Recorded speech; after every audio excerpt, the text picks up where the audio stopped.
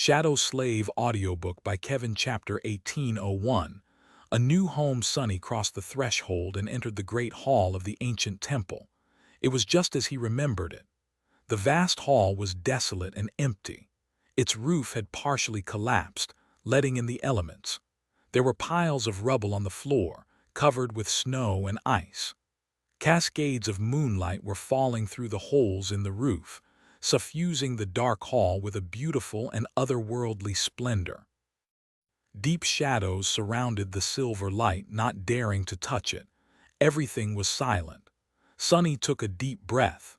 He had almost expected to find the bones of the Mountain King on the floor, where it had been torn apart by shadow, but there were none. The desolate hall was empty.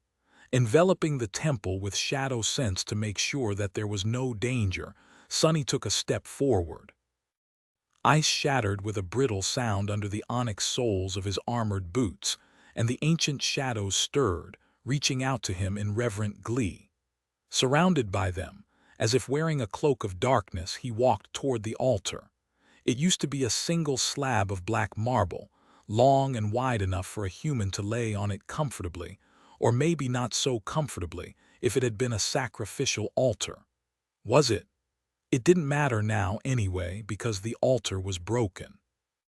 The great slab of black stone had shattered and was laying on the floor in several pieces.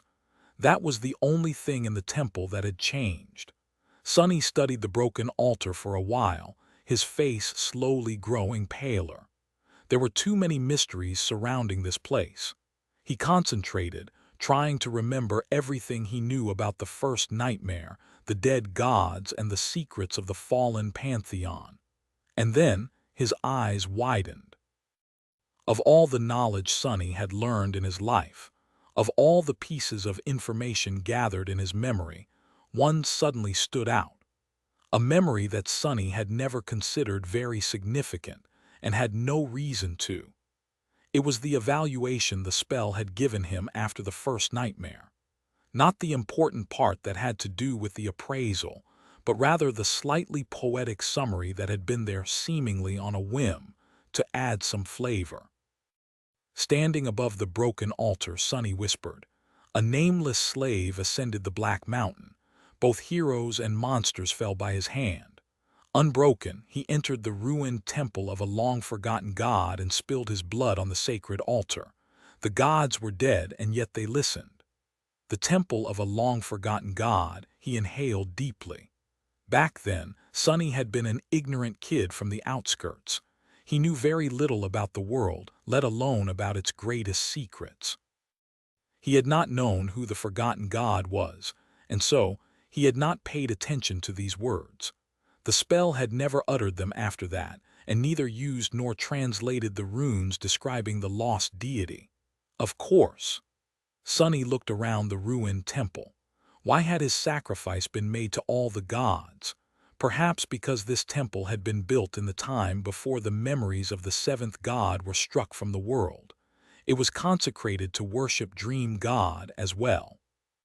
And therefore, when Dream God became forgotten, the temple was forgotten as well, because worshiping the forgotten god was forbidden, just like worshiping the demons, his children, was.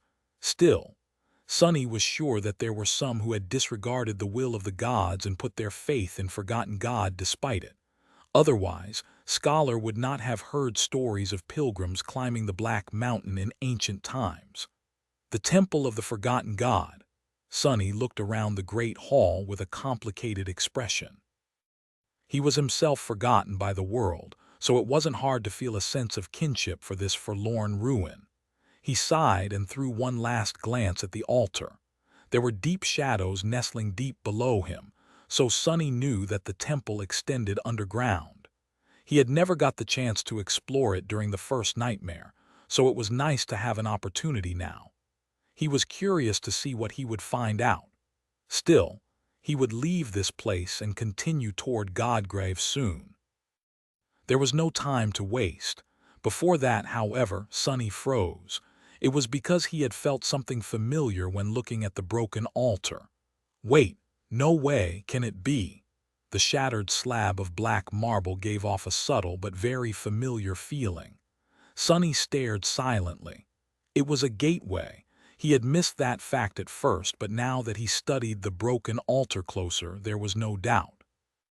It felt exactly like the one in the sanctuary of Noctis, the chained circle in the ivory tower and the runic one in the crimson spire. And if the altar had been made into a gateway, Sonny looked around once more. Then the nameless temple was now a citadel.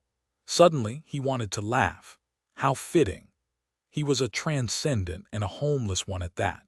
Most saints, however, were usually in control of a citadel, ruling it at the behest of their sovereign. There were exceptions, of course, like Saint Tyrus, who had lost the sanctuary of Noctis and had been exiled to Antarctica with her entire clan. Fortunately, Whitefeather was doing much better now. Sonny himself served no sovereign, and he wasn't even sure if he could take possession of a citadel.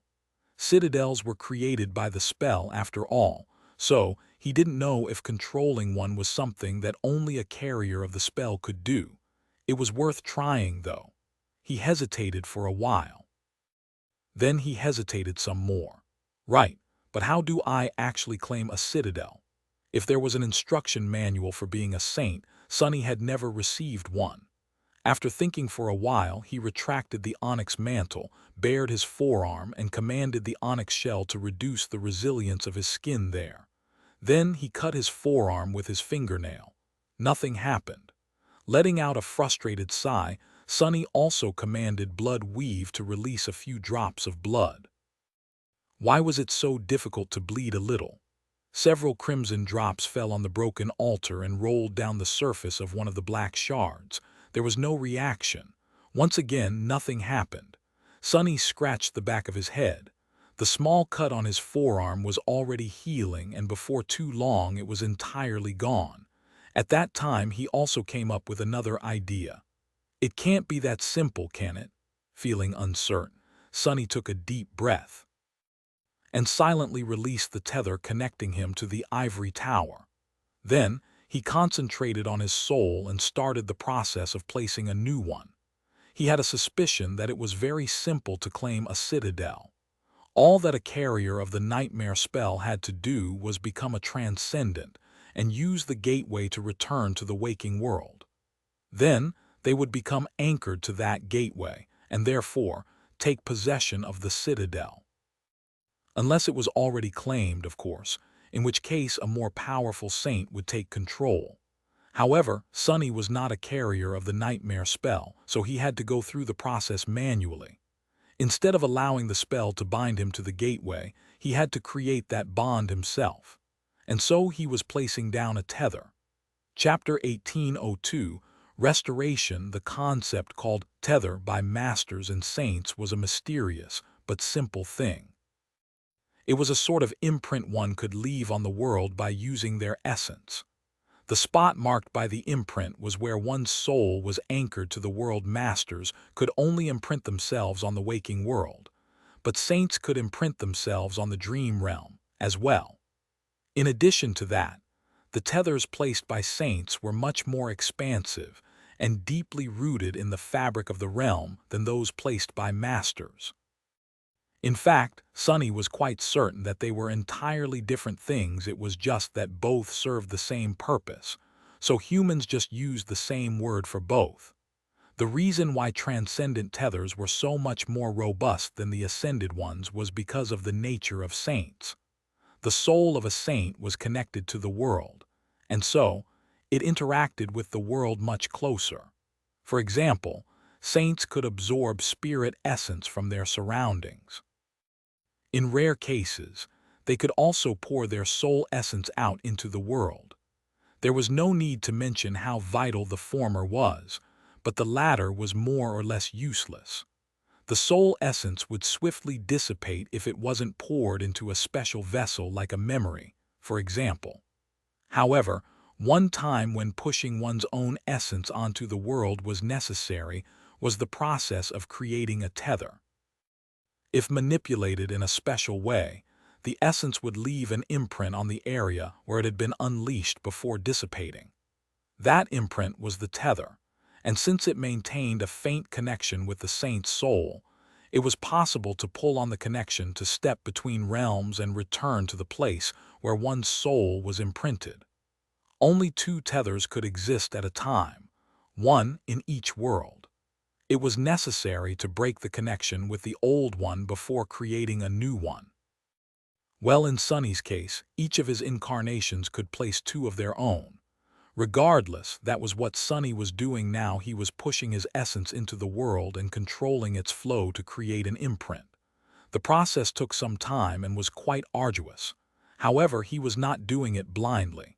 Instead of allowing his essence to cover the area freely, he tried to concentrate all of it in an isolated spot, namely, the gateway of the ancient temple.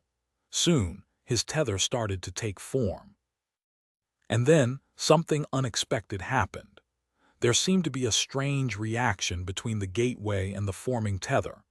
It was as if the two had been created to exist together all along. Not only did the strain on Sonny lessen significantly, as if the process had taken on a life of its own, but he also felt as if the imprint was becoming deeper and also different in some way. At the same time, Sonny felt something changing within his soul. It was as if a mystical bond was being established, connecting him to the ancient temple. He felt very strange. Diving into the soul sea, Sonny saw that the vast expanse of still water was still no more. Instead, it was surging, boiling almost, with great waves rolling on the dark surface. As if someone had thrown a huge boulder into the black water, sending ripples spreading across the silent expanse of his soul. What? As Sonny watched, astounded, the water at the very heart of the soul sea suddenly foamed. And then a familiar black edifice rose from beneath the waves. A perfect replica of the nameless temple how it had been before its roof collapsed, and its gates were broken slowly rose from the lightless depths of his soul, bathing in the dark radiance of his 6 soul cores. Soon enough, the surging waters calmed down and the soul sea grew still and silent once more. It was as if nothing had happened. Only. There was a great temple of black stone standing on the still water now. Sonny stared at it with wide eyes. I'll be damned. That was pretty cool.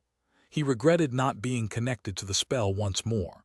Sonny could feel a deep connection to his newly claimed citadel, but did not know what he could do with that connection and what it was meant for. If he was still a carrier of the spell, there would be helpful runes to guide him to the necessary understanding, without a doubt. But then again, the spell did not even explain the enchantments of the memories it created to most awakened. Who knew how helpful it would have been in the case of a citadel? Sonny knew that he would have to explore and investigate this matter personally. Until then, however, what do I even do now? He had not been planning to come in possession of an unknown citadel. Ruling one was not in his plans right now. He was in the middle of traveling to Godgrave. After hesitating for a while, Sonny sighed. Well, whatever. I can spend a few days here. Having a secret lair to return to wouldn't hurt anyway. His original body was anchored in the nameless temple now, so he had no choice but to consider it in his future plans. There was one silver lining to the unexpected situation, though. At least, Sonny wasn't homeless anymore. Several days later, Sonny was sitting on the steps of the nameless temple. The sun was traveling across the clear blue sky, and the snow covering the mountain peak was shining with its light. There was a stunned expression on his face. The other 5 incarnations were resting on the lower steps, panting heavily. One was tiredly rubbing his shoulders. Another was leaning on a broom made by manifesting shadows. A third one was sprawled on the black stone, lazily staring at the sky. There was one who was pouring dirty water out of a bucket, and another one who was looking at them with disdain. They had been busy cleaning up the temple for the last few days. The cleanup was mostly finished, but the reconstruction had not even begun. Sonny knew that he would need special stone to rebuild the broken roof. He could scavenge some from the ruined cathedral of the Dark City. Durable wood for the beams. Would he have to visit the burned forest again to harvest some? Luckily, he was good at all things having to do with craftsmanship, not only because of experience and practice, but also because of bone weave. His fingers were dexterous and responsive, like those of a master artisan. Any tool he needed, meanwhile, could be manifested from the shadows. However, the scope of the work that had to be done to restore the nameless temple to a decent state was not the reason why Sonny was spacing out right now. Instead, the reason was the discovery made by his original body. While the avatars had been busy with cleaning, he had explored his new citadel. Of course, he had discovered the mystical circle in the Undertemple almost immediately. However, it took him a while to figure out what that component did. The instinctual understanding of its purpose was hidden in the connection Sonny shared with the citadel. So, it can move. He raised his gaze and studied the desolate mountain peak. Sonny assumed that the nameless temple had been built here, and wondered what madness forced the builders to carry the great weight of black marble to the top of a towering mountain. But now, he knew that the ancient temple had been built elsewhere and had stood elsewhere before appearing on this mountain peak one day. He also knew that it could move again, now that it had an owner once more. Slowly, a bold idea formed in his mind. Sonny lingered for a while, then looked at his avatars and studied each one for a few moments. Eventually, his gaze landed on the gloomy incarnation. He smiled. "Let's do it this way, then." Sometime later, a sudden commotion disturbed the deadly piece of godgrave. A dark figure in an onyx armor reached the edge of the dead god's breastbone, covered in ash and blood. Behind him was a trail of severed flesh and broken bodies. The man's face was hidden behind a ferocious mask carved from black wood. Standing on the precipice of an abyssal drop, he gazed down silently, paying no heed to a wave of abominations rushing at him from behind. Then, a great temple built of black marble was suddenly standing on the bone plain. As the man wearing the demonic mask turned, 3 warriors clad in the same onyx armor walked out of the darkness under the eaves of the black temple. A graceful stone knight followed, wielding a black blade and a round shield. Then a silvery fiend forged in the flames of hell, a tenebrous steed shrouded in the mantle of nightmares, and an enormous serpent with onyx scales. The dark dwellers of the Black Temple faced the tide of abominations calmly, and a few moments later, more blood flowed on the white surface of the ancient bone. A great darkness spread, hiding the battlefield from the cloudy sky. At the same time, far away, a young mundane girl was being taught how to slay nightmare creatures by an eccentric shadow. And further still, a trade caravan was approaching Bastion. Dozens of heavily loaded wagons were rolling down the road, pushed by monstrous echoes. A sizable force of Awakened was flanking the caravan, protecting it from the dangers of the dream realm. Their expressions were clear now that the Lake City was in view. A handsome young man with porcelain skin and onyx eyes was sitting on the bed of one of the wagons, leaning his back against a wooden crate and looking ahead with a beautiful smile on his lips. He didn't seem that strong and wore an elegant black mantle instead of durable armor. Far away, the awesome silhouette of a great castle was slowly revealing itself from the shimmering waters of a clear lake. The young man looked at it for a while, then glanced down at his shadow. "It seems that we've arrived." The shadow stared back at him, then shrugged indifferently. He smiled. "Yes, I think so too." Saying that, the young man looked up at the silhouette of a white tower floating in the air above the castle. His face turned wistful for a moment, and then he looked away with a quiet sigh. "Ah, it's so pretty." Damnation. Chapter 1803. After the fighting is over back in the courtyard of the nameless temple, Cassie let out a heavy sigh and looked away, hiding her eyes. Sonny remained silent, waiting for her to come to her senses. He hesitated for a few moments, then moved his chair back. The tea had grown cold. The refreshments did not look appetizing anymore. The leaves of the lonesome tree rustled peacefully in the darkness. After a while, Cassie's shoulders trembled. "It has already begun." Her voice was distant. Sonny lingered for a few moments. This time, the memory he had shown her was not nearly as long as the previous one. The awesome desolation of the burned forest and the mysterious nature of the nameless temple were memorable and distinct. However, as expected, what had affected Cassie the most was the sight of Low 49. Of course, she would not know anything about that lunar observatory in particular, but it was unmistakably a modern building. There was no place for it in the dream realm. Knowing that, she would have instantly understood the meaning. Sonny raised an eyebrow. "You didn't know?" She shook her head slowly. He studied her delicate face, then let out a soft sigh. Finally, there was something he knew that Cassie didn't. However, that did not bring him any joy. After remaining silent for a while, he said neutrally, "It was an old lunar observatory. Low 49. It used to stand on the southern edge of the Antarctic center, well, designated south, at least. Obviously, every direction there is technically north of the pole." Sonny paused for a moment and then added, "The staff and soldiers who were garrisoned there were wiped out during the early stages of the chain of nightmares, and nobody has seen Low 49 since. I am the last human to have visited Antarctica, I think, but I never went that far south, so I don't know when the observatory was swallowed by the dream realm." He smiled darkly. "It would be a bit funny if it wasn't so terrifying. While wandering the Sword Domain, I often felt that it was safer than some parts of our own world. Now the difference between the two realms is even more vague. Soon enough, there will be none." Cassie did not respond, sitting motionlessly in the darkness. Eventually, she said in a quiet tone, "I'm sorry, I need to process the news." Sonny leaned back and allowed her to think in silence. After a while, he said evenly, "Does it change anything, though?" The war was still coming. Finally, Cassie faced him again. "Of course, it changes everything. I'll have to rethink a lot of things. The human enclaves in the dream realm are hardly self-sufficient after all. It is difficult enough to provide food and shelter for 300 million people.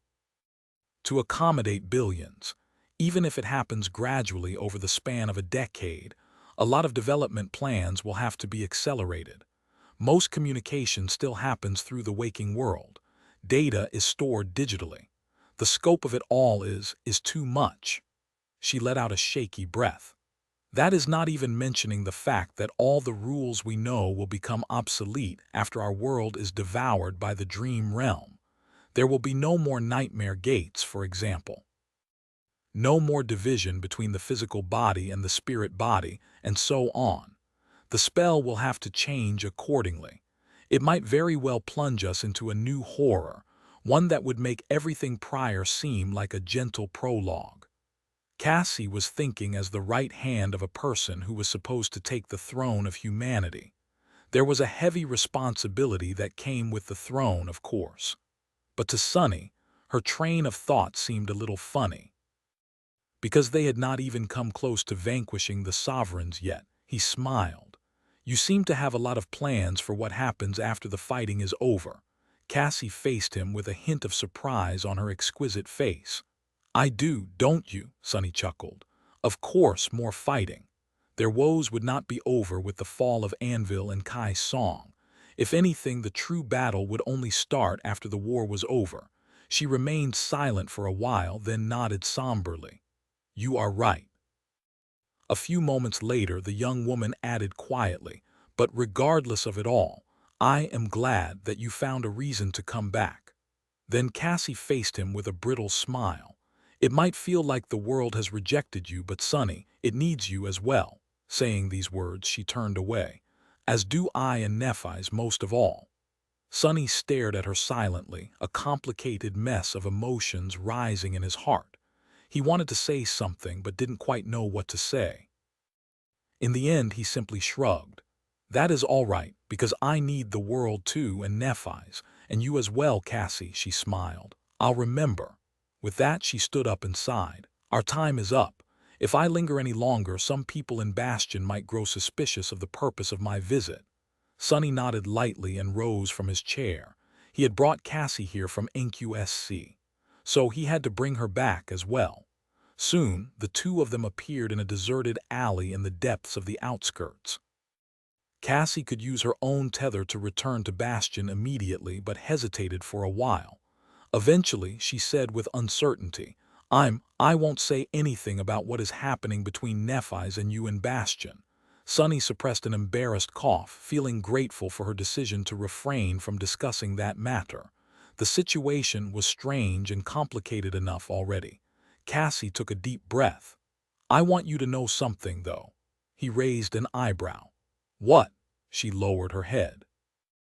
About how it feels on the other side. You see, I can't quite imagine how you feel being forgotten by everyone, but I do know how it feels to have forgotten. It is a strange thing. When we first met, I didn't know who you were. By all accounts, you were a stranger, and yet there was this strange sense of familiarity, as if we've known each other all our lives. Cassie took a deep breath. There were other feelings as well, subtle and faint but undeniable. I won't describe them. But I am sure that Nephi's is being swayed by these unconscious thoughts as well. Even if she can't retain the memories of you, the emotions those memories stir remain. So she wasn't just captivated by Master Sunless because he is charming, handsome, and pleasant to be around. Cassie faced Sonny once again. You might think that her feelings are not quite real because her knowledge of you is not quite true, and maybe you are right, but I still want you to respect them. She remained silent for a moment, then nodded. That is all I wanted to say. You can decide what to do yourself. Before Sonny could say anything, she was gone. He stared at the empty space where Cassie had stood expressionlessly. After a while, he sighed. Did I just get the "if you hurt her, I'll kill you" talk? The tone wasn't quite the same, but somehow it did feel like that. Chuckling, Sonny turned around and pulled on his tether. If I hurt Nephi's, she'll kill me herself. Well, at least she'll try. I am a bit hard to kill these days. Chapter 18:04. Unexpected invitation. Today was a strangely slow day for the brilliant Emporium. Actually, it wasn't that strange. Sonny had been complaining about how swamped he was in the kitchen when the business was good, but now that it was dull, he missed the money he could have made dearly. The lack of clients was not strange, but the mood in Bastion was, which in turn was the reason why so few people were visiting.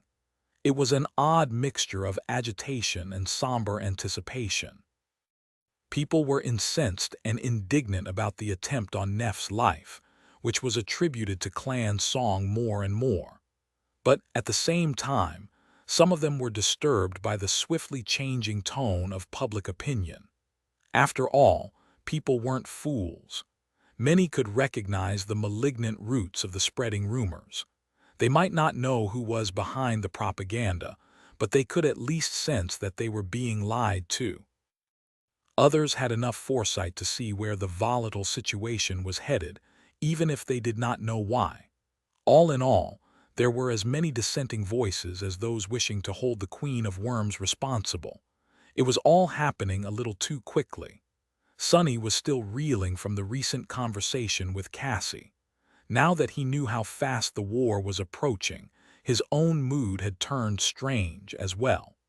Luckily, he did not have a lot of time to worry about such things. He was terribly busy despite the lack of customers. Most of his time was dedicated to designing the weave of the soul sword, but he was also preoccupied with something else, because his date with Nephi's was approaching much faster than the war. Damn it! What to do? What to do? The pressure of designing a perfect date was more daunting than his attempts to weave a soul-bound weapon. He had acted confidently when asking her out, but now that he actually had to come up with something, Sonny felt like his mind was paralyzed. Why did I prepare a picnic for a fake date? I should have saved that idea for the real one. There were not a lot of romantic places in Bastion. Even worse, Sonny was not that knowledgeable about romance. And worse still, Nephi's was not exactly a typical young lady who knew what her idea of a romantic encounter was. In short, Sonny was stumped. And Aiko wasn't helping. "What's the problem, boss? Just take her to an inn." "I mean, you are both adults. There are inns that charge by the hour, you know." He glared at her silently. You are the problem. Do you want to get me killed?" Aiko laughed. All right, I'm joking. Honestly, though, I say you are overthinking it. Anything and anywhere will be fine. After all, the only necessary ingredients are you and her. Since both of you will be present, that's most of the work done." Glanced at him and asked, "Just be yourself. Draw from your experience. What's the most romantic memory you have?" Sonny scratched the tip of his nose. "Oh, well, I spent a month being stuck on the corpse of a giant nightmare creature with a girl once." Aiko stared at him silently for a few moments. "On second thought, don't be yourself. Forget everything about your experience. Just take her on a boat ride or something." Sonny's eyes brightened. "A boat ride? Huh, that's actually not a bad idea." He would have said more, but at that moment his expression changed subtly. Sonny looked at the door. He could sense a group of people approaching the brilliant emporium, and they did not feel like his usual customers at all. Heavy armor, sharp weapons, disciplined movements, clear intent. Soldiers. Why would a cohort of awakened warriors of clan valor be approaching his humble shop? For a moment, Sonny thought about how he would kill them. Dealing with these awakened would only take him a few moments. Then he could dismiss the mimic, grab Aiko, and step through the shadows to outside the city. After that, Valor would not be able to catch him unless Anvil took action personally. If his cover was blown, that was the only way. However, he quickly dismissed that idea. First of all, even if his cover was somehow blown, they would most likely only learn that he was the Lord of Shadows. The Lord of Shadows was an ally of Clan Valor, so there was nothing to be afraid of. Secondly, in the much worse scenario where the elders of Clan Valor had learned that he was plotting to murder the king with Nephis, there would not have been a mere cohort of awakened approaching his shop. So, why the hell are they here then? Sonny was very confused. "What's the matter, boss?" Aiko looked at him apprehensively. He hesitated for a moment. "I have no idea, really." At that moment the soldiers reached the brilliant emporium. Then there was a loud knock on the door. "Don't eat them." Giving Mimic a mental warning, Sonny sighed, put on a pleasant smile, and went to open the door. "Welcome to the brilliant emporium. How may I help you?" He was met with an unfriendly stare. 6 awakened warriors were standing a few steps back, while one was looking at him with disdain. The man was tall and sharp, clad in an enchanted armor with a vermilion cloak hanging from his broad shoulders. He was also an ascended Master Sunless. Hearing the deep voice, Sonny smiled a little wider. "That's what they call me, yes." The knight nodded. "Please come with me." Sonny blinked a couple of times. "Why?" The man glanced at him with badly hidden irritation and then said coldly, "I was ordered to escort you to the castle. Please follow." "What the hell?" Sonny hesitated for a bit, wondering if it wasn't too late to kill them and escape. But he had to reluctantly abandon that idea. "Why, by all means." Exchanging a glance with Aiko, he shrugged helplessly and followed the knight out of the brilliant emporium. He tried to strike up a conversation a few times on the way to the castle, but his escorts seemed to be in a foul mood. They were definitely not fans of Sonny, that was for sure. With his sharp hearing, he could catch a few of them muttering under their breaths, "Damned mongrel." No, really. What was going on? Was he going to get splashed in the face with water and be given a tidy sum of soul shards to never see Nephis again? That was what usually happened in dramas. Sonny had thought of 1,000 possible reasons for this unexpected visit, each more ominous than the previous one. However, he failed to learn the truth until the very end. The escorts brought him across the lake, and then to the very heart of the castle. When Sonny was led to the main keep, where the direct line of Clan Valor resided, he was on the verge of collapsing from fright. Half an hour later, he somehow found himself in a grand hall, facing none other than Morgan, the Princess of War. Morgan was leaning on a stone throne, holding a sharp sword in her hand. Her gaze was piercing. Suddenly, Sonny felt a chill run down his spine. She doesn't know, does she? The last time they met was during the assassination attempt. Of course, back then, Sonny was wearing the persona of the Lord of Shadows. Morgan's cold gaze traveled across his figure, making him shiver. Then her scarlet lips parted. "Oh," Morgan's voice sounded calm. "I understand now." Sonny struggled to keep a deep scowl off his face. What does she understand?" Smiling faintly, Morgan descended from the dais and approached him. The sharp blade of her sword glistened in the rays of sunlight. "Master Sunless, I presume." Sonny nodded and forced himself to speak. "Princess Morgan, it's an honor." She stared at him with a strange expression, then cleared her throat. "Indeed, please kneel." Sonny raised an eyebrow. "Pardon?" Her gaze turned a little dark. "I told you to kneel." He hesitated for a few moments, glanced at his escorts, and then elegantly lowered himself to one knee. "Morgan has grown immensely strong after transcending. Still, if she attacks, I should be able to dodge." She raised her sword slowly, and at the same time he prepared to call upon the shadows. However, to his shock, the sword did not fall down to cut his neck. Instead, Morgan touched the blade to his left shoulder lightly, then repeated the same process with his right shoulder, and the crown of his head. Sonny was dumbstruck. "What is going on?" Having finished the strange action, Morgan dismissed her sword and smiled in satisfaction. "Master Sunless, I hereby proclaim you a knight of valor. Rise, Sir Sunless. May your edge never dull." Sonny's eyes widened. Pardon." Chapter 1805. Sir Mongrel. Sonny was so stunned that he did not know what to say. All he could think was, what the hell? No, really him. A knight of valor. His mind short-circuited for a moment. Of all the things Sonny had expected when a cohort of unfriendly soldiers invited him to the castle, that one never crossed his mind. Still standing on one knee, he raised his head and looked at Morgan with a dumbfounded expression. She studied his face for a few moments, then clicked her tongue and turned away. "That will be all, you can go now." Remembering that he had been allowed to rise, Sonny slowly stood up. "Princess Morgan, please excuse my impudence, but if I may ask—" Before he could ask anything, though, the guards unceremoniously grabbed him and escorted him out of the hall.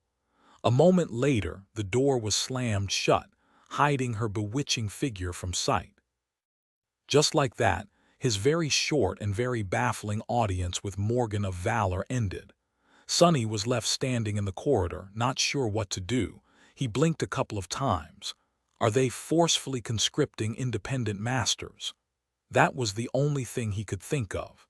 But then, it didn't make any sense. If Clan Valor really wanted to conscript him into the army on the eve of war, they would have gone about it in a different manner.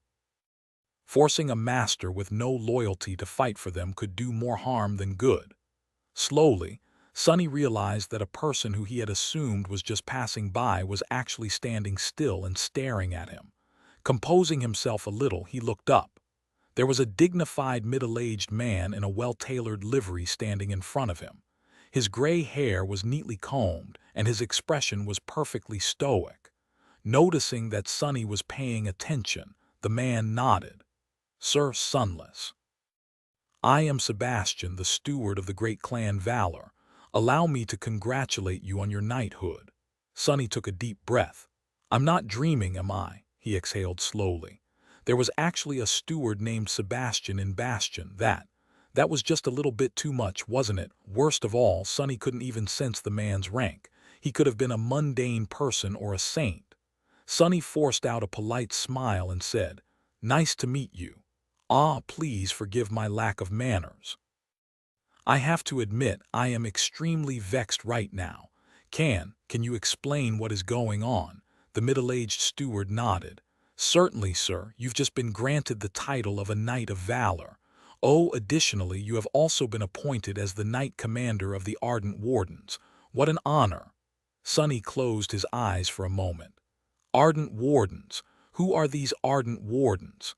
The steward gave him a dignified smile. Ardent Wardens are a grassroots volunteer organization that holds various activities to enrich the daily lives of the elderly citizens of Bastion. Food drives, cultural events, interest clubs, and the like. Self-governed. Sonny stared at him silently, struggling to maintain a calm expression.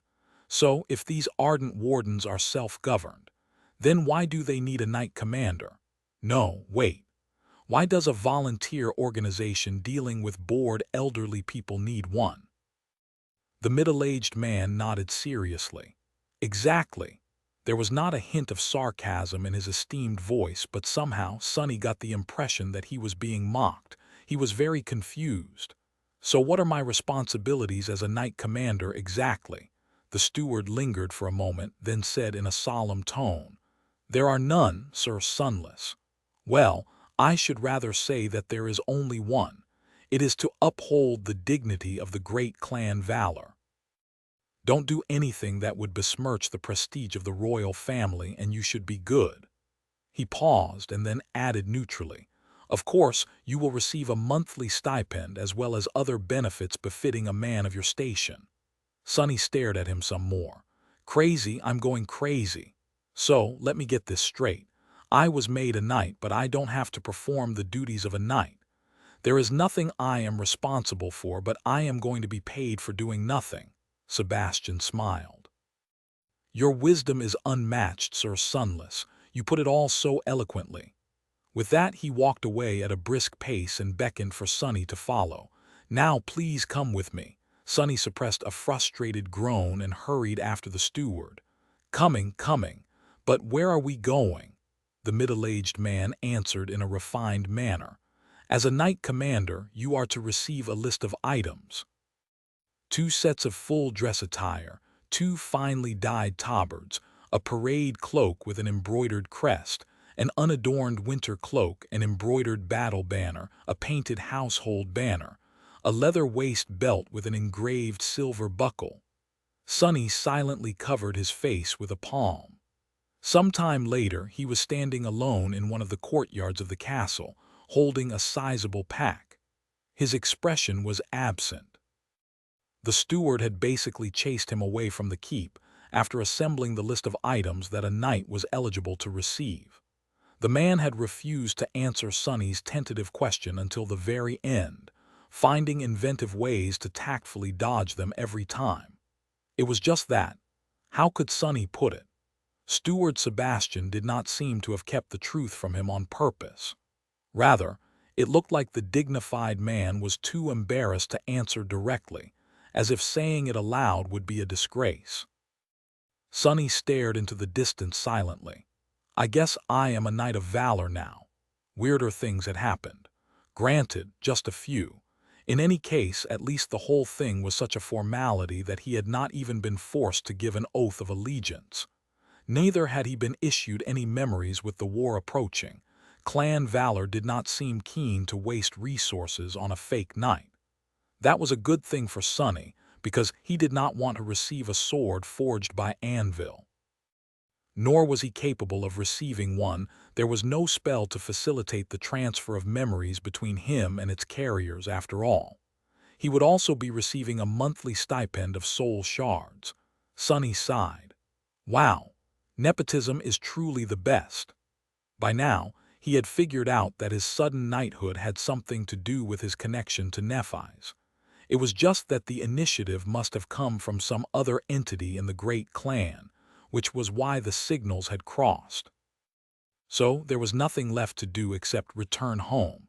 Sonny was ready to take a step forward, but then froze for a moment.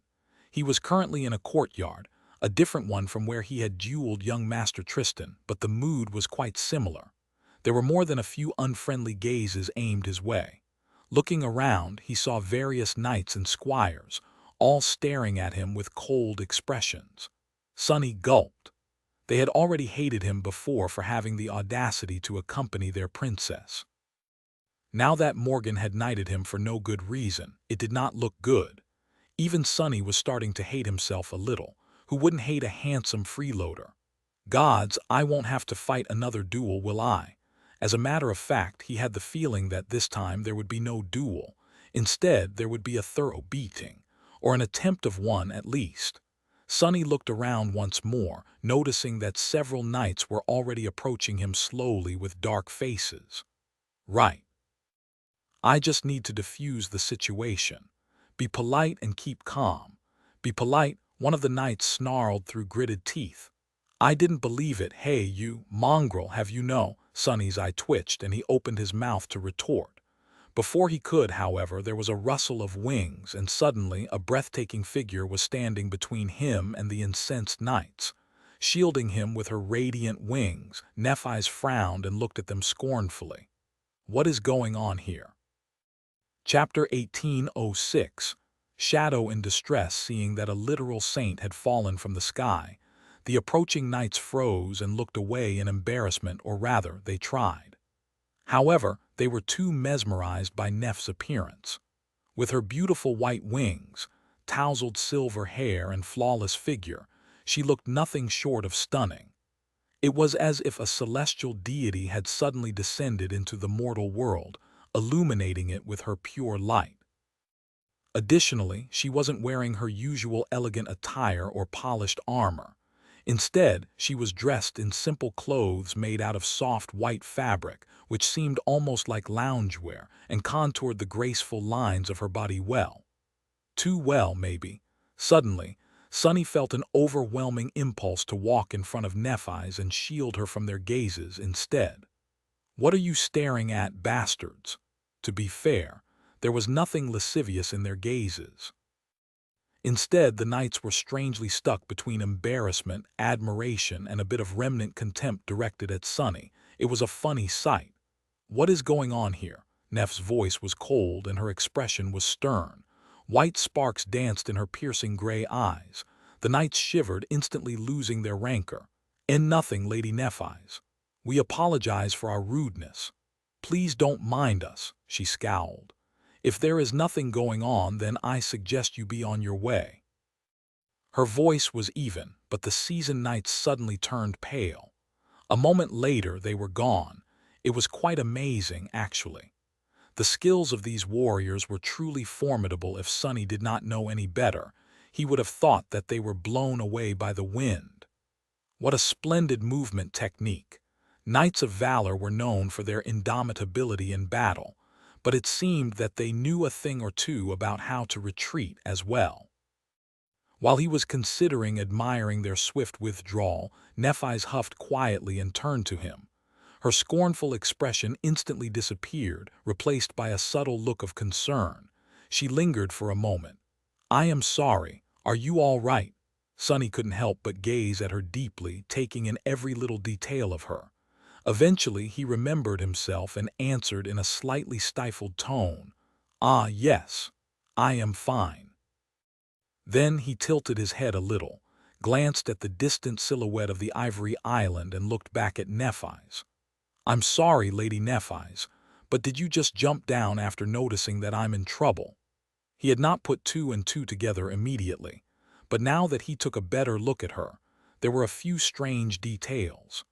Her comfortable clothes, unkempt hair, and slight signs of agitation were far from the composed image Nephi's usually presented to the public. So it wasn't hard to surmise that this appearance had not been planned. Nephi's froze for a moment, glanced down at herself, then awkwardly swiped a lock of her hair back, putting it behind her ear. Sonny could have sworn that she blushed a little. "Ah, well. I happened to be free when Cassie informed me that something was afoot, so here I am." She studied his face to make sure that everything was indeed all right, then looked at the pack in his hands in confusion. "That said, what exactly happened?" "She only told me that you were taken to the main keep." Her expression hardened. "Did someone harass you? Was it my sister? What did she say?" Sonny remained silent for a few moments, not knowing how to answer. Eventually, he gave her a reassuring smile. "Oh no, nothing like that. Nobody harassed me. I was indeed summoned by Princess Morgan, but for a different reason. I'm not sure how to say it." Neph's frown only deepened. "A different reason, you say? What reason might that be?" Sonny coughed. "Well, it's like this. She made me a knight of valor." He did not know what Nephis had expected to hear, but it definitely wasn't this. For a moment she seemed startled. "What?" He smiled helplessly. "It's how I said. I was given the title of a knight and the post of the Knight Commander of the Ardent Wardens. Oh, the Ardent Wardens are a group of volunteers who do community service, mainly taking care of the elderly. Yeah. I was told that my only responsibility is to maintain the prestige of the royal family, whatever that means." Nephis stared at him for a while, then sighed and covered her face with a hand. After a few moments of silence, she said in a flat tone, "I am sorry. It's my fault. They were probably unhappy with me dating a man of no background. I expected opposition, but who would have thought that Morgan would be so accommodating?" Sonny blinked a couple of times. "Oh, so it's because of my lowly background. I see." She lowered her hand and looked at him with a startled expression. "No, I didn't mean it like that," Sonny smiled. "I know you're not a conceited person. If anything, to be honest, between the two of us, I am probably more of a bigot. I actually have quite a prejudice against the legacy clans. Although it might be a bit bold of me to admit something like that while attempting to court a princess of a great clan. Oh well, what can I do? That just goes to show how the lack of pedigree results in a lack of common sense and decorum." Hearing his light-hearted tone, Nephis relaxed a little. She lingered a little, then met his smile with a tentative one of her own. "Then, I am grateful that you are willing to put your prejudice aside and give this princess a chance. You are an admirably broad-minded person, Master Sunless." He laughed. "No one has ever accused me of being broad-minded before. It's just that I would have to be mad to let my pettiness stand in the way of seeing you, Lady Nephis." Then he suddenly froze. Right. Weren't they supposed to go on a date in a few days? Meeting her today, therefore, was a bit awkward. What was he supposed to do? Pretend that they had not made plans or try to woo her right now? Noticing his puzzlement, Nephis asked, "What's wrong?" Sonny hesitated for a few moments. "No, it's nothing. It's just that, to be honest, I've been thinking about our date a lot. Constantly, even. I've been looking forward to it so much that meeting you all of a sudden is a bit of a shock. Well, I know that you are terribly busy, Lady Nephis, so I'll see you in a few days." She looked at him silently for a while. Then she smiled subtly. "Actually, I'm not that busy. How about we just make it today?" Chapter 1807, Dream Come True. They parted soon after. For a little bit, Sonny might not have known a lot about women, but he knew enough not to try taking Nephis on a date immediately. Women had their mysterious rites and rituals. After all, if he invited her anywhere without giving her a chance to clean up and change out of her loungewear into something more flattering, he would have earned the scorn of the entire womankind. Granted, those light clothes of hers were flattering enough already. Although not exactly sparse, they did a splendid job of accentuating every pure thoughts. In any case, the brief parting worked in his favor as well.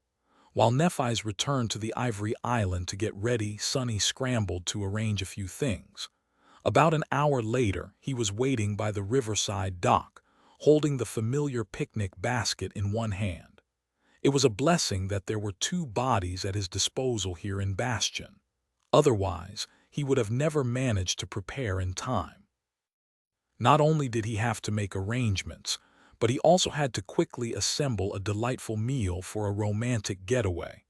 One body had been running around and outside the city, while the other had been busy in the kitchen. Luckily, he managed to finish everything in the nick of time. Suppressing a hint of nervousness, Sonny couldn't help but look up at the graceful silhouette of the ivory tower hovering among the clouds. He almost expected to see a beautiful figure descending from the sky in a mantle of sunlight, but due to the location of where they had arranged to meet, Nephis decided to be less conspicuous. If Changing Star had indeed landed on a lively street in all her radiant glory, the commotion caused by her arrival would not have been small. Therefore, she simply walked up to him like a normal person, appearing from an alley. Of course, there was still a big reaction. A saint was not someone who could be ignored. And Nephis was not just any saint. Wearing a simple white summer dress and no jewelry, she was still stunning. The passerby couldn't help but react to her beauty, and a lot of heads had been involuntarily turned. Sonny felt his heart skip, knowing that today, that beauty was just for him. As she approached with a light smile, he heard a quiet and melodious ringing. He had not told her a lot about the destination of their date, but he did tell her that it would have something to do with water, so Nephis summoned the familiar pair of silver anklets, which were a memory she had used on the great river to help her move in the water. Sonny couldn't help but smile when looking at her. Nephis walked over, stopped near him, and asked in a light tone, "So, Master Sunless, where are you taking me?" He hesitated for a moment. Out there in the waking world it was winter, and bitter cold haunted the snowy streets. But here in Bastion it was still summer. The entire city was bathed in smoldering heat. People were seeking shelter from the incandescent sun in the shade and longing for cool drinks. Of course, as saints, both Sonny and Nephis could ignore the sultry weather, but that did not mean that they would not enjoy the refreshing feeling of cooling down their bodies. He smiled. To a beach. Nephis tilted her head a little. A beach. Sonny nodded. It might sound a little silly, but actually I've always dreamed of going to the beach.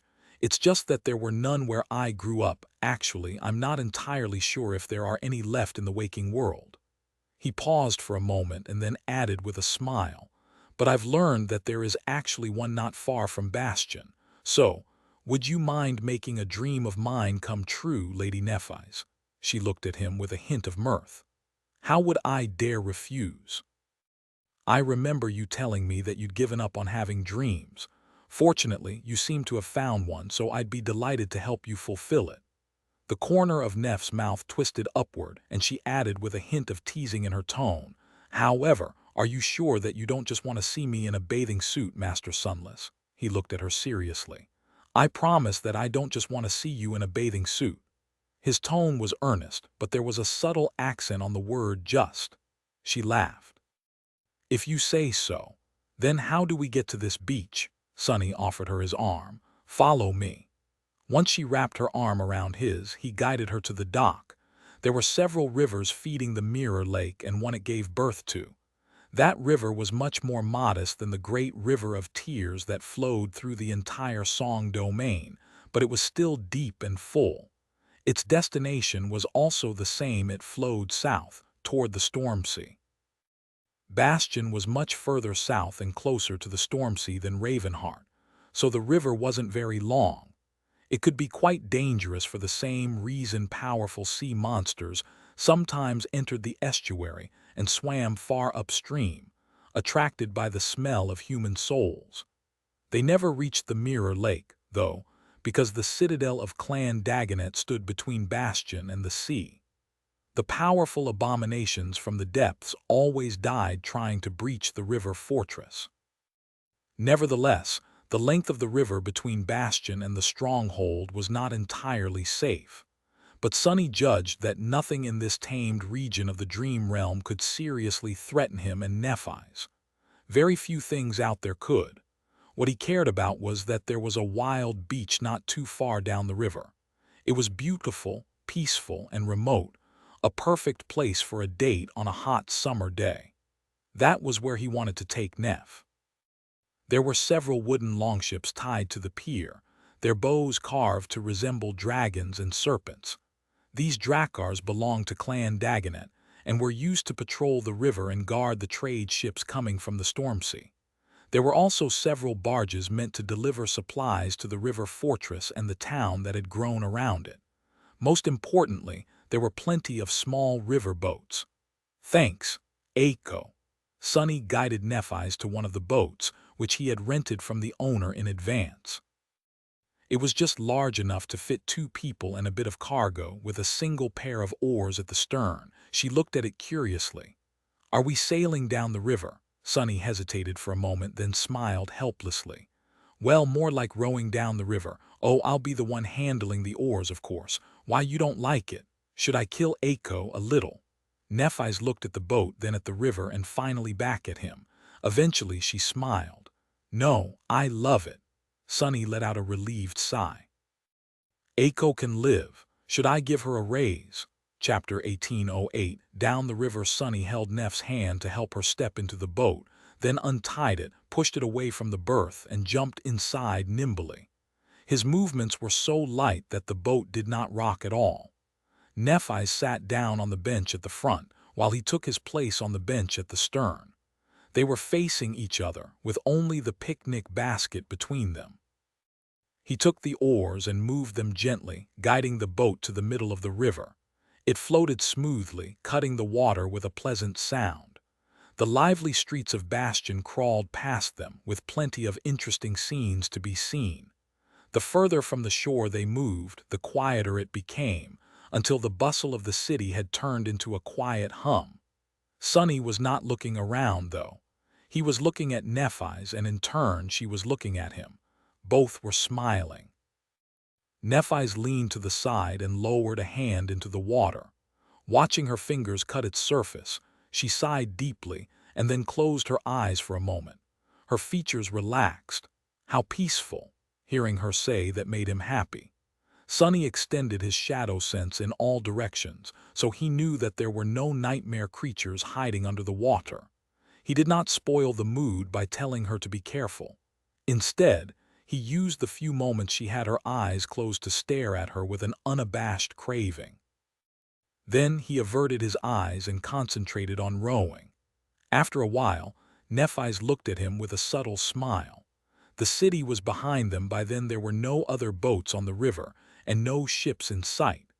The only sounds breaking the silence were the rustle of water and the soft splashes produced by the oars. She leaned back a little and asked in a leisurely tone, "Won't you grow tired from rowing?" Sunny chuckled. It was obviously a question asked for the sake of being polite. He was supposed to be a master. After all, guiding a small boat downriver would not tire him. He could have used a measure of strength suitable for an ascendant and sent the boat flying at great speed to strain himself. But then the oars would probably explode into splinters. That wouldn't be nice at all. "Oh, I might not look it, but actually I'm quite strong." He let go of one of the oars for a moment and showed her his hand. "These hands of mine can crush mountains." Nephi's laughed. "I'm sure. Still, I feel guilty watching you do all the work." Sunny remained silent for a moment. Then his smile turned a little daring. "Why don't you come here and help me then?" She looked at him, then rose with a smile and moved to the rear bench. Sunny shifted to the side to give her some room. A few moments later, they were sitting side by side, each holding one oar. The bench wasn't quite wide enough to fit two people, so their bodies were pressed tightly against each other. The cool breeze was caressing them gently, and the sun reflected beautifully from the surface of the water. The river was peaceful and quiet. Sunny could feel the heat of her body through his clothes, and she could undoubtedly feel his. He inhaled deeply. Rowing a boat in this manner was a little tricky. The oars had to move both simultaneously and with equal amounts of force, otherwise, the small vessel would either turn to the shore or start spinning in place. But Sunny and Nephi's easily fell into a comfortable rhythm. They were perfectly in sync. The oars rose and fell in tandem with each other, and the boat remained perfectly straight. It was rocking a little, though, and due to the fact that they were so close, each holding an oar with one hand maintaining balance was a little tedious. Sunny moved his free arm and wrapped it around Neff's waist, firmly holding her in place. She glanced at him with a smile, then did the same. Just like that, they remained silent for a while, rowing in harmony while enjoying the breeze, the peaceful quiet of the river, and each other's warmth. The silence between them wasn't awkward or tense. Instead, it was comfortable and soothing, easing their tired minds. After a while, Nephi's looked at him and asked, "What are you thinking about?" Sunny lingered for a moment, then shrugged slightly. "Just life, I guess. How it is sometimes full of sorrow and sometimes full of joy." She studied his face carefully, then turned to enjoy the view of the river. "Interesting. My life is quite different, I think. I am content at times, and at other times I am resentful, but I don't really feel joy or sorrow that much. Mostly I am just focused. Actually, I feel a little guilty if I am too happy or too sad. It makes me feel that I have allowed myself to become distracted." He looked at her curiously. That was how Nephis was. She lived in service of her goal, which didn't mean that she was miserable. It just meant that her mind was preoccupied with practical matters, and she mostly drew both satisfaction and discontent from the actions undertaken to realize her aspiration. That was a valid way to live a life. Still, Sunny felt that she was being too harsh on herself. He hesitated for a moment. "Really? Then, when was the last time you felt joy? And when was the last time you felt sorrow?" Nephis looked at the river with a faint smile. She remained silent for a bit, then answered in an easy tone, "I don't quite remember." Sunny kept looking at her, not saying anything. Was it because it was not important to her, so she had forgotten? Or was it because her joys and sorrows had all been connected to him? He hugged her tighter. Sensing it, she turned to face him and smiled. "What about you?" Sunny blinked a couple of times and answered honestly, "Why, I am full of joy right now." Hearing Neff laugh, he smiled brightly. "As for sorrow, I had to throw out a batch of strawberries because there were too few customers in the cafe as of late. That was really sad." Her laugh grew a little louder. That made him happy as well. After a while, Nephis looked at him, lingered for a few moments, and then said neutrally, "This was a really great idea. I have a bit of history with boats, you know." Sunny knew, of course. From the boat she had built from the bones of a demon to cross the dark sea to Anank's Ketch, the two of them had shared many poignant moments while rocking on the water. Nephis sighed. "I once sailed down a great river with a dear person. That person is gone, but the fondness remains." He couldn't do anything but hold her close. Sunny knew that she was talking about Anank. But even though she could not remember him, these words described the two of them too. Looking ahead, he smiled and said, "Then, it's good to forge new memories, to remember them fondly as well one day in the future." Eventually, the beach he had wanted to take her to appeared in sight. By then, basked in her warmth, Sunny felt a bit regretful that it did. Chapter 1809. Beach date. Bastion used to be surrounded by a vast, lush forest. Sadly, the entire forest had been one giant, dreadful abomination, a fallen titan that possessed immense power and almost inexhaustible vitality. The Knights of Valor had risen to become one of the deadliest forces among the early carriers of the nightmare spell, precisely because the warriors of the future great clan had spent decades fighting against the titanic forest and its horrid spawns. There were no masters and no saints back then, and yet they managed to push it back from the shores of the Mirror Lake. Nevertheless, Bastion had still been besieged by the hungry woods from all sides, and it was only after the second generation of Awakened came of age that the situation changed. One of the sons of the famed founder of Clan Valor took command of the Knights and waged a ruthless war against the vast Titan.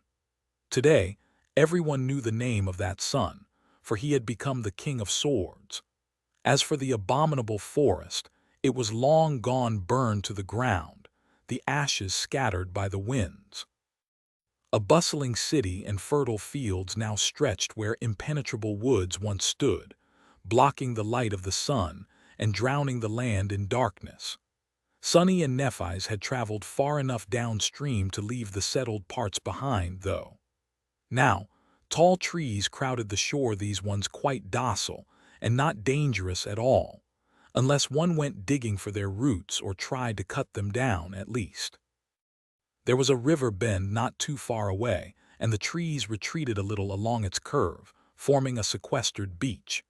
Emerald leaves were rustling like a vast sea, and sunlight poured from the pure azure sky. The air was shimmering from the sweltering heat. Further away from shore, the ground was covered by moss and swaying grass, but there was a wide strip of golden sand near the water. It was beautiful and peaceful, like a picture out of a book. Sunny smiled when he saw the picturesque view. "We're here." The two of them carefully guided the boat to the shore. Nephi's jumped down onto the sand, looked around, and inhaled deeply.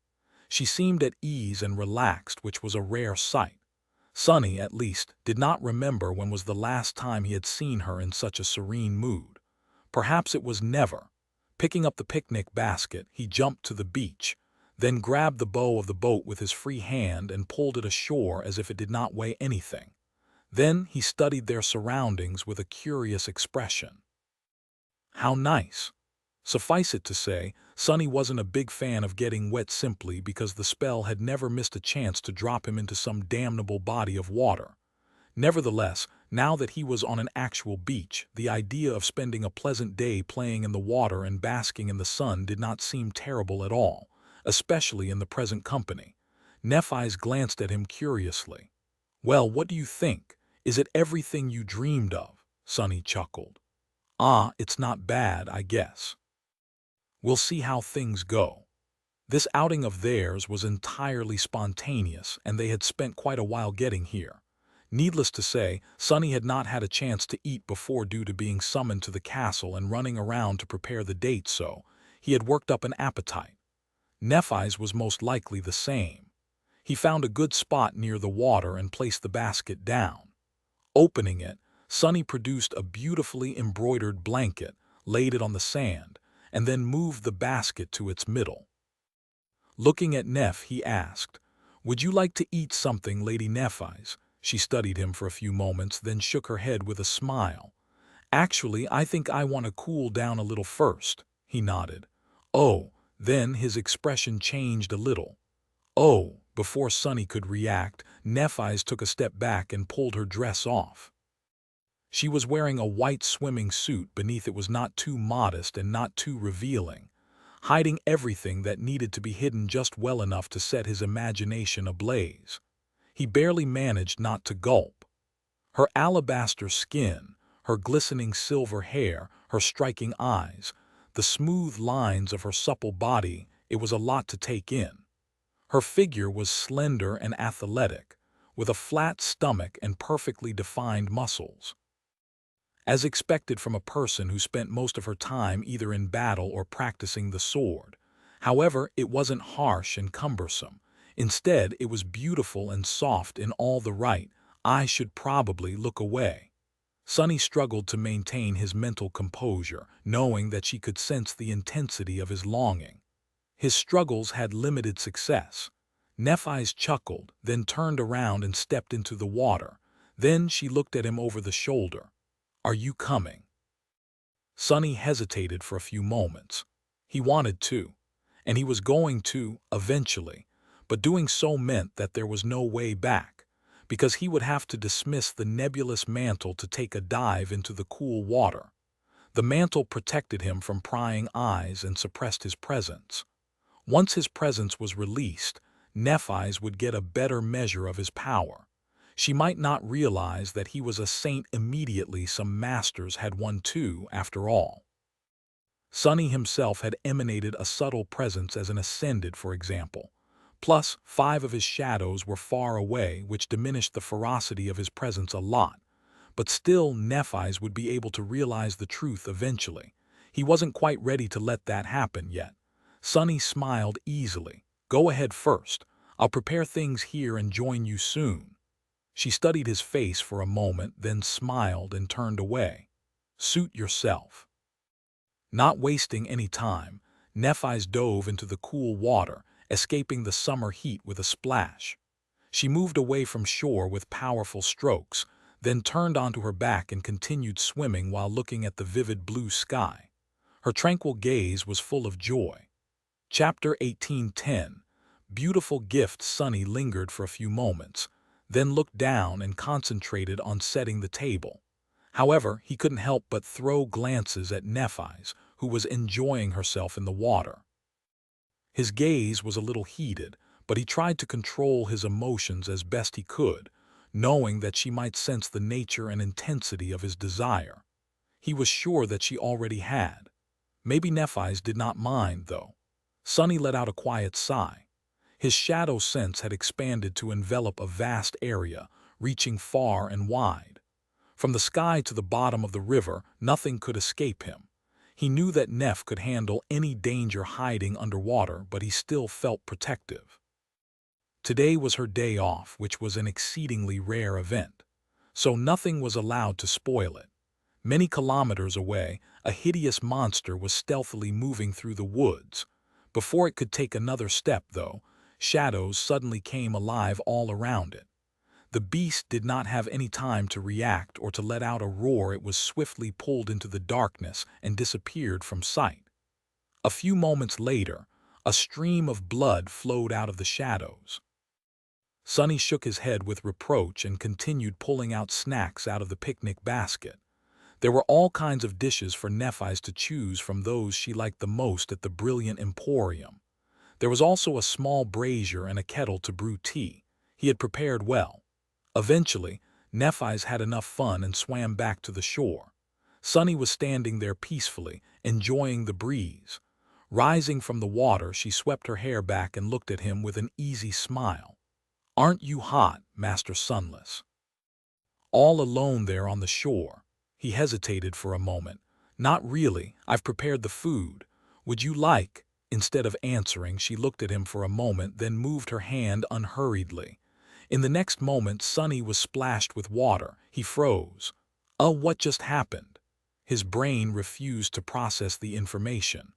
Noticing his startled expression, Nephi's couldn't help but laugh. Her melodious laughter, so rare and beautiful, was carried away by the wind, and then she looked at him with a hint of a mischievous smile. Her tone was subtly teasing. "I feel a little cheated." Sonny stared at her silently for a few moments, then sighed deeply and lowered his head.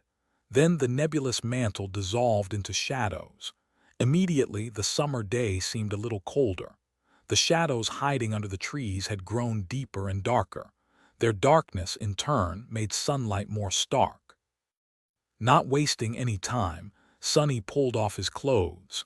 He was wearing a pair of simple black swimming trunks underneath his trousers. Finding them had given him a lot of trouble, actually, while he was preparing for the date. Everything else was fine, but something like that would usually be imported from the waking world. Obviously, Sonny had to run around the city a little to procure a suitable pair. The breeze caressed his naked skin, and at the same time, Nephi's looked at him with a strange intensity in her calm gray eyes. Sonny's body was not at all like what one would expect from a gallant and scholarly enchanter. It was lithe, with not a gram of fat covering the lean muscles. His figure looked like something chiseled from marble by an enamored sculptor. His flawless porcelain skin made his raven-black hair and dark eyes seem even darker. Most striking of all, though, was an intricate tattoo of a great serpent that coiled around his arms and torso. Contrasted against the fair skin, the black ink was like pure darkness. Every onyx scale of the coiling serpent was so vividly tattooed that it almost seemed alive. Sonny had summoned the serpent from Godgrave for a special purpose. He had not planned on revealing it in such a manner, though. Well, all his plans had gone astray ever since this morning. Nephi's seemed a little startled by the sight. You have a tattoo." Sonny looked at his arms, then smiled pleasantly. "That I do." While she was gazing at him deeply, he sent a little essence into his muscles and jumped high into the air, then plummeted into the water like a cannonball, making sure that Nephi's was in the splash zone. In the next moment, she was doused with water from head to toe. Neff's eyes widened a little. Laughing, Sonny surfaced and then swam away from the shore. "You get back here." The water was cool and clear, washing away the summer heat from his body. Coming to a beach was indeed a really great idea. The two of them played in the water for a while. With her silver anklets, Nephi's was like a mermaid. Sonny spent most of the time enjoying the sight of her moving gracefully underwater, so much so that he was starting to worry that he would be too distracted and accidentally drown. The water was pleasantly cool and incredibly clear.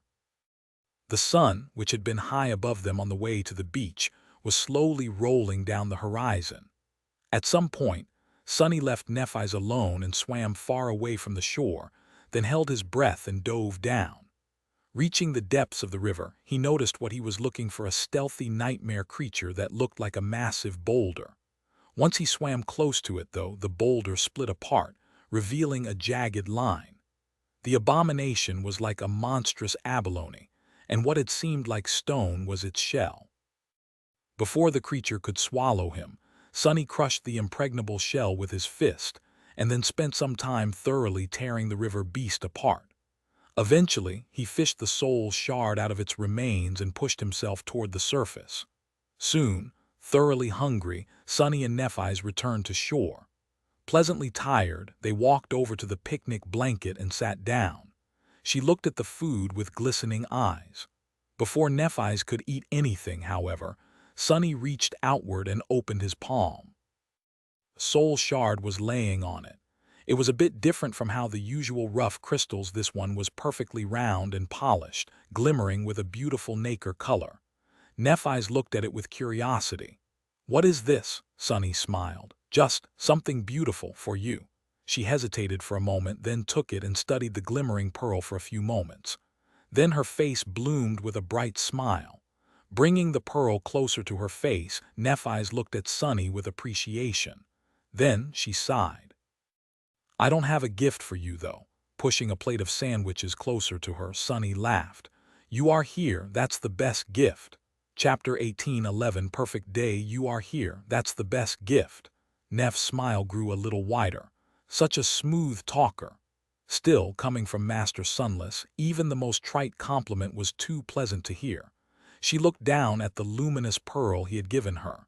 It was merely an awakened soul shard, but the lustrous pearl was so pretty, glowing softly with an opalescent shine in her hand. Its beauty and uniqueness made it seem quite valuable. However, it was the intent behind the gift and the words that accompanied it that made Nephi's like it a lot. She looked at him with a light smile. "I'll cherish it." Master Sunless usually wore his hair tied back neatly, but now it was loose and wet, falling to his shoulders like a waterfall of black silk. His skin was like white porcelain, with the onyx scales of the coiling serpent contrasted starkly against its smooth surface. His dark eyes were glistening in the sunlight. He looked lovely. Nephi stole a furtive glance at his chiseled body, then hid her agitation by biting into a flavorful sandwich. Her eyes closed slightly. Ah, the sandwich was absolutely delicious. It was simply unfair. Her sight was already being assaulted by his figure, and now her taste was besieged by his incredible cooking. Which of her 5 senses would Master Sunless tackle next? Thinking that, Nephi's tried not to blush. She had been a little flustered when he took off his clothes to jump into the water. He was much sharper than she had imagined. Nephi's was used to being in the company of warriors, so she had seen her fair share of athletic bodies. But the contrast between his gentle demeanor and his lean, sculpted physique was too striking, not to mention the detailed tattoo of the coiling serpent. It was so out of place on the body of the refined enchanter that Nephi's had been given a pause. That tantalizing tattoo seemed like it had a history. Had Master Sunless been a delinquent once? For some reason, the thought was strangely exciting. Of course, she had a different suspicion about the origin of the serpent tattoo. Then there was the unexpected potency of his presence. She had known for a while that Master Sunless was in a habit of wearing a memory that dampened the impression people had of him. But she had not expected that he would be that impressive. His presence was subtle but undeniable, very fitting for a man whose affinity lay with shadows. However, although she had paid attention to his appealing body and the unanticipated power of his dark presence, Nephi's had been distracted by something else. When Master Sunless dismissed his mantle, there was another thing that was revealed. She had always felt that his longing was strangely muffled. It was there, but somewhat obscured from her senses. But when the black mantle came off, the burning heat of his desire was finally revealed to her in all its startling depth. It seemed that behind the humble, slightly melancholic exterior, Master Sunless was a man of great passion. That was why Nephis had been flustered. She had known that he felt a strong attraction to her, both on an emotional and physical level. However, it was quite a surprise to feel how deep that attraction went. It was not an unpleasant surprise, though. Because Nephis felt a strong attraction, too otherwise, she wouldn't have agreed to see him in earnest. So, instead of being uncomfortable, she secretly felt pleased and flattered by his attention. Nephis had been grateful for the cold water at that time. It was all strange, and not entirely like herself. She had never felt that way, at least not that she could remember. But being with Master Sunless spoke to something deep within her. He made her feel at ease, as if the two of them belonged together like two pieces of the same puzzle. He was just so pleasant to be around. She couldn't help herself, but that was fine. Nephis let go of these thoughts as she enjoyed the picnic prepared by Master Sunless. Everything was delicious. The tea was fragrant. The company was the best part. The glistening water, the rustling leaves, the embroidered blanket, the man sitting near her. It was all perfect, like the picture out of a book. She had not felt that relaxed in a long, long time. A disastrous war that would decide not only her own fate, but the fates of countless humans as well, was almost upon them. And yet, here she was, enjoying an idle day at a beach with a beautiful man. Nephis would have felt guilty about neglecting her responsibilities, but she knew that coming here today was also important. She was proficient with a sword and had spent countless hours practicing how to wield it. Therefore, she knew that pushing her body without reprieve only seemed appealing, but would never produce a good result. The body needed sufficient rest in order to grow stronger and absorb what it had learned otherwise. It would simply collapse, destroying all the progress. It was the same with the mind. Nephis had 1,000 issues to think about and 1,000 strategies to plan. But it would not be good to drive herself into delirium by never allowing herself to relax. The mind needed rest, too. Persistent mental fatigue and sleep deprivation would only make it dull. She knew all these things well, but she had realized only recently that the heart was just like the body and the mind. Her spirit needed reprieve from time to time as well. She couldn't just strain it endlessly and expect that nothing would break instead. She needed to maintain it carefully, just like she maintained her body and mind. So, this idle time with Master Sunless was not irresponsible at all. There was no need to feel guilty about satisfying her desires. That was just her doing some much-needed maintenance on her weary heart. Today was perfect. Finishing the sandwich, Nephis leaned forward to pour herself some light wine. However, at that moment, Master Sunless reached forward as well, aiming for the tea kettle. Suddenly, their faces were terribly close. Nephis looked at his lips, thinking, I wonder, how soft would they feel to the touch? Chapter 18:12. Don't let me be misunderstood. Sunny was enjoying the sight of Nephis consuming the food he had prepared delightedly. He did not speak much and just looked at her, feeling that the day was perfect. Everything went much better than he had anticipated. It was so blissful, in fact, that he unconsciously expected a cursed titan to fall on their heads out of nowhere. Then he had to remind himself that he wasn't fated anymore. So, it will probably be fine. Still, his mouth was suddenly dry at the thought. Not thinking much about anything, Sunny reached for the tea kettle, but at the same time Nephis reached for the bottle of wine. Suddenly their faces were terribly close. It was to the point that he could feel her breath on his cheek. The two of them remained motionless for a few moments, looking into each other's eyes. Neff's gaze was calm, but also made him feel hot. His own gaze, Sunny had no idea. He felt that it was rather intense. Her tantalizing lips were so close. She did not exactly move, but he sensed a subtle tension in her muscles as if she was about to lean closer. The leaves rustled softly all around them, and the setting sun painted by the sky in a million shades of golden radiance. Sunny took a deep breath and said, I need to tell you something. Just like that, the moment was gone. He sighed. I said that there were secrets that I might never reveal. But before anything else happens, there is one of them in particular I must share. So, Nephi's remained motionless for a bit, then picked up the bottle of wine and leaned back. Pouring the greenish liquid into a glass, she exhaled slowly and took a sip. Then she smiled faintly. You don't really have to tell me, I already know. Sonny froze. His heart skipped a beat, no, a few beats. Suddenly, he was a little panicked. Hiding his frazzled state, he forced himself to breathe and asked slowly, Lady Nephis, what exactly do you think you know? He had been gathering courage to admit that he was the Lord of Shadows for so long, but she already knew. How? Since when?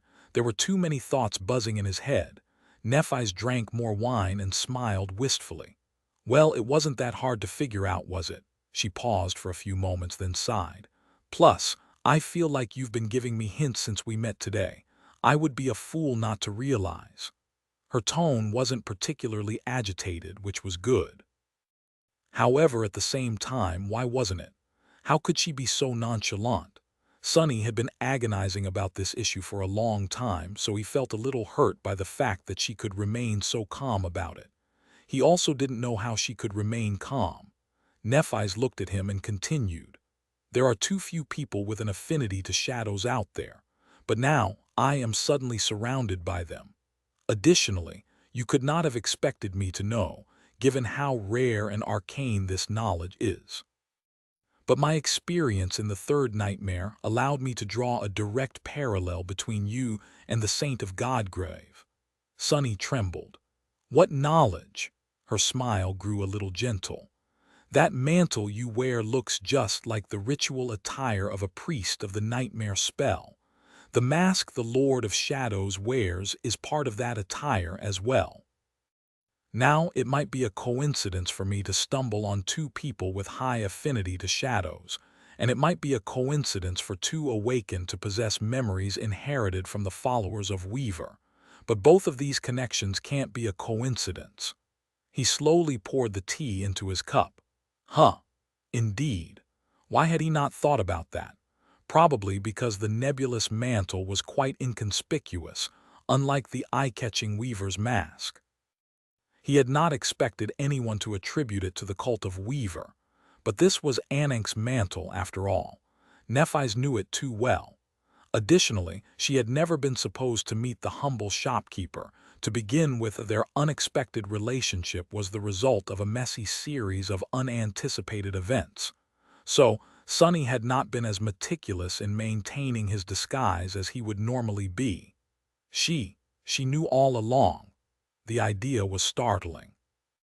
Nephis, meanwhile, finished her wine and poured herself a little more. But mainly, it was the fact that the Lord of Shadows was too well informed about everything that is happening in both worlds for someone who is supposed to be a recluse. Knowledge like that can't be achieved without an information network. So, I figured that he has many agents scattered across the waking world and the dream realm. Sonny blinked a couple of times. With a sigh, Nephis put her glass down and added in a soft tone, the lineage of Shadow God has never been discovered, at least everyone thinks so, but all these facts hint that it has. I don't know how the Shadow clan managed to remain hidden for so long and why you are starting to move now, but it doesn't matter. What matters? He tilted his head a little. Wait a moment, she looked him in the eyes and smiled. Is that I know that you are an agent of the Lord of Shadows, Master Sunless. But that doesn't really change the way I think of you, so you don't have to worry. Sonny stared at her silently. No, but why does she sound a little smug? And also, she did not care if he was a spy working for the Lord of Shadows. That made him feel warm inside. It was so adorable. He inhaled slowly, then said in a cautious tone, No, that's not it. A hint of surprise appeared on Neff's face. She lingered for a moment, then asked, It's not. Sonny scratched the back of his head awkwardly. What I mean to say is that I am not an agent of the Lord of Shadows. His voice was a bit smooth. I am the Lord of Shadows. Nephis looked at him incredulously. Her expression was deadpan. What? He nodded. Yes, the Lord of Shadows, that's me. We met in Godgrave before we met in Bastion. Her face froze. Nephi's remained silent for a while, then asked in a flat tone, "How would that even work? Godgrave is so far from Bastion and your tether." Sunny sighed, then manifested the gloomy shadow into an avatar. A moment later, two of him were sitting on the blanket, one wearing nothing but the swimming trunks, the other wearing clothes made from manifested shadows. "It's an ability of mine. I have 7 bodies. 2 are here in Bastion, 4 are in Godgrave, and 1 is in the Song domain." Neph's eyes slowly widened. She stared at the two of him without saying anything, her expression perfectly emotionless. After a while, Sunny asked, Lady Nephis, are you fine?" She nodded slowly. "Yes, of course." He hesitated. "Are you sure?" Nephis raised an eyebrow elegantly. "Yes. Why are you asking?" Sunny coughed. "Because the river is on fire." Chapter 18:13. Behind the mask, the river was indeed on fire. It was quite a strange sight. A vast expanse of clear water was boiling, and more than that, a sea of white flames was spreading across its surface like burning oil. A wave of heat assaulted Sunny like a tide, bathing him in warmth. Neph slowly turned her head and looked at the river, a calm and composed expression on her face. The flames fell and were extinguished under her impassive gaze. Then she cleared her throat. "Ah, yes, there was a nightmare creature preparing to surface. I burned it." Her tone was poised and confident. Sunny kept the smile off his face. "Oh, I see, of course. Thank you for reacting promptly." His shadow sense was still enveloping the entire area, so he knew perfectly well that there had been no abomination. However, he wasn't going to mention it. Instead, he raised the steaming cup of tea with a trembling hand, gulped it down, and sighed. His avatar silently turned back into a shadow. "Well, yes, as I was saying, there is no shadow clan and no information network. Instead, there is just me. My transformation ability allows me to manifest my shadows as incarnations of myself." Nephi stared at him with wide eyes, still struggling to accept the revelation. Her voice turned a little subdued. "Transformation ability. So, you are a saint." "No, of course you are, because you are the Lord of Shadows." She closed her eyes for a moment. "Then what about the other forms, the Shadow Colossus, the little crow? I was under the impression that the Lord of Shadows, that you could assume these shapes due to your transcendent ability." Sunny scratched the back of his head. "Those forms are made possible by a technique based on my dormant, awakened, and ascended abilities as well as my aspect legacy." Nephis took a deep breath, then looked at him sharply. After a few moments of silence, she asked with a hint of agitation in her voice, You are really him, the Lord of Shadows?" Sunny remained motionless for a bit, then extended an arm forward. Soul Serpent slithered under his skin, flowing into his palm. Then the intricate tattoo slowly disappeared and the black Odachi appeared in his hand. He hesitated for a few moments, then gently placed the great sword on the sand. "Yes, although it would be more appropriate to say that the Lord of Shadows is me." Sunny looked at Nephis with a pale smile. "I attained transcendence 4 years ago, near the end of the Southern Campaign. After that, well, I was a little done with the world. So I spent a few years wandering the dream realm aimlessly, having no desire to return. But eventually, I did. I sent most of my incarnations to Godgrave, where they battled the nightmare creatures and established a foothold in that damned place. And at the same time, I came to Bastion and opened my shop. That is pretty much it." She looked at him for a while without saying anything. What was she thinking about? Sunny was afraid to imagine. Was she blaming him for fooling her, feeling betrayed? Was she too stunned to understand the meaning of his words? Or was she perhaps all right with it? He did not know. Nephis, meanwhile, reached for the wine silently. The bottle, not the glass. Nephis was reeling. She couldn't help but look at Master Sunless. No, Saint Sunless, no, was that even his real name? She couldn't help but look at the charming enchanter and mentally compare him to the sinister, cold, overbearing Lord of Shadows. Sunless was slender, beautiful, and nice. His features were very handsome, but not in a rugged kind of way. Instead, he was gallant and charming in a soft and charming manner. His onyx eyes were usually calm, with a hint of wry humor hidden in their dark depths. Sometimes they were clouded by a veil of strange melancholy, and sometimes they were glistening with sincere mirth. He made Nephi's feel at ease. The Lord of Shadows, meanwhile, was fearsome and imposing. His face was always hidden behind a mask sometimes. It was a featureless mask that made him look eerily unfathomable, and sometimes it was the ferocious mask of a dark demon. His movements were sharp and powerful, full of ruthless intent. His sinister voice was cold and emotionless. He made Nephi's feel on edge. If there was something in common between the two of them, it was that both of them seemed to be able to stir her emotions. But still, how could the two of them be the same person? How could the gentle Master Sunless have cut down great nightmare creatures without batting an eye? How could the aloof Lord of the Shadows have worn a homely apron and caringly prepared delicious waffles for her, placing a scoop of ice cream and fresh strawberries on top? She was failing to understand. Ah, my head hurts. Nephi's asked a few questions to buy herself some time to process the impossible revelations. He answered them, but she barely heard the answers. No way, it can't be. I mean, yes, I made the connection between the two of them. And yes, Master Sunless, Saint Sunless, he warned me that he has a lot of secrets, but, mostly Nephi's felt stunned. There was a subtle hint of humiliation at being fooled as well, or rather of being a fool. But there was also something else. Beneath the shock and rejection, she couldn't help but think, would it be so bad if the charming enchanter had turned out to be the Lord of Shadows?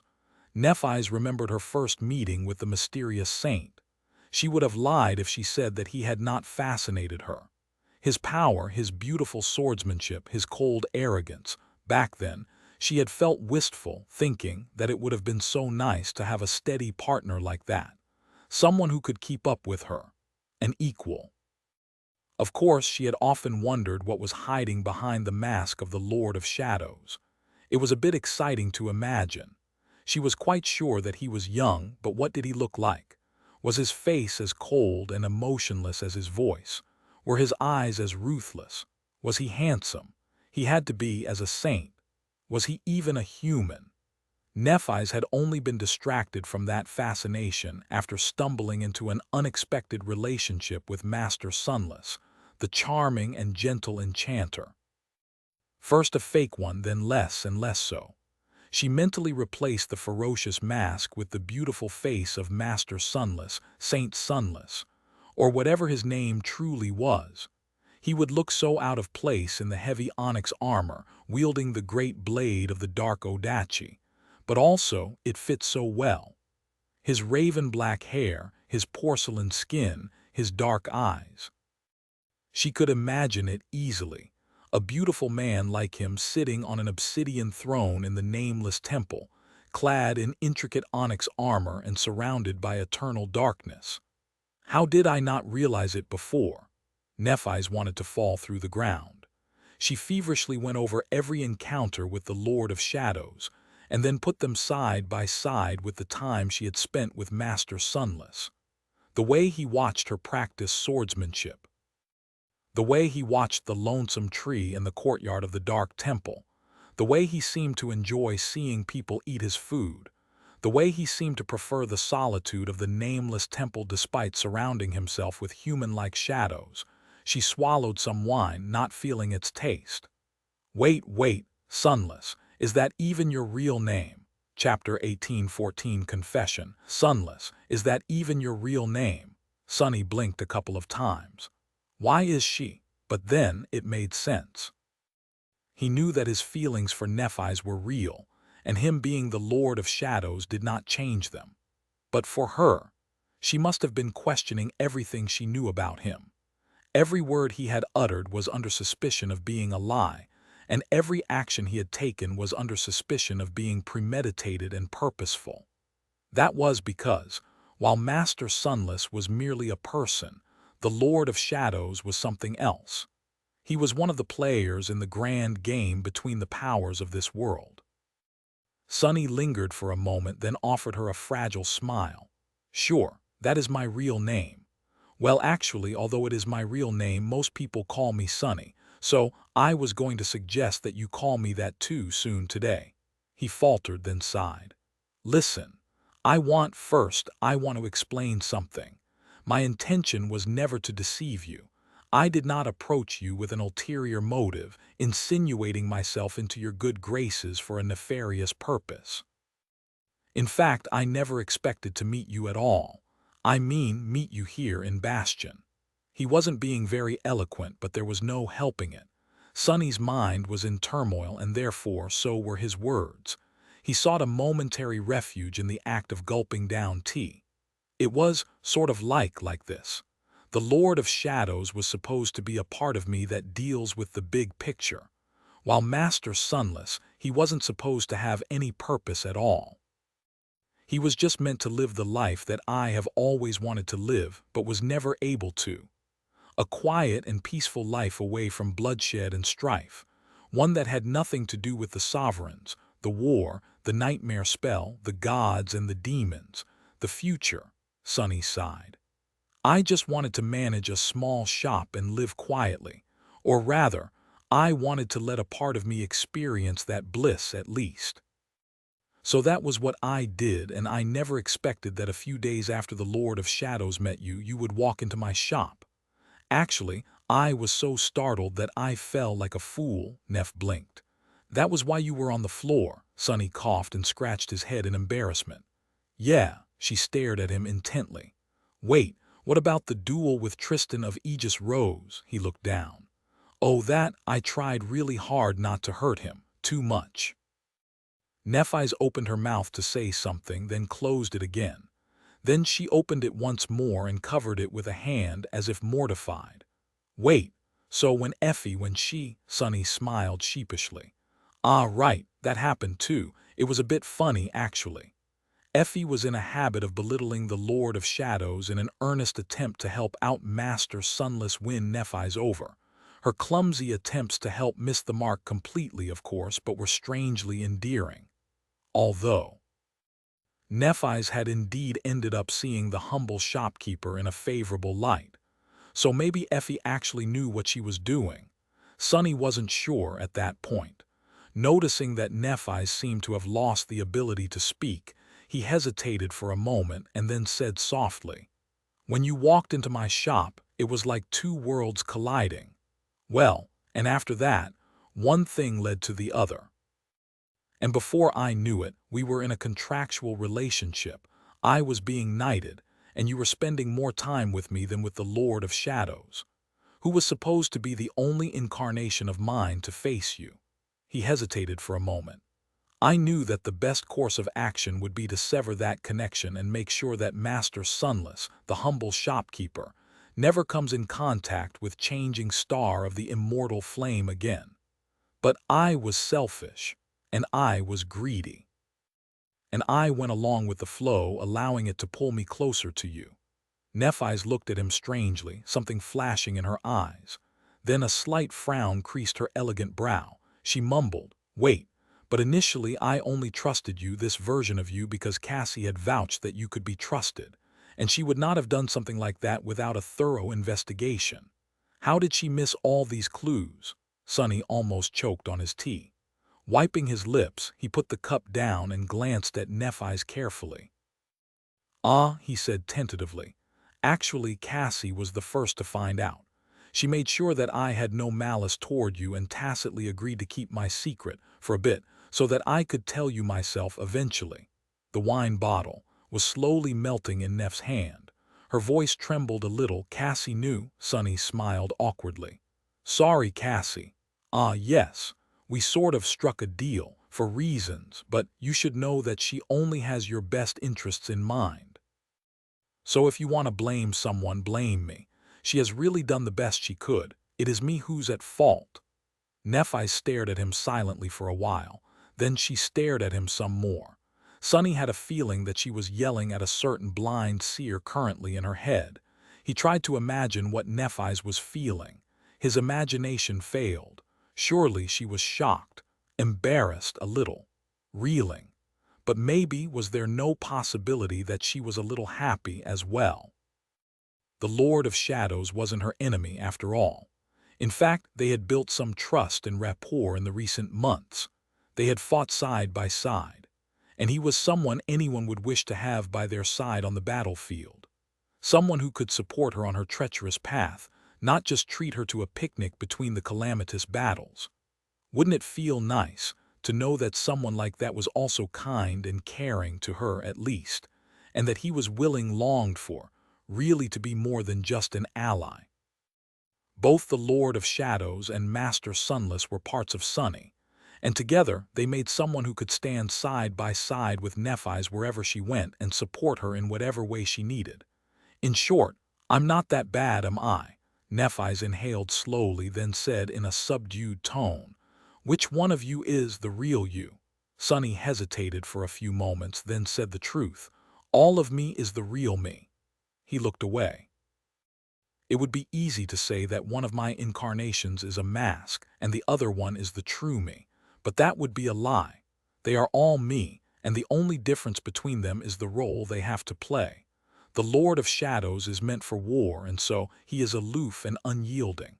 Master Sunless is meant for peace, and so he is soft and accommodating. Sunny lingered for a moment and then added quietly, "I guess you can say that one of them is what I want to be, while the other is what I have to be. But that is not really important. What's important is that," he looked at her with a pale smile, "both of them are me, and I am sincere in my feelings for you. You know it. You should have felt my longing." Nephi studied his face for a long time. Then she nodded slowly and blushed. "I see. I need to digest it. Sorry." Wah! Before Sunny could react, beautiful white wings appeared behind Nephi's and she soared into the air, sending sand flying in all directions.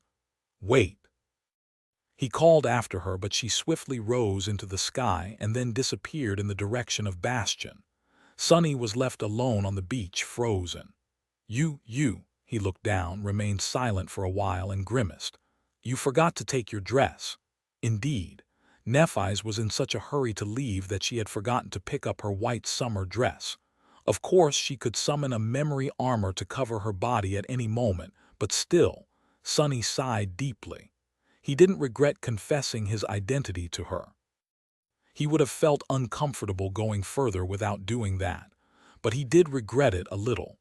Their perfect date was ruined, and yet he looked at the sky silently. There, at the end, her reaction wasn't that bad, was it? It wasn't. In fact, it was a little promising.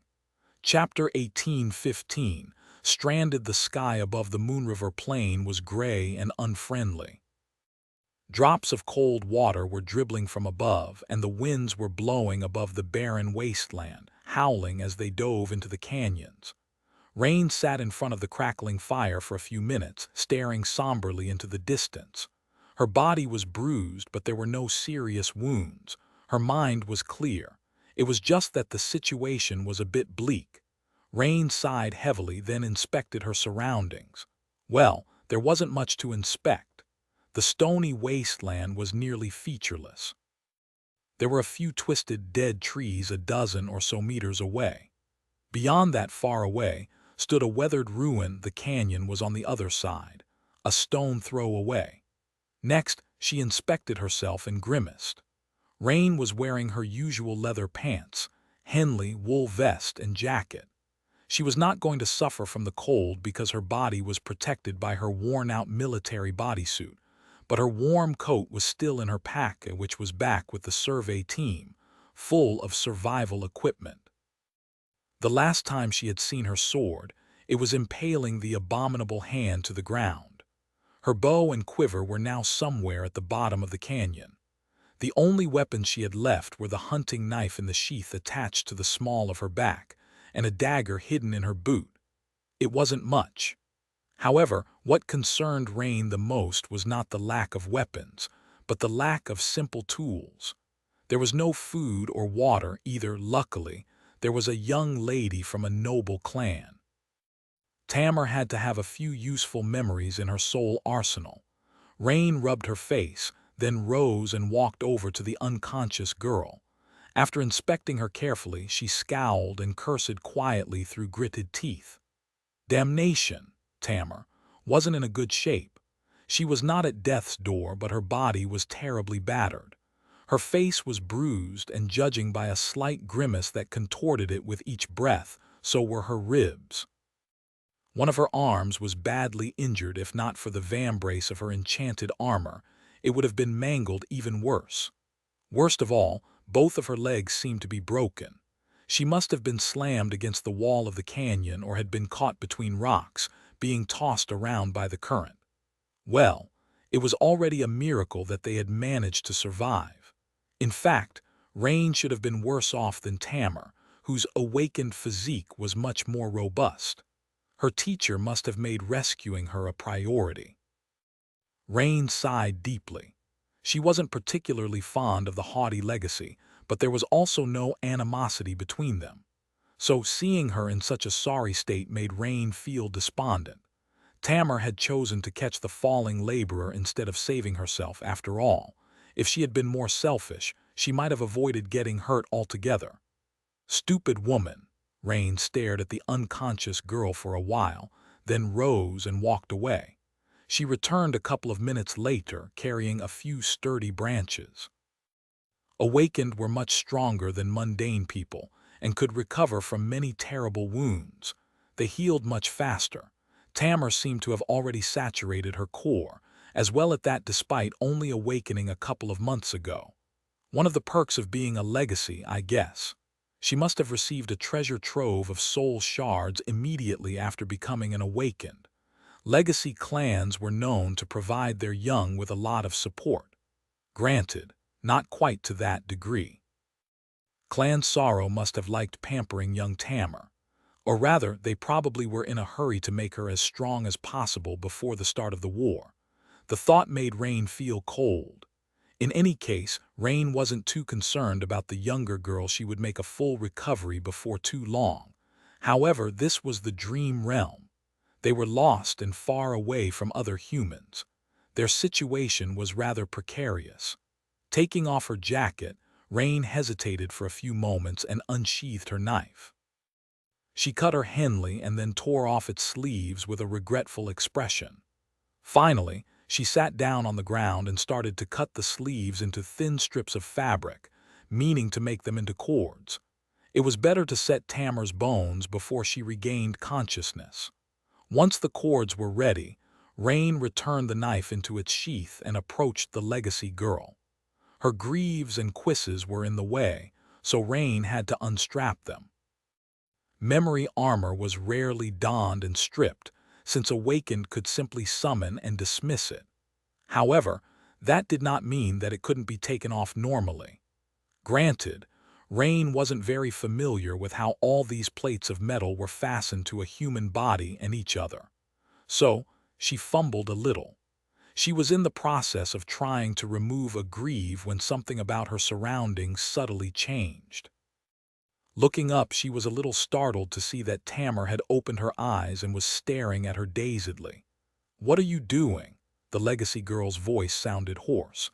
Rain looked down. From the side, it surely seemed like she was trying to loot the half-dead young lady for a pair of boots, like a complete scoundrel. Rain smiled sheepishly and then said in a friendly tone, "Don't scream." Tamar looked at her in confusion. Then her eyes widened and she let out a stifled groan. The pain had finally caught up with her. Damn it. The young legacy slumped on the ground and gritted her teeth, reeling from pain. Rain, meanwhile, let go of the greave and shook her head in dejection. All that work completely in vain. She waved to attract Tamar's attention. "Hey, Lady Tamar, dismiss your armor." Tamar looked at her silently for a few moments. "Why?" Rain inhaled quietly, then tried her best to imitate the tone her mom had used to make her younger self take medicine. "Your legs are broken. I need to set the bones well unless you want them to heal wrong." The young legacy gritted her teeth, then raised her torso and looked down. A few moments later, she fell back on the ground, her face turning pale. There was a long stretch of silence, and then her plate armor collapsed into a whirlwind of sparks, leaving only the cloth underlayer behind. Tamar was left wearing only a simple white shirt and breeches, shivering slightly in the cold. Rain hesitated a little before picking up her jacket and covering the younger girl with it. Then she looked at her pale face from above. "It's going to hurt a lot. Do you want to bite down on something?" Tamar slowly shook her head. "Just do it." "Well, suit yourself." Rain returned to her feet, picked up on them gently, placed her hand on her calves, and said gingerly, "Listen. I'm going to count to 3. 1. Without saying anything else, she pulled. In the next moment, Tamar clenched her fists and let out a string of curses. Or at least she must have thought that they were curses. In fact, this proper young lady had no idea how to properly curse. It was a bit adorable. You said you would count to 3, Rain shrugged nonchalantly. I lied. Chapter 18:16. Simple Porter. Tamar handled the pain surprisingly well. Rain herself was no stranger to pain, but she had never been hurt that badly. She wasn't sure if she could have maintained composure in a similar situation, at least without a dire need to stay composed. Humans were wired to abhor pain, so there was nothing wrong with showing a bit of weakness. But after that first string of curses, the young legacy stayed silent and simply glared at Rain intensely. It was as if she was inviting her to try her worst. Weirdo. Luckily, Rain was quite good at treating injuries. All children learned the basic treatment procedures in school, and she had been additionally schooled on how to deal with most injuries in the wilderness by her teacher. So Tamar did not have to suffer unnecessarily. After the bones were set, Rain told her to summon back her boots, and then went about making splints from the branches and cords she had prepared. While she busied herself with it, Tamar finally spoke. "You Ronnie." Rain glanced at her briefly, then looked back down. "Huh, she remembers my name." "What?" the legacy girl inhaled slowly. "Where are we?" "Good question." Rain hesitated for a few moments, coming up with a believable lie. Sadly, the fact that they were alive was quite unbelievable. But then again, the existence of her teacher was even harder to believe. So any explanation she could come up with would sound more plausible than the truth. Eventually, she said, "I'm not sure either. Somewhere downstream from where we fought the tyrant.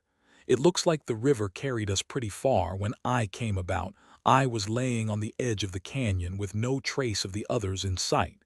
You were about 100 meters downriver, that's all I know." Tamar remained silent for a while. "How did we survive? A petty shadow rescued us from the current, then left us to fend for ourselves in the wilderness. Because I hurt his feelings." She smiled faintly. "No idea. I assumed it was because of some powerful life-saving memory you have." The young legacy raised an eyebrow. "There's no such thing," Rain sighed. "That's too bad." Finally finished, she looked at Tamar and shrugged. "Well, we're both alive. Now we just need to make our way back to the main camp, and then we will even be able to keep staying alive. Isn't that wonderful?" The young legacy looked at her somberly, not saying anything. Rain smiled faintly. "What?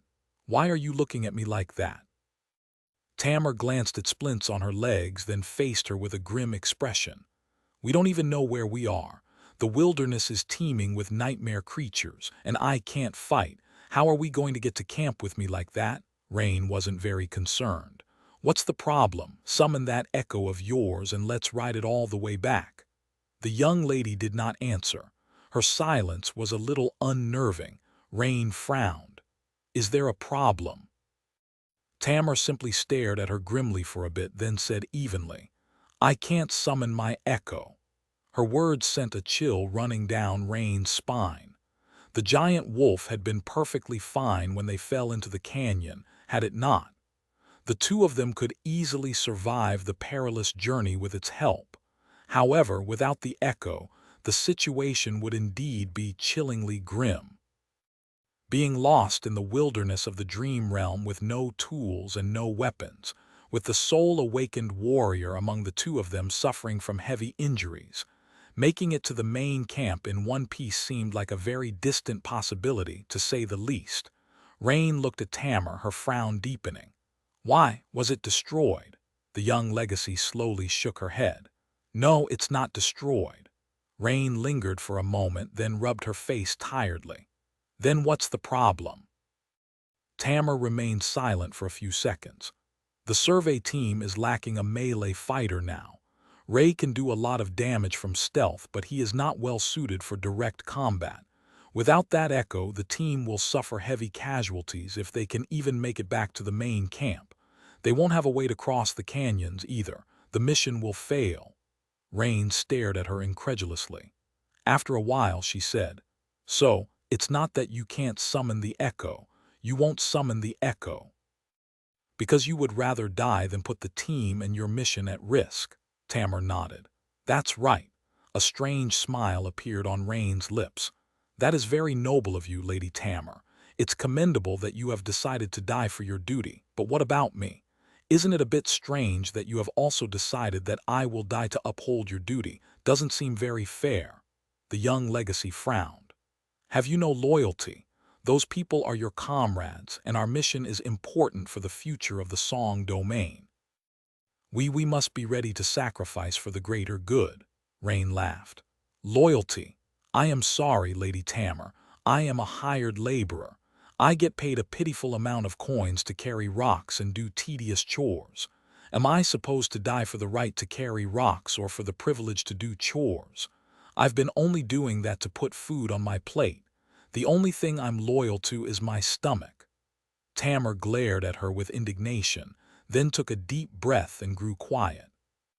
Sprawling on the ground in exhaustion and clearly suffering from pain, she remained silent for a few moments, then sighed. "You're right. You are not a legacy or even a soldier, so I can't expect you to understand. Still, I won't compromise the entire survey team for the sake of one member.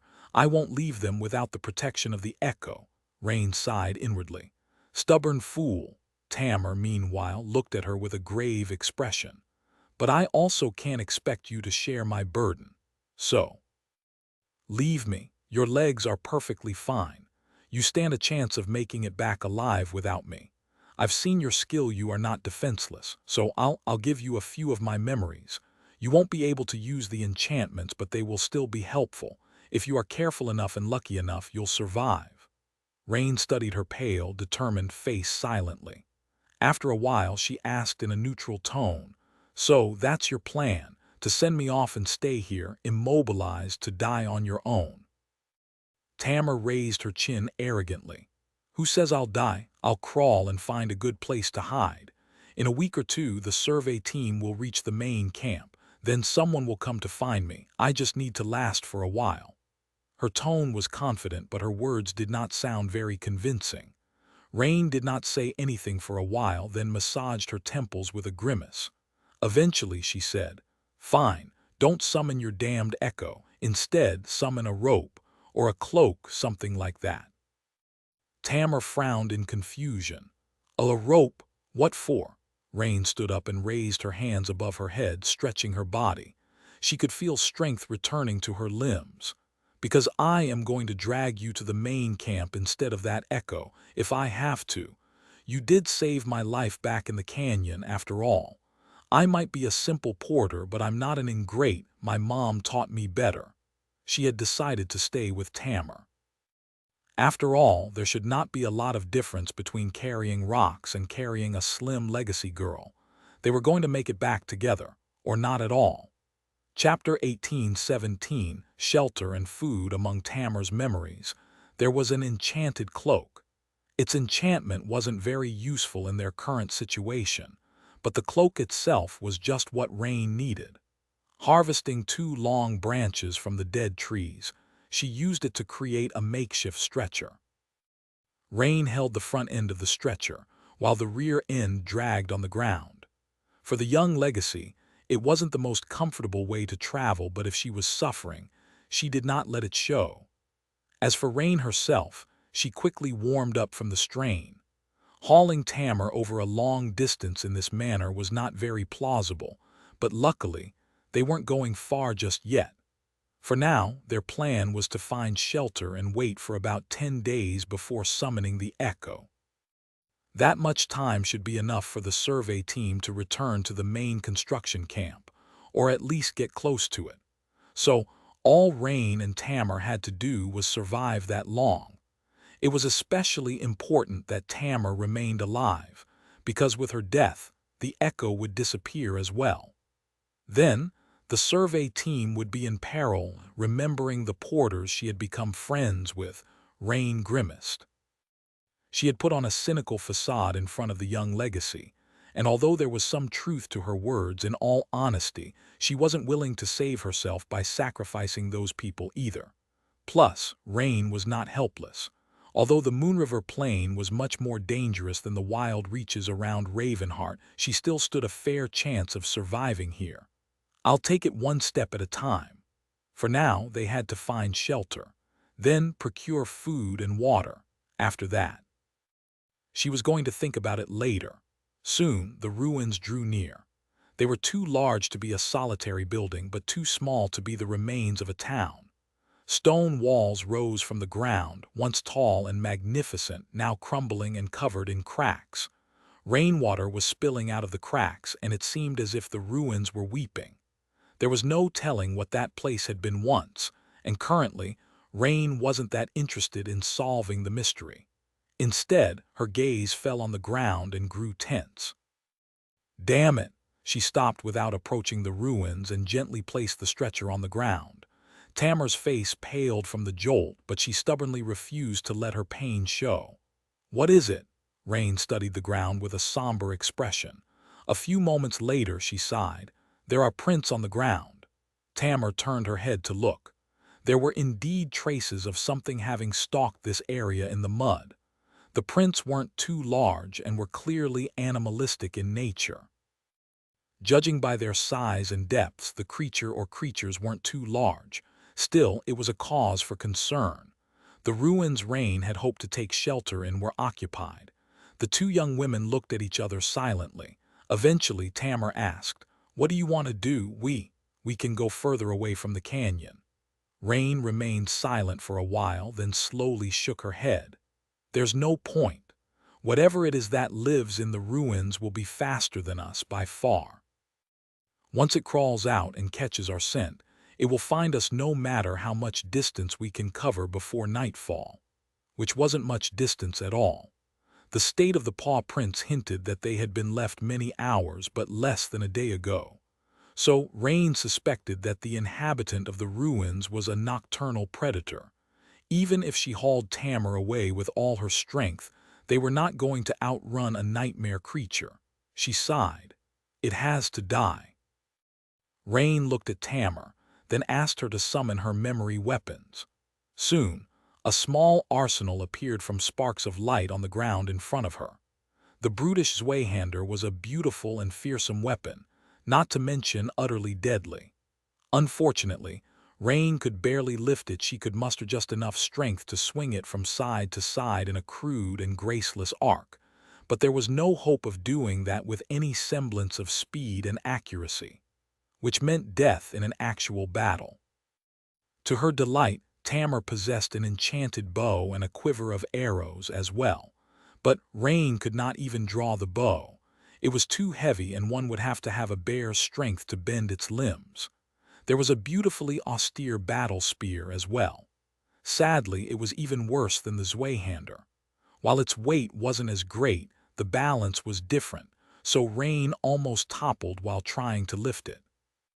Dejected, she stared at Tamar for a few moments, gaining a new appreciation for the younger girl's slender physique. How is she so strong with a body like that? The young legacy had been brandishing the brutish greatsword with elegant ease, and even jumping over canyons while wielding it. Awakened possessed immense physical prowess, but Tamar seemed especially strong, or at least knew how to utilize her strength especially well. Shaking her head, Rain gave up on the young legacy's main weapons. Instead, she only picked up a Kynjal, a simple double-edged dagger with a straight blade and a sharp tapered tip. It had no guard or decorations to speak of, but there was a lethal beauty to its simplicity. The length of its broad blade was a bit too long to be a dagger, but a bit too short to be a short sword. Rain weighed it in her hand and nodded. "I'm off." Tamar grimaced and tried to crawl off her stretcher. "Wait." She picked up the enchanted bow and pulled the quiver closer to herself, then sat up, facing the ruins. If you can't handle it, draw it into the open. I'll try to bring it down from the ground." Rain studied her for a few moments with a neutral expression. She was trying not to smile. Tamar's intent was gravely serious, but with her legs outstretched and fixed straight by splints, she looked a bit comical, sitting there on the ground like a doll. Eventually, Rain gave her a nod, gripped the enchanted dagger and headed for the ruins. The shape of the weapon was only marginally more advantageous than her hunting knife. However, it was a genuine memory and of the ascended rank no less. Even if Rain could not use any of the dagger's enchantments, its sharpness alone would be of great help. Feeling tense and uneasy, she silently entered the ruins. A few moments later, her figure was swallowed by darkness. Tamar was left sitting in the mud, gripping her bow tightly. The jacket Ronnie had lent her fell to the ground, but she could not even feel the cold. Looking down at the jacket, she noticed that it was lined with a fine alloy mesh. The stitching was very neat, but it had clearly been reinforced to become a makeshift piece of protective gear by hand. She stared at the jacket for a few moments, surprised. Tamar was no stranger to all kinds of armor, however. As a legacy, she had always been meant to become an awakened. So the armor she was knowledgeable about was in the form of powerful memories and defensive aspect abilities. Such a minuscule, mundane method of protection as lining one's jacket with reinforced alloy would have never crossed her mind. It was so strange. Ronnie herself was strange. She seemed too calm and too capable. Most of all, her mental fortitude was entirely out of place. By all accounts, she should have been terrified and on the verge of panicking. It was Tamar who was supposed to be the one to maintain her composure in any situation, as an awakened warrior should. And yet, why did it seem as if Ronnie was more prepared to face the horrors of the dream realm than she was? As if for her, all of it was just a normal Tuesday. Can she be a Valor spy? That would be reasonable. However, somehow, Tamar did not believe it. She gritted her teeth and faced the ruins. For a few minutes there was only silence, and then the silence was torn apart by a chilling roar. Deep within the ruins, a heavy object collided against the stones. She heard a faint sound of something sharp grinding against the ancient walls. One of them seemed to crumble with a loud crack. Tamar raised her bow and prepared to draw the string. A while later, a slender figure walked out of the darkness. Ronnie's clothes were soaked with blood, but the blood was too dark to have come from a human. Her expression was nonchalant.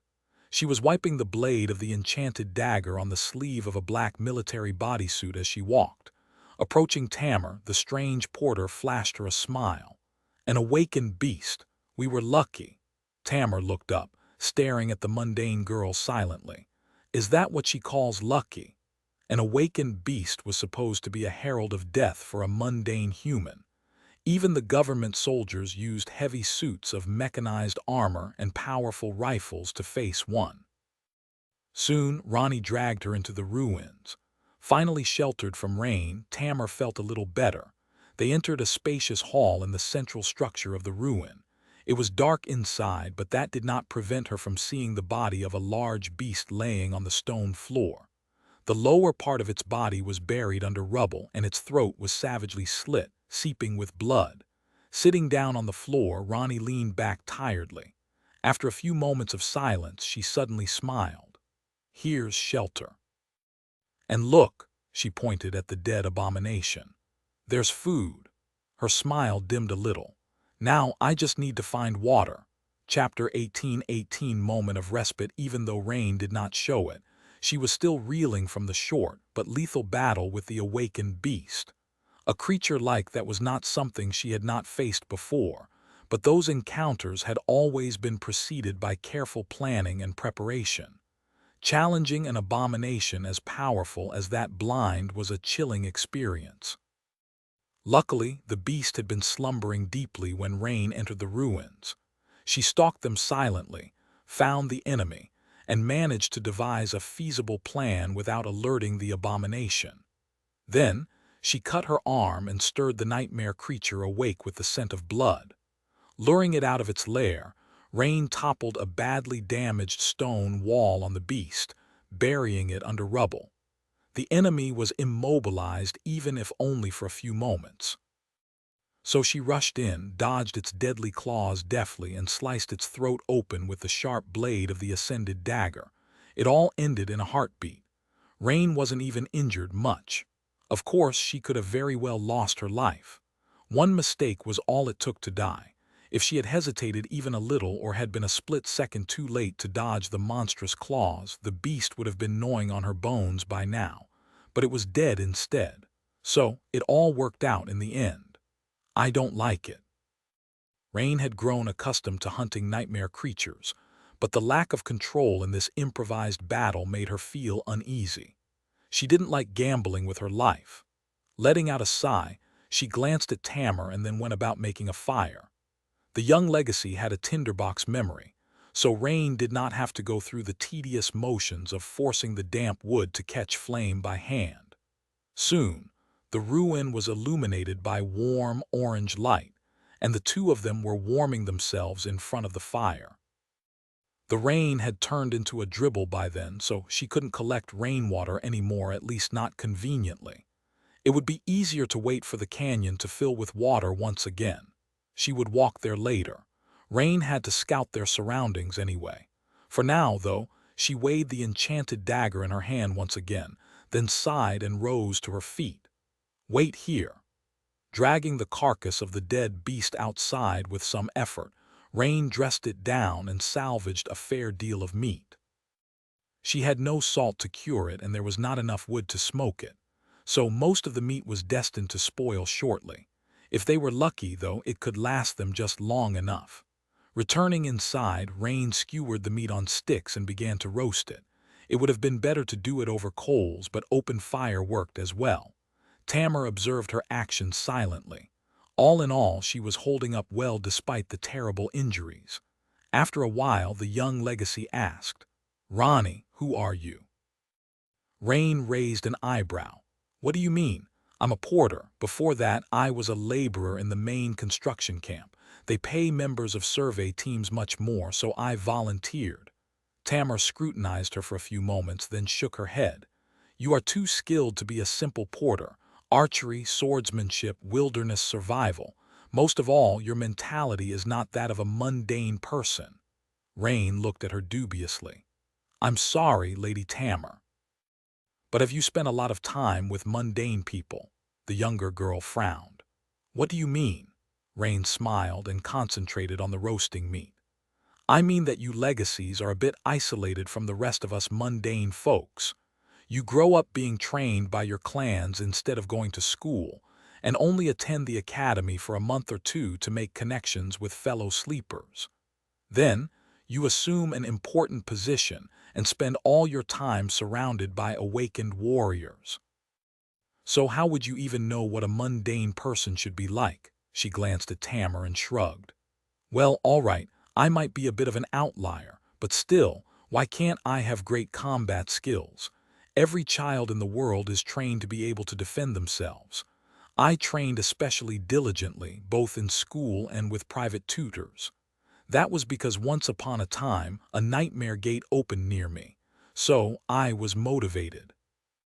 Rain paused for a moment and then added with a shrug, "I worked long and hard to prepare myself for the first nightmare. It was just that my nightmare never came. I wasn't chosen by the spell and remained mundane. There is no inherent difference in skill or determination between mundane people and awakened, wouldn't you say? It's just a matter of luck." Tamar studied her for a bit, then asked, "That might have been so in the past, but the situation is different now. With your talent and skill, you stand a great chance of surviving the first nightmare. So why didn't you apply to challenge one? All you had to do was return to the waking world and let the spell take you. Your training would not have been wasted." Rain remained silent, then sighed. People don't just risk their lives for no good reason. I value my life a lot, because there is someone out there who treasures it." Her expression turned somber. She hesitated for a few moments and then added, "My older brother died challenging a nightmare. My parents have suffered enough, so I don't want to risk putting them through that pain again." Rain did not expect the proud legacy to understand legacies were a ruthless bunch after all, but to her surprise, Tamar seemed to feel her words deeply. The younger girl lowered her head and looked at the ground. After a while, she said stiffly, "Mine too." Rain looked at her in confusion. "What?" Tamar sighed. "Older brother died challenging a nightmare too. He was much older than me and very talented, the pride of our clan. He became a master at an early age and challenged the third nightmare after a while, and died there." Her expression was stoic, but her voice was tinged with heavy emotions. Eventually, the young legacy shrugged. "Well, the age gap between us was too big, so I did not know him well. I just thought I'd share since you did first." Rain looked at her quietly for a while, then turned away. "Thank you for sharing." With that, she pushed a skewer of roasted meat into Tamar's hand and rose to her feet. "Now eat. I'll go scout the surroundings a bit." Rain left the ruin and explored the area a little, eating the meat as she walked. Eventually, she made her way to the edge of the canyon. All in all, the situation seemed much less dire than she had expected. There did not seem to be any more nightmare creatures around, which meant that they would probably be able to hide in the ruins for many days. Now she just needed to collect water. Sitting at the edge of the canyon, Rain sighed and looked down into its dark depths, waiting for the chasm to start weeping. "What will I use to collect water? Unless Tamar has a suitable memory, her helmet will have to do." At that moment, her body suddenly tense and her eyes widened. Her expression froze, because she saw out there in the depths of the canyon a massive shadow was moving, grabbing onto the rocks with its countless hands.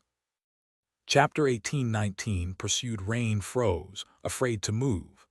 There below her, far away, something was moving in the darkness. Sunlight did not reach that deep into the canyon, but she was still able to discern a vague and frightening shape.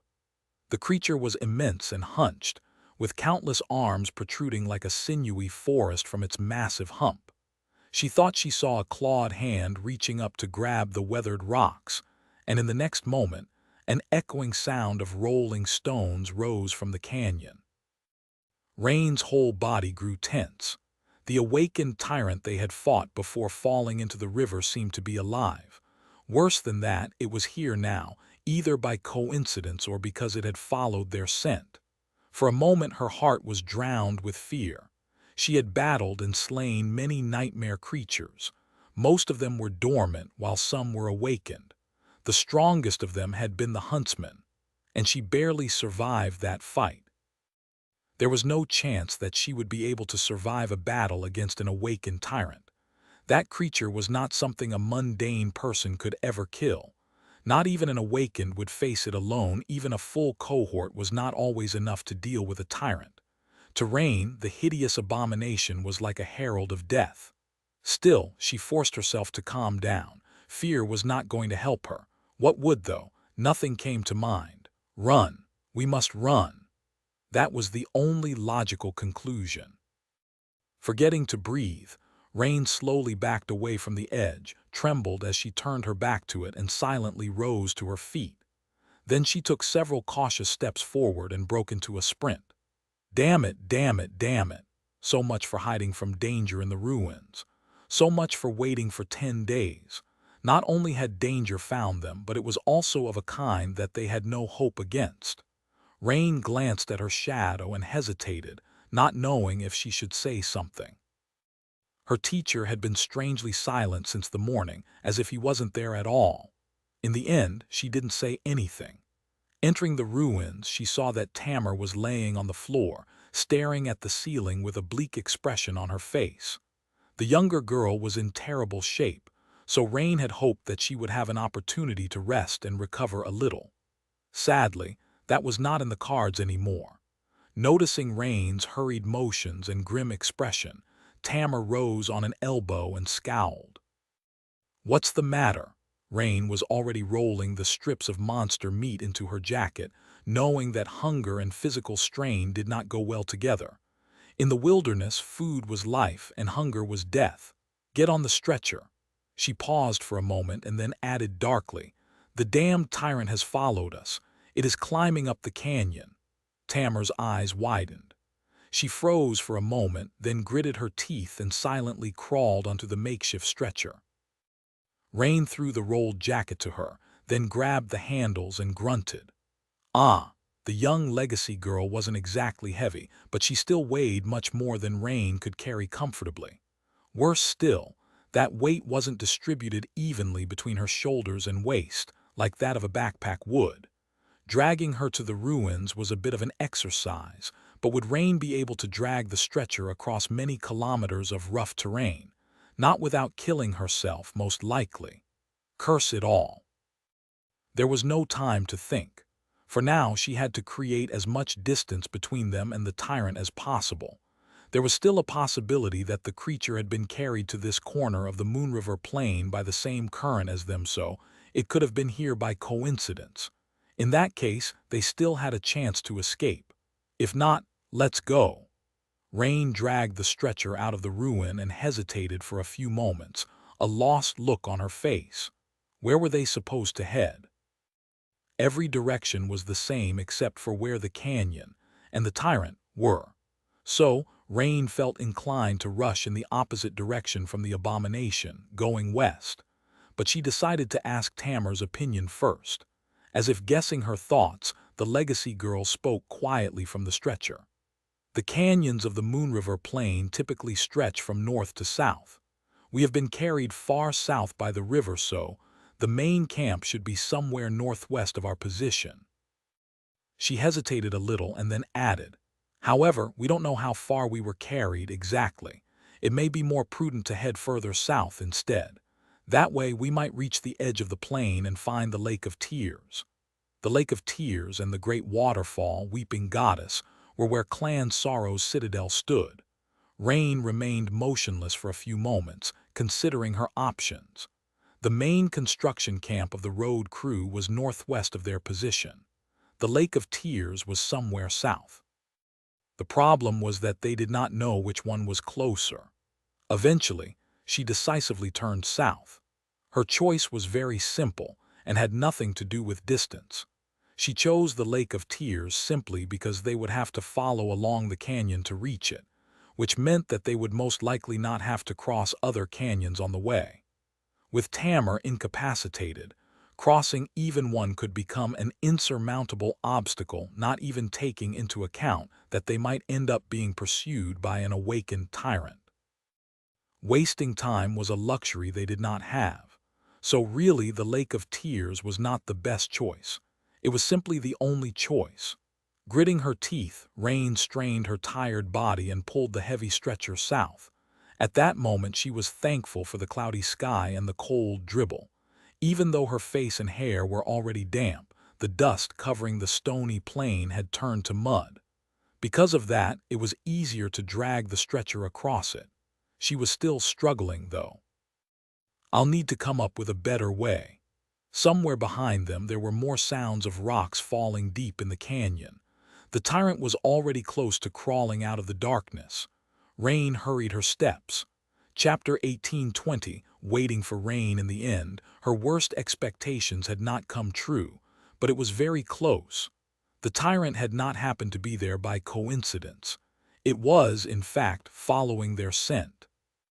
Rain saw from afar as its ugly shape rose from the canyon, pulling itself onto the stone with a dozen monstrous hands. The creature looked like a hideous giant that was on the verge of toppling under the weight of its bulging hump. However, it wasn't really a hunchback. Instead, the mound on its back was simply there to allow for countless arms to protrude forward, all ending with terrifying claws. The most eerie part was that the abomination looked vaguely human-like, as if it had been a person once. If it had, then it must have been eons ago. After climbing out of the canyon, the tyrant spent some time wandering near the edge, its oversized head low to the ground. Dragging Tamar away with all her might, Rain couldn't help but glance back into the distance from time to time. She couldn't understand what the tyrant was doing. But when it wandered to the ruins, spent some time there, then stumbled south, she realized something. The abomination was sniffing for their scent. That would mean that they were done for, only it didn't, because there was one detail playing to their advantage. The tyrant was blind. Rain herself had blinded it, putting 2 arrows through its eyes. So, even though the creature seemed hell-bent on following them, it couldn't simply rush in their direction. It had to follow their scent laboriously, stumbling across rough terrain as it forged a path forward. Its hatred seemed to be truly boundless, though, because even after a few hours the ghastly figure could still be seen far in the distance, wandering the plain in search of them. They couldn't lose it. Curses! Rain was slowly increasing the distance between them and the tyrant. Her arms were on fire as if her muscles would melt at any moment. Her breathing had turned hoarse, and she felt like she was drowning. It took all of her resolve and determination to keep pushing forward, dragging the makeshift stretcher behind her. Just a few hours had passed, and she was already in such a sorry state. So, despite the fact that the distance was increasing, Rain did not feel at ease. That was because she knew that she wouldn't be able to keep this pace up indefinitely. More than that, once the night fell, they would have to stop. She would need to rest. Tamar was not doing too well, either with her injuries. What she needed was to remain still and recuperate, not be jolted painfully every few moments as her stretcher dragged across bumps and creases. Her broken legs had to be a cause of constant torment. Even if Rain could push through her exhaustion, and Tamar could endure the rough handling, it was simply too dangerous to travel across the Moon River Plain at night. Despite the abundance of moonlight, it would still be dark, and the fact that there was a nightmare creature pursuing them did not mean that there would be none ahead of them. Bad, it's bad. Unlike them, the tyrant did not need to rest. It was not afraid of the darkness either. So, Rain had to get as far away from him as possible before nightfall so that they would not be caught until dawn. What would happen if the abomination did find them? Sucking in a hoarse breath, Rain glanced at her shadow again. Her teacher was mercurial and unfathomable, but she was pretty sure that he would not let her die. What about Tamar, though? Would his benevolence extend to a stranger from a legacy clan? She wasn't sure. The lives of the survey team members were also tied to Tamar's life, so Rain could not stop. "I'm going to die." It felt like she would die from the strain long before the abomination caught her. And yet, she persisted. By the time the sun disappeared behind the horizon and the 3 moons rose into the sky, she could barely feel her hands. But she could not see the tyrant anymore either. Rain found a stone mound to shield them from the wind and placed the stretcher down. Then she simply fell to the ground, breathing heavily. She was so tired that she couldn't move. Tamar wasn't much better, laying motionlessly on the stretcher. Her face was even paler than before. The barren land was bathed in moonlight. In the darkness, its harsh desolation looked beautiful and shrouded in mystery. A myriad of bright stars shimmered in the sky, veiled here and there by heavy clouds. "Ronnie, are you alive?" Tamar's voice sounded weak. Despite everything, Rain couldn't help but chuckle. It seemed so. After a while, she asked in a subdued tone, "Do you think that the Queen's authority extends this far? If we die, will we turn into pilgrims?" Tamar remained silent for a while, then said evenly, "Of course. Otherwise, you would have already fallen into the first nightmare." Rain sighed. She couldn't argue with the truth. Sometime later, she finally mustered enough strength to sit up. Leaning on the cold surface of the stone mound, Rain stared at the sky dejectedly. She was suffering from thirst even more than she did from physical exhaustion, so she hoped that rain would come. With a name like mine, can't the heavens be a little merciful? A strong enough downpour could wash away their scent as well. Deciding to be optimistic, Rain asked Tamar to summon her helmet. They consumed some of the remaining meat in silence. Afterwards, The young legacy looked at her somberly and said in a subdued tone, "You can just leave me behind and save yourself, you know." If Rain wasn't slowed down by the need to drag her wounded companion along, she would have had a much higher chance of escaping from the tyrant. That much was obvious. She scratched the back of her head and answered half-heartedly, "Aren't we heading for the Lake of Tears? That is where your clan's citadel is located. What am I supposed to say if I show up there alone? Sorry, I left your daughter to die because she was too heavy. I doubt they'll welcome me warmly after that." Tamar looked at her silently for a few moments. Unexpectedly, a faint smile eventually appeared on her face. "I'm not that heavy," Rain sighed. "And I'm not that strong. Now go to sleep. You need rest. We'll move on at dawn, so there's no time to waste. I'll take the first watch and wake you up at midnight." Tamar wanted to say something, but just nodded silently in the end. It had been a terribly long day, and she must have been mentally exhausted from dealing with the pain and mental burden. Soon, her eyes closed, and she swiftly fell asleep. Rain studied the sleeping girl's face for a few minutes, then took a deep breath and stared into the darkness. Despite the terrible fatigue, despite being tormented by thirst, she still knew what she had to do. If you want to get out of here alive, all you need to do is awaken. That was what her teacher had said. So Rain sat motionlessly, felt the flow of soul essence within her and concentrated deeply, making it revolve faster and faster. After a while, she felt cold drops falling on her face. A minute later, the rain had turned heavy, shrouding the world with a rustling veil. Never losing control of her essence, Rain smiled, picked up Tamar's helmet, and crawled out from beneath the overhanging stone ridge. Placing the helmet on the ground, she allowed the downpour to pelt her freely and continued to force her essence into a raging whirlpool.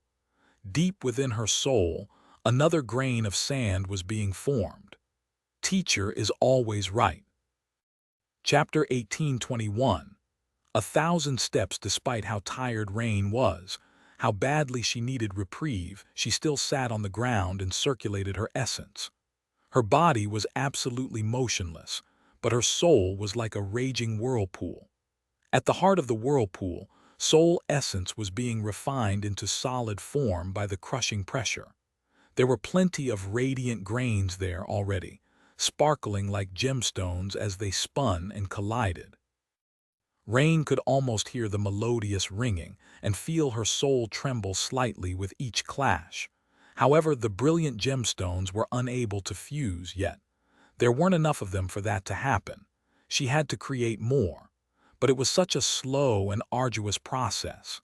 Rain was already doing much better than anyone was supposed to. After years of slaying nightmare creatures, her essence was especially potent. Her control of it was both forceful and intricate, remarkably precise at least for someone below the ascended rank. All she needed was time. Sadly, Rain wasn't sure that she had any time left. "I'm not fast enough," deeply concerned. She gritted her teeth and concentrated wholly on controlling her essence. When the moons reached the apogee of the cloudy sky, she allowed the raging whirlpool of her soul to dissipate and slumped, feeling like she was about to pass out from fatigue. Dragging Tamar's conical helmet over with a weak hand, she drank half of the water that had accumulated inside and finally felt alive again. A little. Then, Rain woke the young legacy up and curled on the ground, instantly falling asleep. In the morning, her entire body felt broken. Rain had told Tamar that they would move on as soon as dawn broke, but in the end, they spent more time under the rock outcropping. Rain knew that she wouldn't endure another day of dragging the stretcher with her hands, so something had to be done. After thinking for a while, she unsheathed her hunting knife and carefully separated the alloy mesh from the lining of her military jacket. The alloy wire was very fine, but incredibly durable. She spent a lot of time patiently dismantling the mesh with the help of Tamar's enchanted dagger, then weaving the wires together. In the end, Rain was left with several meters of crude alloy rope. The young legacy was observing with an incredulous expression. Her pallor had become a little better, but she still looked terrible. In fact, both of them did. Tamar had always maintained a valiant and dashing image, quite in line with her exalted status as the daughter of an old legacy clan. Rain might not have had the same background, but she still endeavored to look, if not refined, then at least decent. Now, both of them were dirty and wretched. They were covered in mud from head to toe, with sunken eyes and chapped lips. Their hair was damp and tangled. Their clothes might have had color once, but now they were indistinguishable from the surrounding dirt. It was a complete disgrace. Looking at Rain, then at herself, Tamar smiled faintly. "Aren't we a sight to behold?" It was good to see that she still had enough spirit to be humorous in this situation. Continuing to weave wire rope, Rain smiled as well. "Indeed. Aren't we lucky that the tyrant is blind? At least it won't be offended by our appearance when it eats us." Listening to Tamar chuckle in a weak voice, she fashioned one end of the wire rope into a simple harness, then secured the other end to the stretcher. Putting the harness on herself, Rain gave it a cautious tug. Much better. By then, she could already see the hideous giant far away in the distance. The abomination had not lost track of them despite the heavy rain. It was still following their scent, albeit a little slower. "Of course it is. We have to go." Tamar had seen the tyrant as well. Rain noticed that she never looked at it directly, keeping the creature in the periphery of her vision, just like Rain herself had been trained to do by her teacher. Many nightmare creatures could sense when a gaze was directed at them, so she had been taught to never look at abominations directly when stalking them. I guess legacy training has something in common with mine. She wondered who had it tougher, and decided that it was probably her. Helping Tamar onto the stretcher, Rain took a step forward. The wire rope dug into her skin, but it was much easier to pull the stretcher that way, which was not to say that it was easy. Rain still struggled against the heavy weight. She sighed quietly and gritted her teeth. Hooking her fingers under the wire rope to spare her chest and abdomen from being cut by it, she leaned her body forward and pulled. Rain was like a beast of burden, and the stretcher was like a strange mud sled. She was curious to see how long she would endure. Step, step, another step, 1,000 steps, more. The world narrowed down to a patch of drying mud in front of her, the feeling of the wire rope cutting into her shoulder, and the depleting struggle to pull the stretcher forward. The air flowed into her lungs as she breathed hoarsely. For a while, her mind was empty of thought, full of only the harsh sensation of physical strain. Rain was doing fine for an hour or two, but then a sense of deep, suffocating exhaustion slowly seeped into her muscles, filling her body with lead. The horizon seemed as distant as it had been before, and the barren wasteland was unchanged.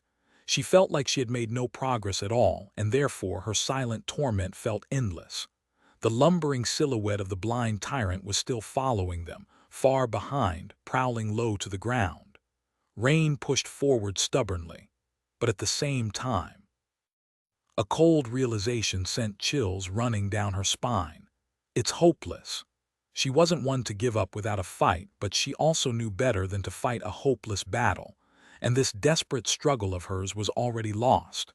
Rain might be able to stay ahead of the tyrant for a while, maybe for a day or even a few, but sooner or later the abuse she was putting her body through would take its toll. At some point, she wouldn't be able to keep the pace anymore. Then she wouldn't be able to take another step or even rise from the ground. That was if nothing else killed her before that happened. So all she could do was keep walking forward and pray that some miracle would save them. Maybe, if she bought enough time, they would stumble on a passing saint who happened to be traversing the Moon River plain by chance. Maybe another abomination would get into a fight with the tyrant, dealing it a grievous wound. Maybe, they would get lucky. But Rain was not willing to entrust her life to dumb luck. She had to think of something. She continued to pull the stretcher across the mud, slowly forcing her mind to wake up from the numb slumber. There had to be a way out. There always was. After a dozen more steps, or maybe 1,000, Rain's dark eyes suddenly glistened with ferocious determination. Chapter 18:22, Miraculous Feat. Actually, Rain already knew what miracle could save her. It wasn't a miracle that could happen to her, but rather a miracle she could make happen. It was her awakening. Just like her teacher had said, it was the only solution to this lethal predicament. The problem was that the formation of her soul core was far away, while the tyrant was too close. The abomination was not drawing closer yet, but it would soon. If Rain could rest with no distraction and concentrate on meditating steadily, there would have been hope of awakening before the hideous giant caught its prey. But she had to escape from it, dragging Tamar across the wasteland from dusk till dawn. She had to rest at night to recover at least some of her strength, so there were only a few short hours for her to circulate her essence while keeping watch. Those hours were woefully insufficient for the task at hand. But actually, wasn't she looking at it all wrong? Rain remembered the previous night. The cool sensation of water droplets falling on her face, the joy she felt. Back then, she was circulating her essence.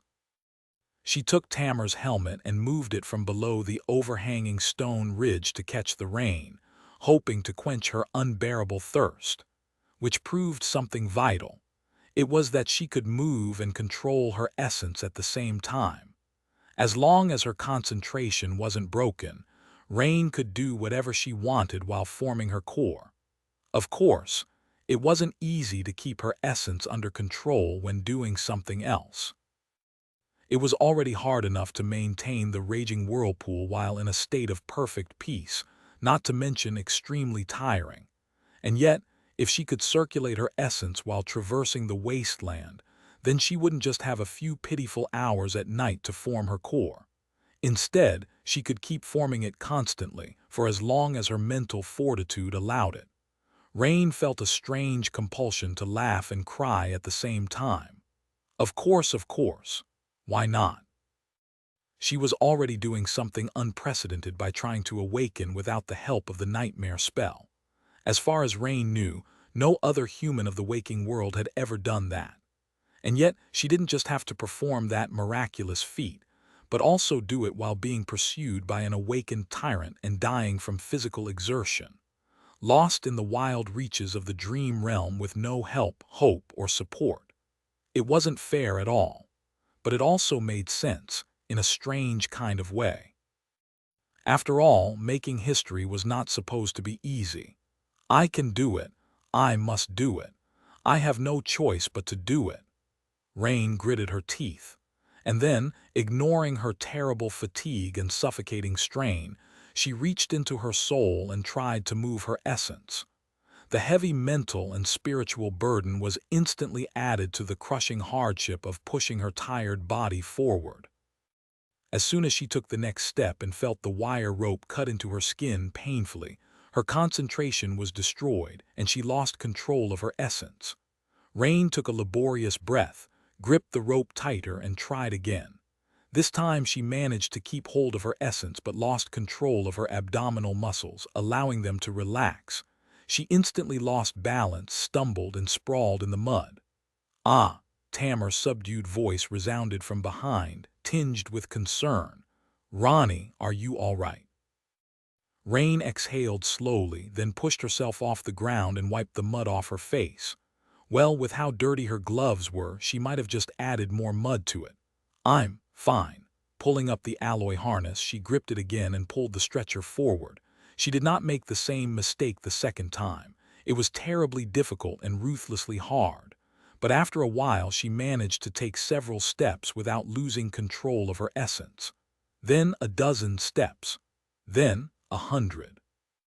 And finally, Rain forced herself to keep walking and circulating her essence at the same time. Her vision had turned blurry, and her mind felt as if it would collapse from strain. But it did not. Her body did not crumble either. So she kept walking. After a while, her hearing seemed to have turned incredibly sharp. She heard the makeshift stretcher scraping against rocks. She also heard the melodious ringing of crystals of essence colliding with each other. She could almost hear the roar of the radiant whirlpool as it revolved within her soul. Eventually, she did not know how much time had passed. She thought that she could feel her essence with incredible clarity, like she had never felt it before. The sensation of it flowing through her, within her, was almost physical. And so, it was almost as if her body and soul became one, indistinguishable from each other. When that happened, she pushed her essence harder, making it revolve even faster. The pressure at the heart of the whirlpool increased, and the speed with which the next grain was being formed increased as well. Much more importantly, Rain wasn't limited to meditating a few hours a day anymore. She could keep the process of core formation at all times while she walked, while she talked, while she rested her weary body on the ground. As long as her will held, she did not have to stop. The question was, what would take longer, for her will to shatter or for her soul core to be formed? Rain was going to find the answer whether she wanted to or not. As night fell, so did she. Rain collapsed on the ground, unmoving. This time she remained motionless for far longer than yesterday. It felt like her body had shut down. She had never been so utterly beaten before or exhausted so terribly. And yet she still continued to control her essence, never letting its current stop or slow down. After a while, Tamar awkwardly crawled over to check on her. The legacy girl helped Rain turn over, supported her to sit up, and shoved a strip of meat into her hands. "Eat." Rain smiled weakly and forced herself to take a bite. The tyrant had fallen behind in the latter half of the day. Her speed had been greater with the harness, and she had covered much more distance. It was still nowhere near enough to escape the pursuit, but at least they would survive another night. Probably. They even had some water left. After quenching her thirst and consuming enough meat to refuel her depleted body, Rain sprawled on the ground and sighed. I'm going to be terribly skinny by the end of it." Tamar stared at her with an incredulous expression. "That's what you're concerned about." Rain considered laughing but found the thought too tiring. "In the end," she said, "why, of course. I want the tyrant to be left hungry after it gobbles me up. Skin and bones, that sort of thing." The young legacy remained silent for a few moments, then sighed. "You have a very morbid sense of humor, don't you, Ronnie?" Laying on the ground, Rain grinned. "What can I say? If you live with wolves, you'll howl like a wolf. Someone has been a bad influence on me." After a while, she added, "I'm sure I'm pretty delicious, though." Tamar had her usual stoic expression on, but at that moment it cracked a little. Looking away, she suppressed a chuckle and said in a serious tone, "I'm sure you are." As she did, Rain felt another radiant crystal being formed deep within her soul. The melodious ringing was growing louder and more frequent. Chapter 18:23. Mud. A desolate plain stretched as far as the eye could see under the cloudy sky. The horizon was shrouded by a rustling veil of cold rain, and the ground had turned into an endless expanse of mud. A canyon cut the plain like a deep scar, resounding with eerie weeping sounds. It would turn into a raging river soon, but for now, the vertical slopes were drowning in nothing but darkness. A young woman was moving across the plain, pulling a makeshift sled behind her, although it would have been hard to recognize her as a human from first sight. Covered in mud from head to toe, she looked like a gaunt golem made from clay. The mud stuck to her skin and clothes, making the woman look like a part of the barren wasteland that had somehow come alive. Her face and hair were covered in layers of dirt as well. Only her dark, sunken eyes could be seen, burning with fierce determination. In the end, Rain had lasted more than a day. In fact, she had lasted for 6, enduring the inhuman strain and crushing exertion of their desperate flight against all odds. She had reached her breaking point a long time ago, but somehow she managed to keep going even after becoming broken. Later, she faced some other, much deeper limit. Rain wasn't sure what it was and couldn't clearly remember. All she knew was that she was still standing. That was all that mattered. The original stretcher had long fallen apart. The enchanted cloak was fine, of course, but the wooden frame had cracked and shattered. Rain had kept repairing it as best she could, but at some point, she could only discard the broken branches and replace them. She built the new frame from the bones of the nightmare creatures that had attacked them in the dead of night. The melodious ringing of essence crystals colliding with each other in the depths of her soul was almost deafening now, filling her ears. Her vision had grown vague and narrow. Most of her consciousness was consumed by the sensation of soul essence spinning in a raging whirlpool, permeating every cell of her body. The rest was filled with exhaustion and pain. Step, step, another step. The further south they went, the more bleak the weather became. Chilling rain poured from the gray sky more and more frequently, and grew more and more forceful. She didn't mind. Not only did it mean that they would not suffer from thirst, but pulling the stretcher through the mud was easier than it would have been if the soil was dry. Of course, it was a perilous exchange. Rain would have probably been dead if not for her military bodysuit being wet meant losing heat, and heat was energy. With how much she was exerting herself, energy was a precious resource that she dared not waste. Her body had already started consuming itself, so it was a dire commodity. Tamar, meanwhile, was not faring much better. She did not have to exhaust herself physically, and her wounds were healing. But new ones were added to the old ones after that nighttime attack. The young legacy had lost a lot of blood, and although they slaughtered the abominations in the end, it was not without a cost.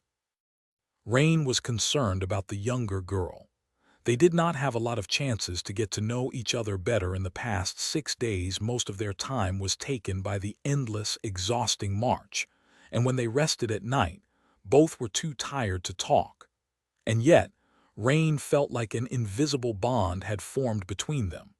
How could it not, after they had gone through so much hardship together? The muddy plain, the weeping sky, the burning desire to survive. No one else would know or remember these trials, but they would. There was a sound that suddenly distracted her. She could barely hear it behind the rustle of rain, the roar of the water rushing through the canyon, the melody of her soul essence, and the silence of her numb thoughts. "Nai, Ronnie, Ra," she flinched and came to her senses. In the next moment she saw several swift silhouettes rushing at them through the rain. Nightmare creatures. Curse them! Without wasting any time, Rain fell on the ground. Behind her, Tamar was already sitting up on the stretcher. She was holding a bow in one hand, knocking an arrow on its string with the other. While Rain was feverishly untangling herself from the alloy harness, the young legacy let the arrow loose. It streaked through the pouring rain and hit one of the abominations in the shoulder. Despite her weakened state, Tamar still managed to maintain admirable accuracy. However, it wasn't quite enough. The creature stumbled and rolled on the ground, but then rose again and continued sprinting. Although it had received a deep wound, none of its vital organs were destroyed. Damn it! There were 3 abominations, each the size of a wolf. From the looks of it, they were merely awakened. In fact, the 2 of them had been lucky to not encounter a fallen nightmare creature yet. Still, an awakened abomination was absolutely deadly, especially in a situation like this one, when the initiative was on their side. So tired, Rain remained laying on the ground for a few moments, then rose to her knees and unsheathed her hunting knife. She gripped the hilt of the enchanted dagger with her other hand and rose, holding both blades in a defensive stance. By that time, Tamar had already sent another arrow flying, finally bringing the wounded abomination down. Her face was pale, and the ugly wound that stretched across her shoulder and chest had opened, seeping with blood. The strain of drawing a powerful enchanted bow was too much for her to endure, and yet she was already pulling the string for the 3rd time. The nightmare creatures were almost upon them. Both lunged forward in a flash of claws, fangs, and frenzied eyes. Just then, Tamar's arrow hit one in the head, killing it instantly. The other jumped on Rain. She dove under its claws and thrust both of her blades forward. The hunting knife barely penetrated the tough hide of the abomination and slid from her grasp, but the long dagger sunk into its flesh to the hilt. The creature fell on Rain and sent her crashing to the ground. She just barely managed to push the abominable beast, sending it flying over her head. They fell simultaneously. "It hurts." Rain fell on her back, but spun and rose to her knees almost immediately. Dashing toward the struggling abomination, she pinned it to the ground with the weight of her body and stabbed it repeatedly. Her strikes were aimed at all the spots where vital organs should have been. A while later, the beast stopped moving. Rain crawled off its corpse weakly and sprawled in the mud. After that violent burst of strength, she felt like she would never be able to stand up. And yet, throughout all of it, the melodious ringing never grew silent. Even while being lunged at by a snarling abomination, wrestling it to the ground and sinking her blade into its flesh, Rain had never stopped circulating her essence. Somewhere deep within her, another radiant grain of sand was formed. She smiled tiredly. Soon, drops of rain were falling heavily on her burning face. Chapter 18:24. After me comes the flood. The tyrant was still behind them, its towering figure moving slowly in the distance. Rain reminded herself that they could not waste any time, and yet she had no strength left to rise. However, that was all right. She had felt the same way the previous time she fell, and the time before that, and the time before that. Letting out a quiet groan, Rain sat up, then slowly staggered to her feet. Walking over to where she had dropped the hunting knife, she picked it up and sheathed her blades. The crude sheath she had made for the enchanted dagger was coming undone, sliced by its sharp blade.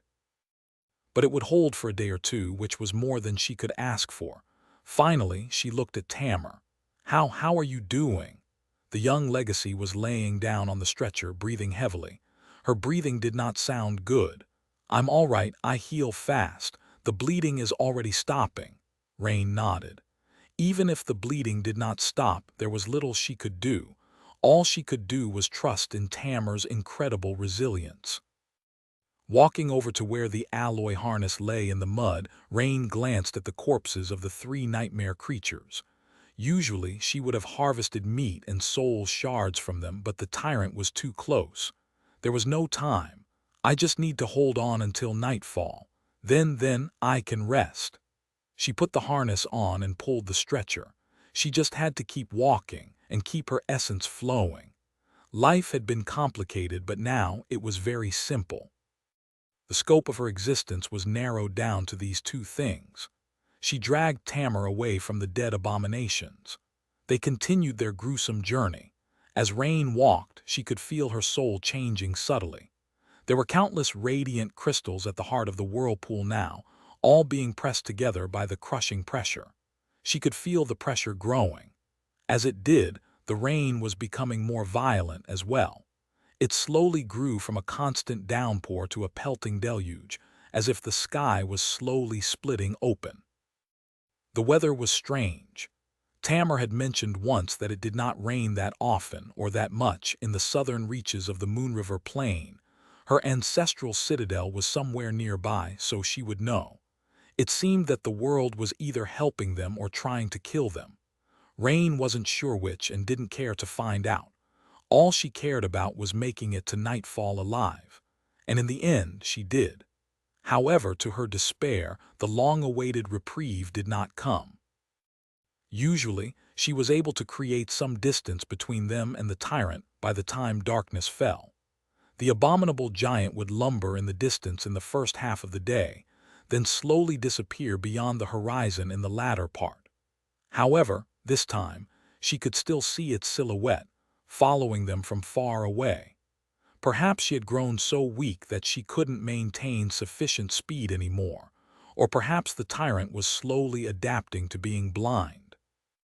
It was even possible that its eyes were gradually regenerating. Awakened abominations possessed stunning vitality, after all, just like awakened humans did. What seemed impossible for a mundane person was nothing special to them. In any case, the giant was too close. Soon, darkness enveloped the world. The three moons and the sea of stars were hidden behind the clouds, so it was even more oppressive than before. The rain fell in a constant stream, reducing the visibility even further. Rain lowered herself to the ground, kneeling in the mud. "Are we stopping?" Tamar couldn't hide the grim feeling of dread from her voice. Rain slowly shook her head. "We can't stop, not tonight." The tyrant was too close, so they had to keep going. She took a deep breath, feeling cold air cut her tortured lungs. Summon a luminous memory. They had avoided using one before, afraid that light would attract uninvited guests, but there wasn't much choice now. Soon a wave of stark light flowed from behind her, illuminating a narrow circle around them. The streams of water falling from the sky seemed to ignite with that light, glistening like precious gems. It was pretty. Rain sighed. Then she rose from the ground and continued walking. South, south, how far south had they gone already? When would they reach their goal? It did not matter. Rain continued to walk, arduously pulling the heavy stretcher behind her. She continued to spin her essence and listened to the tremors running through her soul. She had reached a state of being beyond exhausted. And yet, the worst part was that she couldn't see the tyrant anymore. It could have been far away or only a few hundred meters behind them. It could have even been reaching for them with its countless hands already. "I need to keep going." And so she did. Slowly, all thoughts disappeared from her head. All that was left was the ringing of her soul, which was slowly growing louder and louder. Rain did not notice that the pelting rain was becoming heavier and heavier as well. A powerful wind rose, sending water flying almost parallel to the ground. Soon, a blinding flash illuminated the world, and a deafening thunderclap shook the heavens. The rain was turning into a furious storm. She smiled, feeling the streams of cold water wash the mud off her sunken face. Her smile was a little scary. Eventually, the lightning grew so frequent that there were almost no breaks between its flashes. The thunderclaps had fused into a continuous litany of deafening roars. If it had seemed as if the sky was splitting open before, then it was collapsing entirely now. A vast and prodigious storm had descended upon the Moon River plain. And yet, Rain wasn't aware. She could only think about walking forward one step at a time. But then, she couldn't walk forward anymore. Not because her strength had abandoned her, but because there was nowhere for her to go. Rain stopped, barely noticing that there was no ground in front of her. There was no mud, no stone outcroppings. Instead, she was standing in front of an abyssal drop. She frowned. Have I lost direction and swayed toward the canyon? But that was not it. Slowly, she grew cognizant of her surroundings. The thundering storm, the blinding flashes of lightning, the impenetrable darkness. And a deep, reverberating hum that seemed to penetrate her very bones, resounding from somewhere below. Rain looked into the abyss and staggered. She might have fallen over the edge if not for the harness that attached her to Tamar's stretcher. The young legacy called from behind, struggling to make her voice heard over the storm. "Ronnie, Ronnie, is it?" In front of them, the Moon River plain came to an end. The great plateau ceased abruptly, creating a vast and head-spinning wall of stone that stretched from east to west, as far as the eye could see. Countless canyons merged or opened into the vertical abyss, most of them expelling enormous jets of foaming water. The streams of water merged and plummeted down, creating an unimaginable, endless waterfall. It was as if the world was crying. The weeping goddess. They had reached the great waterfall that served as the boundary of the Moon River plain. The Lake of Tears was somewhere far below. The city governed by Clan Sorrow was situated on its shore, and their citadel was somewhere close, cut into the cliffs. Rain's eyes widened, not from joy but from horror. We're dead." Turning around, she waited for lightning to illuminate the world and saw the dreadful shape of the tyrant. The abomination was not too far away. There was no time to come up with a way to descend to the bottom of the towering cliffs. There was no time to explore the edge of the plateau, searching for the citadel of Clan Sorrow. The goal of their ghastly journey, which had been supposed to be their salvation, was nothing but a death sentence now, because the tyrant was too close, pursuing them, and they had nowhere else to run. Chapter 1825, Edge of the Abyss. The storm shrouded everything in impenetrable darkness. The roaring thunderclaps reverberated across the plain, and a deluge of water was falling from the sky, as if the heavenly floodgates had shattered under the immense pressure, dooming the world to be drowned. Frequent bolts of lightning tore apart the darkness, replacing it with blinding light. And somewhere below, the tidal hum of the colossal waterfall was fusing with the raging song of the furious storm. Rain stood at the edge of the abyss, looking at the black sky with a resentful expression. Behind her, Tamar was looking back at the hideous shape of the pursuing tyrant. There was nowhere for them to run. Ronnie, the tyrant. Rain looked at the sky and then took a deep breath. Then, surrounded by the raging storm, she sat on the ground at the edge of the abyss. Crossing her legs, she placed her hands on her knees and closed her eyes. In a flash of lightning, her tranquil figure looked incredibly out of place. She exhaled slowly. Focus. Rain concentrated on her soul. A radiant river was flowing within her, forming a furious whirlpool. At its heart, beautiful crystals of essence were being tempered by the crushing pressure. The melodious song of her soul was louder than the storm and much more compelling. She couldn't hear Tamar anymore. Form, clash, awaken. Nothing else mattered. Behind her, Tamar looked at her mundane companion in despair. Noticing that Ronnie was sitting on the edge of the abyss, unmoving, she was stunned for a moment. Then a look of guilt and shame twisted her beautiful face. She assumed that the older girl had completely exhausted her strength, both physical and mental. It was already an incredibly valiant feat to have persisted for so long without collapsing. Ronnie possessed enough willpower and conviction, or maybe stubbornness, to put most awakened to shame, but everyone had a limit. Ronnie, Tamar gritted her teeth. Despite the terrible flood pouring from the shattered sky, the tyrant never seemed to lose their scent. It moved slowly, keeping its head low to the ground. Countless hands were supporting its weight, sinking deep into the mud. Rain was fully focused on her soul. Now that she did not have to walk or pull the heavy stretcher, the measure of control she could exert over her essence had increased. The radiant whirlpool spun even faster, and the pressure at the heart of it had increased even further.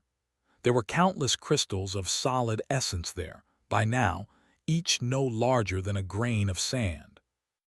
They collided against each other chaotically, making her entire soul tremble. That trembling used to happen rarely, but now there was no stop to it. It was as if Rain's soul was in the middle of an earthquake, but it was not enough. Still, it wasn't fuse. Rain did not know whether her mental cry was a command, a request, or a desperate prayer. It was simply her will expressed in a single word. And just at that moment, either by coincidence or responding to her cry, two of the radiant gemstones collided. However, this time they were not repelled by each other. Instead, both cracked and then merged. A sense of indescribable jubilation drowned her heart. Finally, after the first pair, it was as if an invisible catalyst had been added to her soul, starting a chain reaction.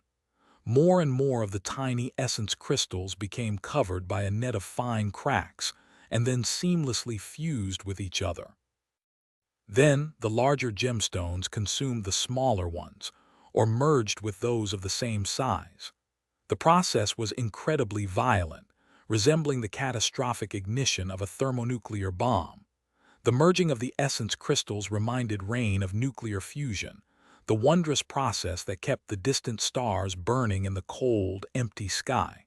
And it was indeed as if a star was being born at the center of her soul. There was blinding light produced by the fusing gemstones. There was heat as well. The very heart of her soul had turned into an incandescent, luminous sea, and she couldn't sense individual crystals anymore. The whirlpool of essence was being slowly absorbed into that radiant sea. The soul core is forming. Indeed, hidden in the sea of light, a soul core was being built within her soul, and that nascent core was like a bridge between her soul and her flesh. Rain felt as though a miniature star was burning in the center of her chest.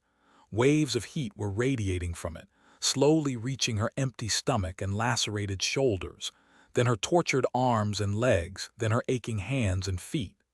Under that heat, her bones, muscles, organs, and blood vessels were being rebuilt and revitalized. She was being reborn. She was becoming stronger, faster, healthier. It was euphoric. With each second, her transformation was becoming more profound. After some time had passed, the star burning in her chest finally cooled down. The luminous sea dimmed, and from it, a radiant sphere was revealed, shining beautifully upon Rain's soul. The heat was replaced with a soothing coldness. That coldness washed over her body, taking away all the aches and discomforts that had been accumulated there over the past 6 days. Then it moved up, reaching her mind and soothing it. She slowly opened her eyes. Is this what it means to be awakened? Rain felt powerful. Her body was suffused with ferocious strength, startling endurance, and boundless vitality. Her senses were sharper. Even her mind seemed to have become more profound somehow. Soul essence flowed freely through her body, seeping into her bones and muscles. It felt richer and more responsive, almost palpable. The soul core was at the heart of it all, serving as the bridge between tangible and intangible. A tired smile appeared on Rain's face. I did it. Lost in the depths of a furious storm, sitting on the edge of a bottomless abyss, surrounded by darkness, and pursued by a harrowing abomination. The first human of the waking world had just awakened without taking upon the curse of the nightmare spell. Chapter 1826, Coming storm. While Rain was in the middle of her awakening, Tamar was struggling not to drown. Streams of water were pouring from the sky, mixing with mud. Laying powerlessly on the stretcher, she felt weak and spent. The situation seemed to be hopeless. Not only would she die, but Ronnie, who had refused to abandon her and strived so stubbornly to save them, would be killed too. Looking at the furious black sky, Tamar wanted to give up, but she couldn't. A long sigh escaped from her lips. Then a whirlwind of sparks surrounded her, forming into a beautiful spear. Tamar gritted her teeth, then rose to her feet, using the spear as a crutch. Immediately, severe pain pierced her fragile legs. It had been 6 or 7 days since they were broken. The bones had healed somewhat, but even for an awakened, that was not nearly enough time to recover. She was probably undoing all that healing, but still. Tamar refused to die lying down. Better yet, she didn't want to die at all. She was also indignant at the thought of Ronnie dying because of her, so she had a hard decision to make. I have to summon the echo. The monstrous wolf was protecting the survey team, and she was unwilling to compromise their safety. However, at this point, there was no sense in keeping the echo with them. That was because it would disappear if Tamar died, leaving the survey team similarly defenseless. The problem was that there was no way to guarantee that summoning the echo would save them. It was an ascended monster, a protector gifted to her by her clan. An ascended monster was a powerful creature, but it was not a given that it would be able to defeat an awakened tyrant. Especially this tyrant in particular, who seemed both ancient and exceedingly powerful. The wolf wouldn't be able to carry them away either, because the tyrant was too close, and the echo would instantly attract its attention. So, in order to increase their chances, Tamar would have to assist the echo in fighting the tyrant herself. She could still draw her bow, even if doing so would make her wounds open. I'll summon it then. And yet she hesitated. Watching the tyrant slowly draw closer, Tamar waited for something. Maybe something would happen, some miracle that would lead the hideous giant away. Maybe a bolt of lightning would descend from the sky and burn it. Maybe she wouldn't need to fail her friends and mission after all, but nothing happened. The tyrant was already too close. It was still following their scent. A miracle did not descend, and their fates were still sealed. Tamar took a deep breath and prepared to dismiss the echo. But just before she did, a hand suddenly landed on her shoulder.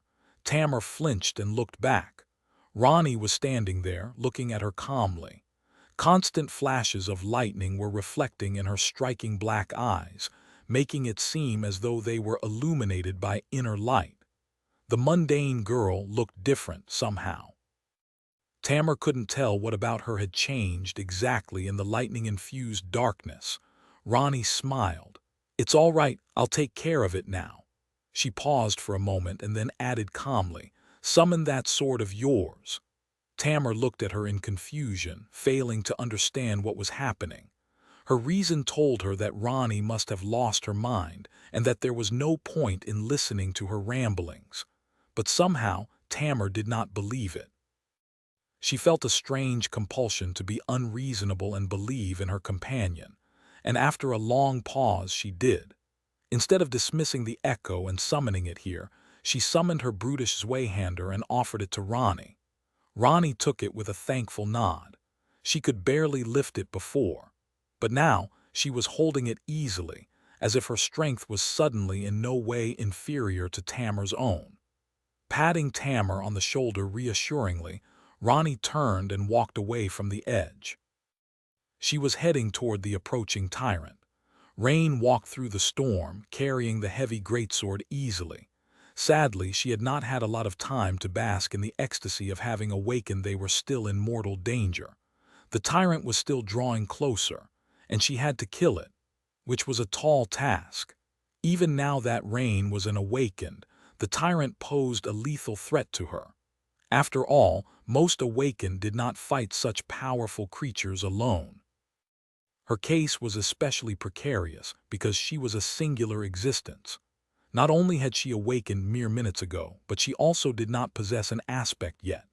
Unlike the carriers of the nightmare spell, those who awakened naturally like her had to spend time slowly discovering their aspect and flaw.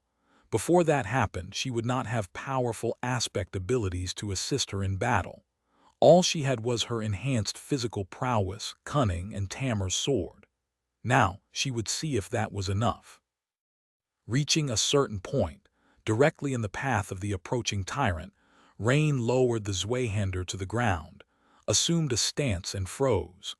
She had thought a lot about how to kill that damned tyrant. Actually, it wasn't that hard to achieve. The creature did not possess an impenetrable carapace or thick fur to stop her blade. Its defense was mostly in the form of overwhelming offense. The forest of arms were its minions, so damaging or destroying them would not harm the abomination. One had to reach its body to deliver a fatal wound, but to do that they had to fight their way through the avalanche of monstrous hands, which was close to impossible for someone like her. However, the tyrant was blind now, so that was what Rain decided to gamble her life on. Standing motionlessly in the path of the abomination, she did not make a single sound. In fact, she even held her breath and forced her heartbeat to slow down in the middle of the roaring storm. The creature would not hear it. At least that was Rain's hope. As she watched the hideous nightmare creature approach, all her instincts were screaming for her to turn away and run. However, she did not move at all. Soon, the tyrant drew so close that she could discern every ghastly detail of its gaunt body, flooded by the light of the flashing bolts of lightning.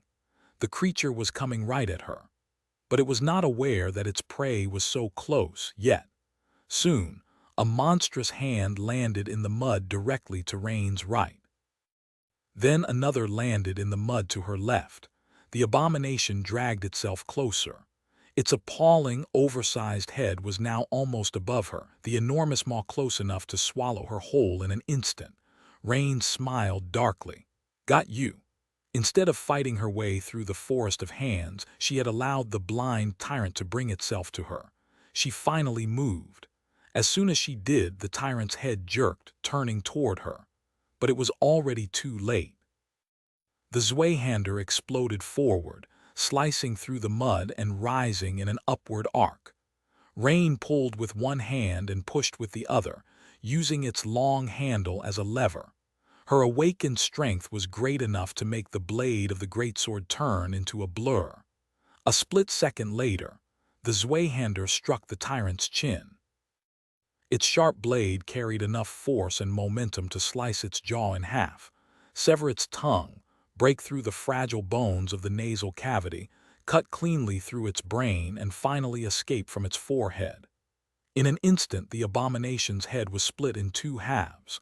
A moment later, Rain was already jumping back. She easily leaped a dozen meters back, then slid in the mud the same distance. By then, countless hands were already pummeling the spot where she had stood. If she had been even a little bit slower, she would have been crushed, but it did not matter, because those hands were nothing but minions. The tyrant itself was dead.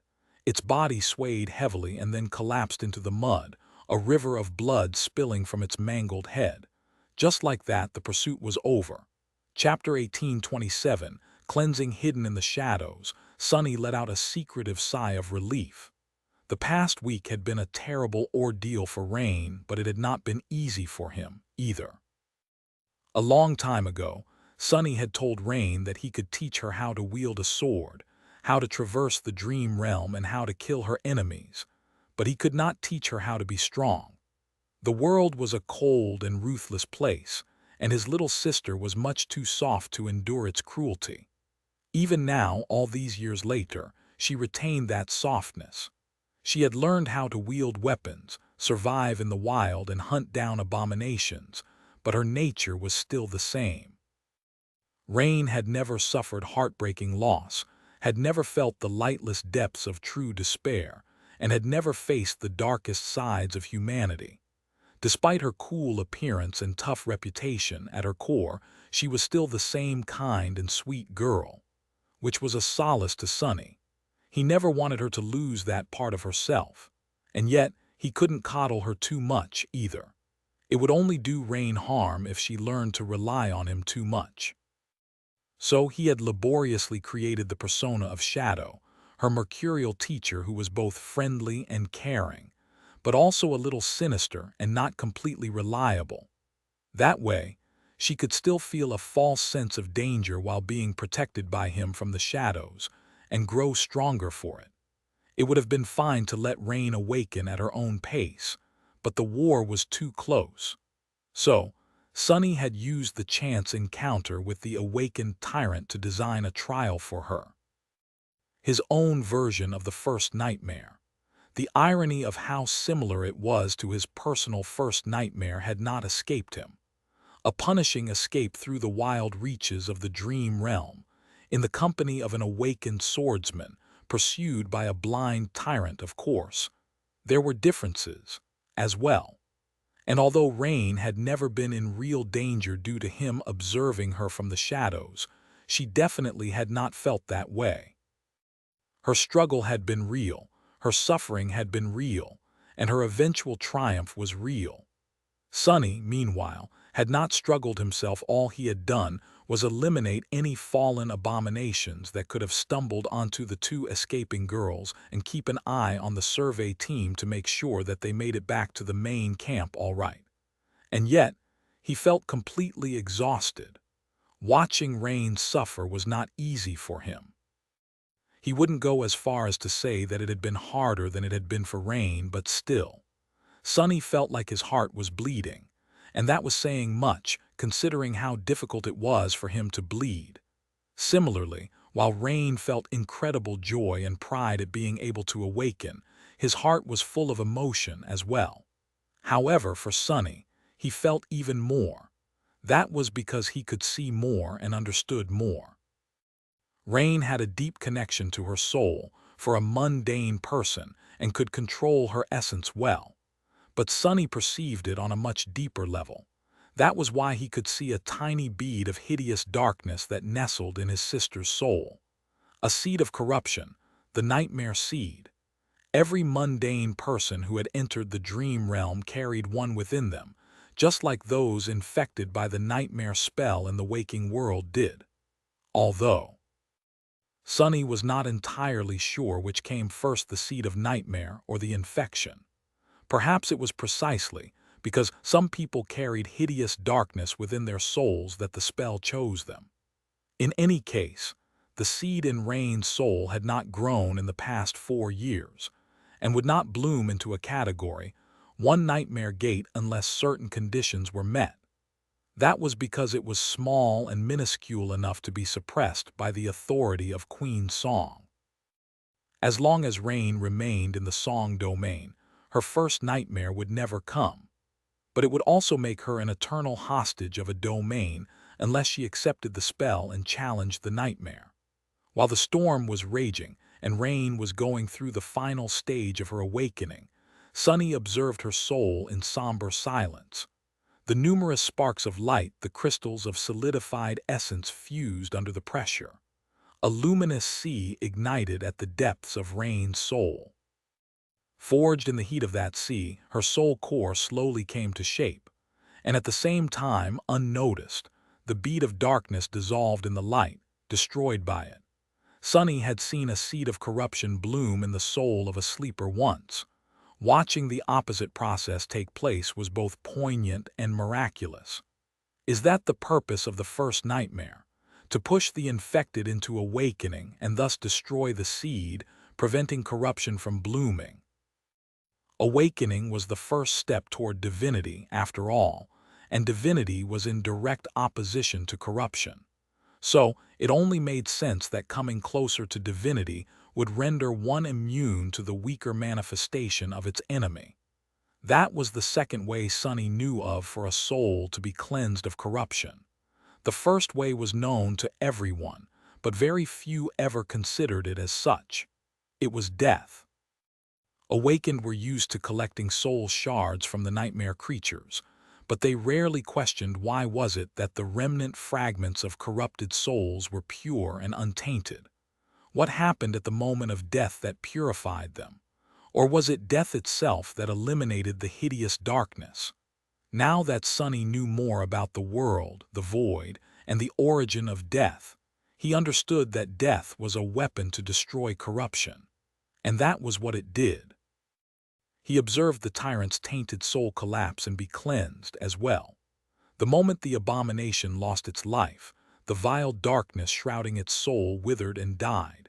In the end, only 5 radiant shards were left, so Sunny let out a relieved sigh. Finally, the ordeal was over. Rain's grisly trial was finished, and the broader threat to her life was not as pressing anymore either. Now that her soul had been cleansed, Sunny would be able to take her out of the Song domain. He had many more options now. Of course, it wasn't certain that she would want to leave. Remaining in the shadows, Sunny glanced at her. At the moment, Rain was stumbling back to where Tamar was leaning on her spear with a pained expression on her face. He followed stealthily. This next part is going to be tricky. Chapter 1828, lost and found. Rain made her way back to where Tamar was leaning on the spear, put the sword down, and sprawled tiredly in the mud. Now that the tyrant was dead, the rush of power she had felt because of the awakening receded. Her body might have been tempered and reforged, but it was still depleted and weary. Her mind, too, she was dead tired. Some distance away, the abomination's corpse was laying on the ground like a small hill of flesh. The creature was dead, but its minions weren't. The monstrous hands were still moving, searching for the killer in blind fury. Luckily, they remained attached to the tyrant's corpse, so their reach was limited. Until the corpse decomposed and fell apart, nothing would reach Rain and Tamar. The movements of the terrible hands were a little panicked. Looking at the sky, Rain let out a long sigh. The storm was slowly dissipating. The wind had already grown weaker, and the rain was not as heavy anymore. The lightning did not strike as often. The roaring thunderclaps were not as loud, as if growing distant. She could even see gaps in the veil of dark storm clouds. Unexpectedly, rays of pale sunlight were pouring from through the gaps, which meant that it was the 7th day of their journey. Rain stared at the rays of sunshine with displeasure. How annoying! She had hoped that it was still the 6th night, just to avoid the nightmare spell's favorite number. Rain had a mild aversion to the number 7, purely out of obstinance. Tamar finally let go of her spear and fell back on her stretcher. The younger girl looked at her for a long time, her eyes full of questions. But in the end, her exhaustion won, and she simply closed them. Not long after, both Rain and Tamar were asleep, laying next to each other in the mud. This was the first time in a long while they slept peacefully. By the time Rain woke up, the sky had cleared.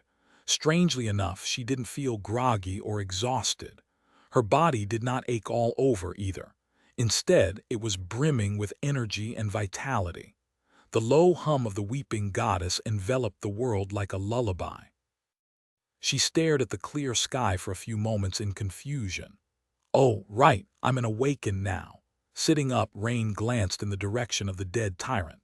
The forest of arms was still moving, but none of them had escaped the corpse yet. That was a relief. Looking away, she raised her own hands and studied them. Her skin had become smooth like silk. Her nails were like jade. Turning her hands, she stared at her palms intently. Her calluses were gone. Huh! Rain blinked a couple of times.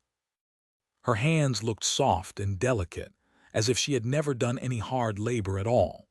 It was a bit stupid, but she couldn't help letting a small smile creep up on her face. Wait a minute. Rain pulled off her dirty, tattered shirt and unclasped the military bodysuit. Peeling it off to reveal her fair torso, she opened her eyes wide. The mark left by the blow that the huntsman had dealt her was gone. A few other scars she had collected in the last few years were nowhere to be seen, either.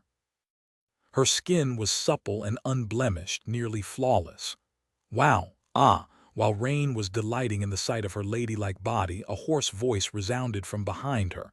What are you doing? She flinched and hurriedly pulled the bodysuit close, embarrassed at being caught doing something so unserious. Turning around, she saw Tamar looking at her with a complicated expression. Right. Rain smiled sheepishly. In nothing. I was just, good morning, Tamar. The young legacy remained silent for a while, maintaining her usual stern frown. She glanced at the sky, which was already being painted golden and scarlet by the setting sun, but did not comment on how wrong Rain's greeting was. Eventually, she opened her mouth and asked hesitantly, Have you been and awakened all along, Ronnie? Now that the deed had been done, Rain honestly wasn't sure how to deal with the situation. There had been no choice but to act when the tyrant was about to catch them. But how was she supposed to explain its death to the young legacy? She wasn't even done processing what had happened herself. Rain met Tamar's gaze and shook her head slowly. I think you know that I wasn't. If I was, I wouldn't have put myself through all that torment. There was hesitation in the younger girl's eyes. She knew that Rain could not have been an awakened, and yet there was no other logical explanation. Reality and reason were clashing in her mind, leaving her in a state of loss and confusion. After a while, she said stiffly, Unless you have some kind of powerful flaw that limits when and how you can express your power, that is possible. Rain wavered for a while, then sighed. No, I have no such flaw. I wasn't hiding my rank from anyone. Tamar gritted her teeth. Then how were you able to wield my sword? How were you able to slay the tyrant? It doesn't make any sense. It's impossible for a mundane person to do. Rain scratched the back of her head, remained silent for a few moments, and then shrugged. You are right. A mundane person would not have been able to wield your sword well, maybe some huge guy. Tamar took a deep breath. Then how? Rain looked at her and smiled easily. Isn't it obvious? When you have eliminated the impossible, whatever remains, however improbable, must be the truth. So, I wasn't awakened before, but I am now. She raised an arm and flexed her muscles. It really feels amazing, by the way. The young legacy stared at her with a stunned expression. No, you couldn't have conquered the first nightmare. There was no time. You couldn't have even challenged it within the Queen's domain. Rain nodded. You are right. I did not conquer the first nightmare. Tamar took a deep breath. How could you awaken then? Now was probably the last chance for Rain to keep her mouth shut. But really, did she have to? She had a vague hope that Tamar would not betray her. More than that, she did not think that keeping her achievement secret was the right thing to do. Since Rain had found a way to awaken without becoming a carrier of the nightmare spell, others would be able to follow her example, as well, perhaps not many but some. Which meant that fewer children would have to die while challenging the nightmare, like her older brother had. Many would still choose to accept the spell without a doubt due to all the boons it offered, but at least they would have a choice. Conversely, if she kept her accomplishment hidden, then in the future, the deaths of every unwilling sleeper would indirectly be her fault. Rain wasn't sure how or when she wanted to share her knowledge, but she knew that it had to be shared. So she gathered her courage and said, "How did the ancient people of the dream realm awaken? You should know that there was no nightmare spell back then." Tamar's eyes widened slowly. She reeled back, mumbling softly, Before the nightmare spell, impossible. The knowledge has been lost." Rain smiled. "Yes, the knowledge has been lost, but now it has been found. I found it. With a lot of help from my teacher, chapter 1829, a new way before the sun set, the minions of the dead tyrant accepted the death of their ruler." Rain watched with a dark expression as the countless hands stopped moving for a while, and then started to claw at the flesh of the dead abomination. The corpse was going to come undone much sooner than she had expected, allowing the monstrous hands to prowl freely. She wanted to be as far away from the swarm of them as possible when that happened. Soon, she was pulling Tamar's stretcher through the mud once again. It had been torturously hard and exhausting before, but now, Rain did not feel any strain at all. It was so easy that the bitterness of her past efforts seemed like a joke. She was slowly coming to terms with the fact that she had become an awakened, smiling brightly from time to time. Tamar was slowly coming to terms with it, too. The young legacy spoke from the stretcher. "But how exactly did you do it?" Rain considered if she should break into a sprint, but then decided against it. "Well, it is hard to explain with words. The first thing you should know is that natural awakening works in reversed order from the one induced by the spell.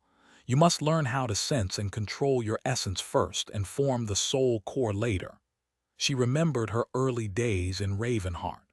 Back then, she had barely known her teacher. Your essence has to awaken first. There are a few ways to make that happen, but the only one I know of is to absorb the essence of awakened creatures. Tamar shifted quietly on the stretcher. Soul shards used to be extremely precious in the waking world, so very few mundanes ever had a chance to acquire many of them before. The situation is even more dire now. With how many new awakened and masters are out there, everyone is striving to saturate their cores. She paused for a moment and then added scornfully, "You must be very rich, Ronnie, to have acquired so many, for a simple porter." Rain grinned. "Who, me? No, I'm a bit poor, actually. I never once managed to buy a soul shard. I just went out there and hunted down nightmare creatures one at a time, mostly dormant and a few awakened." The young legacy let out a long, exasperated sigh. "You crazy, mundane girl," Rain chuckled. "Well, anyway. Then you have to learn how to sense and control your essence. That part is the hardest. I don't really know how to describe it since there are no words in human language to do something like that. Plus, it's a bit of an impossible task to begin with.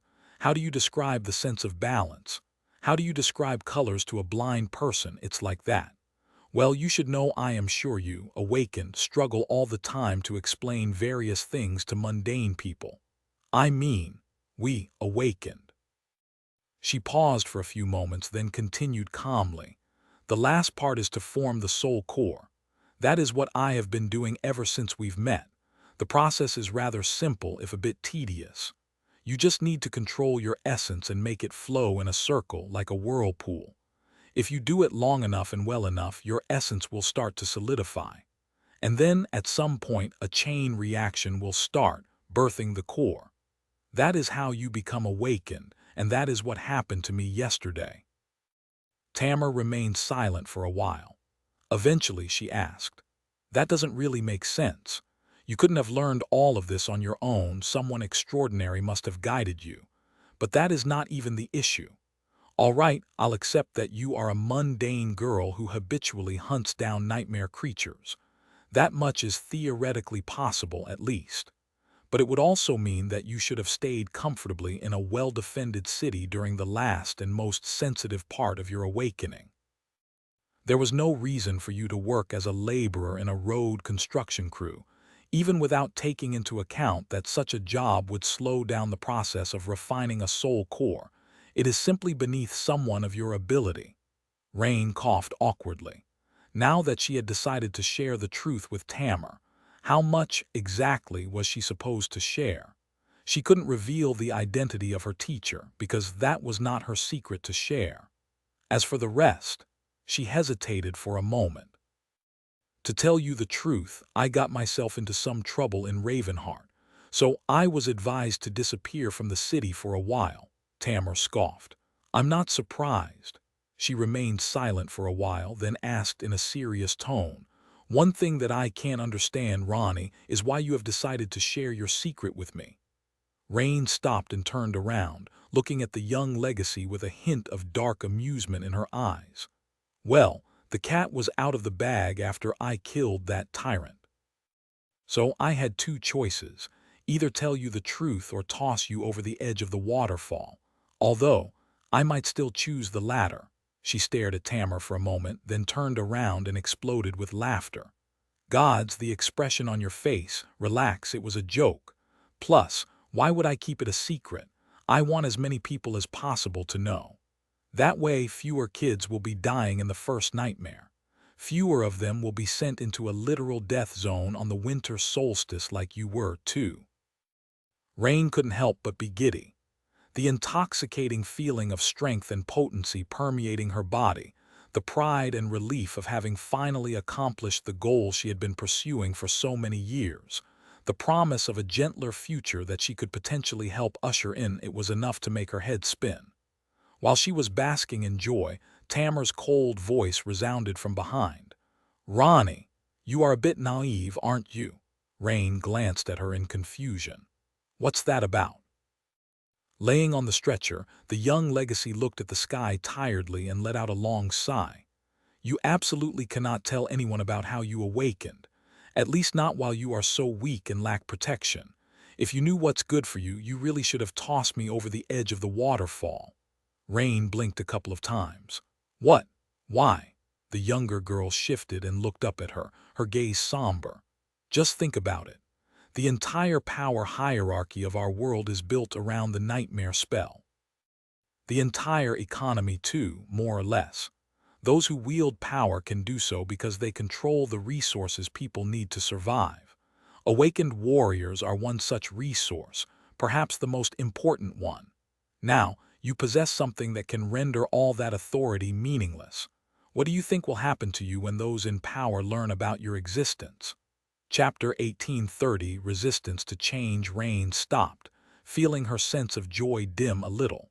A perplexed smile appeared on her face. She wasn't a fool, so she had considered these things as well. But didn't the importance of her discovery far outweigh such details? But it can save countless lives. Tamar looked away and shrugged. Can it? Maybe in the short term, but what will happen when these new and untested awaken have to face the horrors of the dream realm? What can cowards who refuse to face even the first nightmare do? Surely they will buckle and break, leaving humanity defenseless. In that sense, what you offer is poison, not salvation, she sighed. That is not my opinion, by the way. That is just one example of what others will say to justify harming you and suppressing your discovery. They might not even do it out of malice, but out of sincere belief. Because what you offer does not just attack their authority, but also their identity. That, as well, is built around the nightmare spell for many. Rain dropped the harness into the mud. You can't be serious. Her voice was calm, but her eyes weren't. Because she could easily imagine a world where Tamar was right. Take the two domains, for example. On the surface, The royal clans were benefactors to those hundreds of millions of mundane people who now lived in the dream realm. But if one looked at it differently, the citizens of the domains were hostage to the royal clans.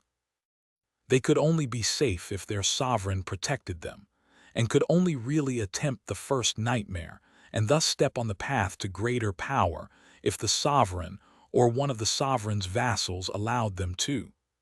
In the future, when more and more people of the waking world settled in the dream realm, that would become the cornerstone of the authority of the royal clans. Would they be willing to share that authority? And then there were the legacy clans below the two royal houses, whose culture and identity were irrevocably connected to the dreadful challenges of the nightmare spell. They were already prohibiting their scions from saving themselves from the trial of the winter solstice by entering the dream realm in advance, purely out of belief that warriors had to be forged in fire. Would they accept a Wakened who had not faced the first nightmare? Or would they find the very concept offensive? The consequences of Rain's achievement went far deeper than she had considered. Tamar sighed. "I am deadly serious, Ronnie. You should speak to the extraordinary person who guided you to awakening, at least, before making any decisions. They had to have been more aware of the repercussions than you are. Be mindful, though. Make sure that they have your best interest in heart before listening to what they have to say." She paused for a moment and then added in a subdued tone, "Until you do, no one must know that you are not a carrier of the nightmare spell.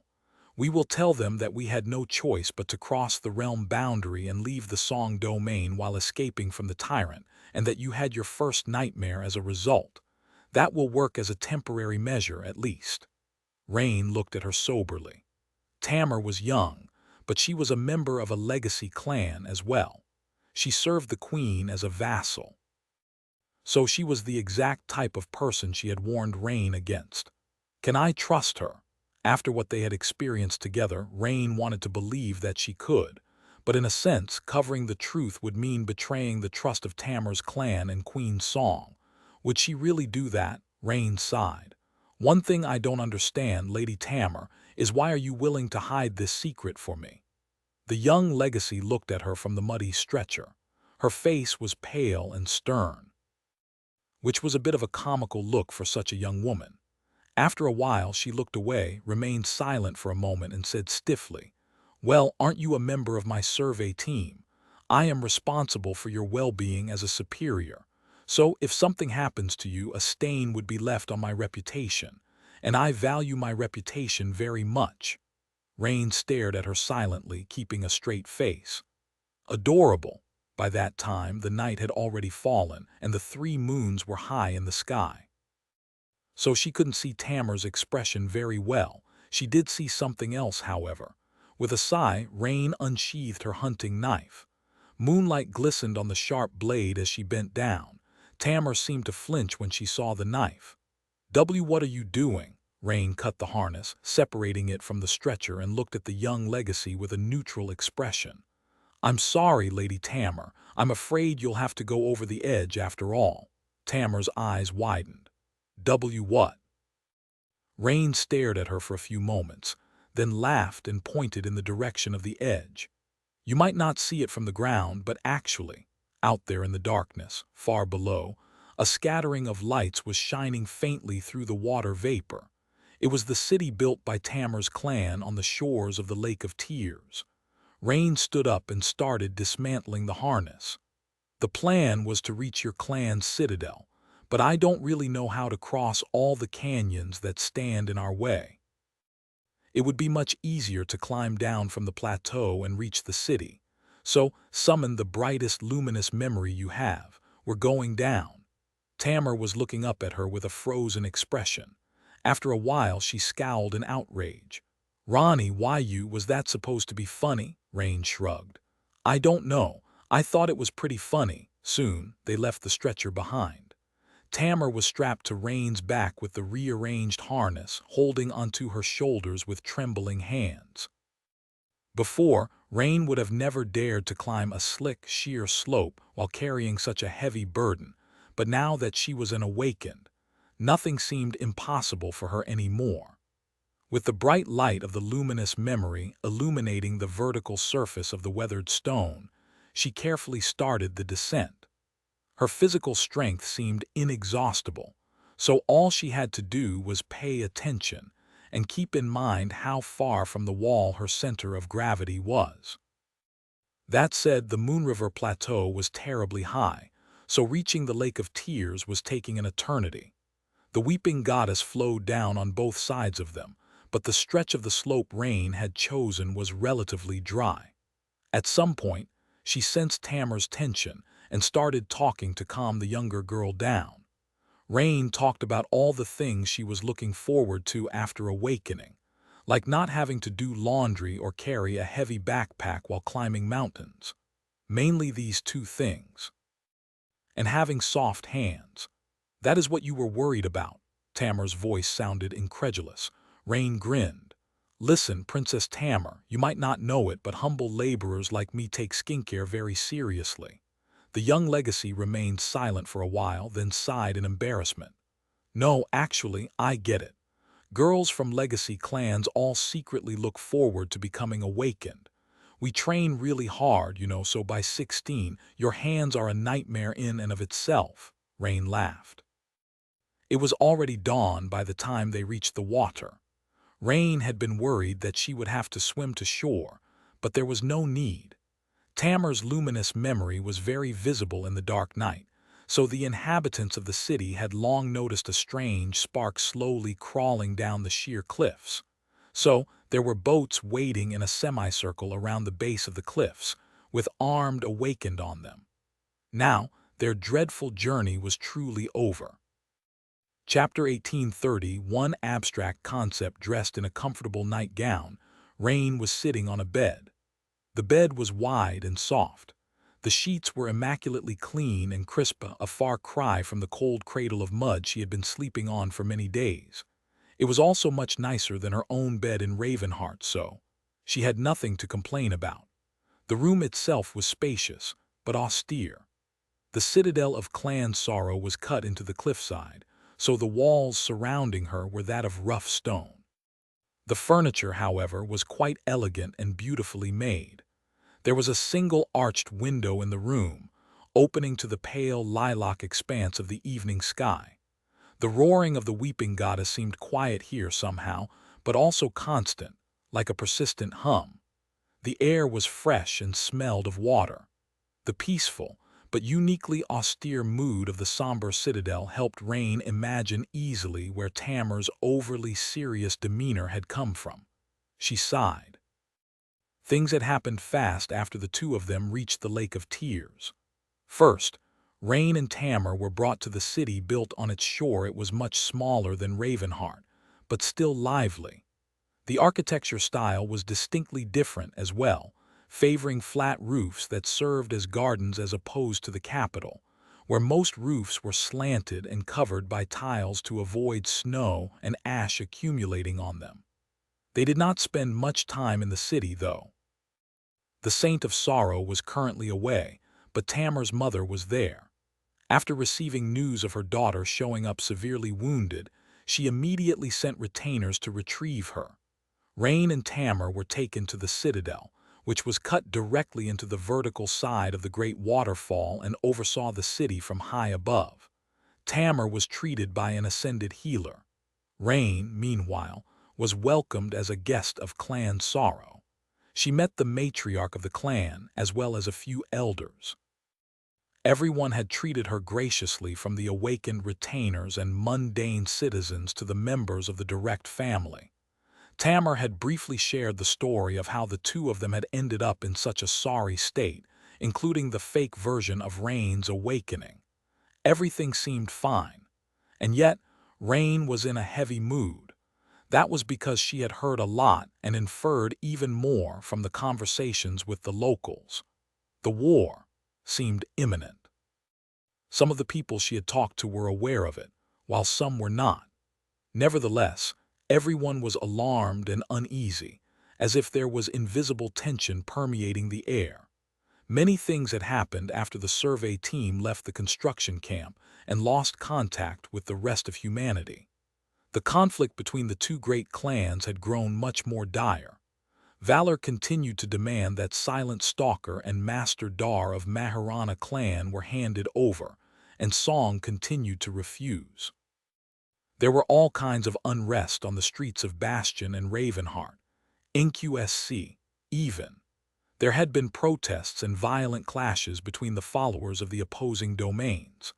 A large crowd was chanting threateningly in front of Clan Song's compound in the waking world.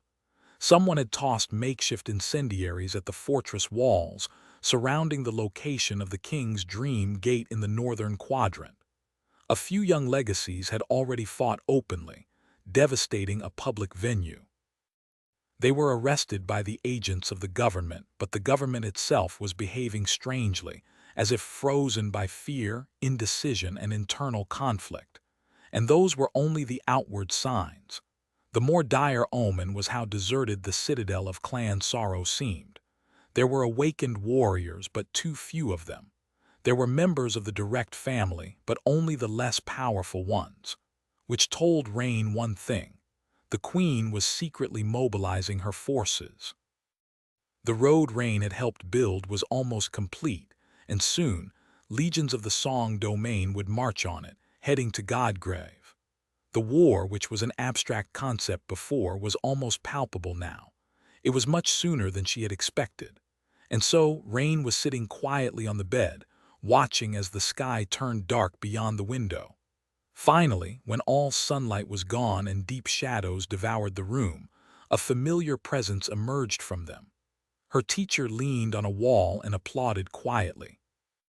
His smile was as carefree as it had always been. "Congratulations, you are an awakened now." Rain looked at his dark silhouette sternly. "Where the hell have you been?" He gave her a vague shrug. "Oh, you know, here and there, hiding in the shadows, taking a beach vacation, sitting idly on my dark throne. Why didn't you do well without me?" Rain lingered for a few moments, then let out a heavy sigh. "I wouldn't call it well exactly, but sure, actually I did fine." He grinned. "Fine. You are the first human of your world to have awakened without that pesky thing, what do you call it? Oh, the nightmare spell. Great job, Rain, you really made me proud." She silently extended her hand and opened her palm. "Give it then." He raised an eyebrow, or at least she thought he did, since she couldn't see his face clearly. "What?" Rain frowned. "My memory. You promised me a memory after I killed the huntsman." Her teacher laughed quietly. "Right. Don't worry, I will. I'll even throw in one more for that awakened tyrant, and a third one as a free bonus for a return customer." He hesitated for a moment and then added more sincerely, "But really good job, awakening, killing the tyrant, and not leaving that girl to die too. I'm not sure that I would have done the same as a sleeper." Rain looked away, feeling a little embarrassed. "Thank you. Anyway, I was never really a sleeper. That would have been embarrassing. I'm way too old to be one." After that, neither of them spoke for a while. Eventually, Rain asked, "So what now?" Chapter 1832, The Other Side. Her teacher sighed. "That is up to you. Now that you have awakened, we have more options. You are not a prisoner of the Song domain anymore, so if you want, I can take you to safety to wait out this entire mess." She faced him, not saying anything. He chuckled. "What? I have nice places to take my student to as well, you know." Rain smiled faintly. "Says the man who has lived in my shadow for 4 years. The joke was just like countless others she had told in the past, but today it did not land. She didn't feel it. Rain shook her head. "You know, I wanted to awaken because I wanted to be strong. Have I become strong to do nothing then? Running away and hiding in a safe place sure sounds nice on the surface.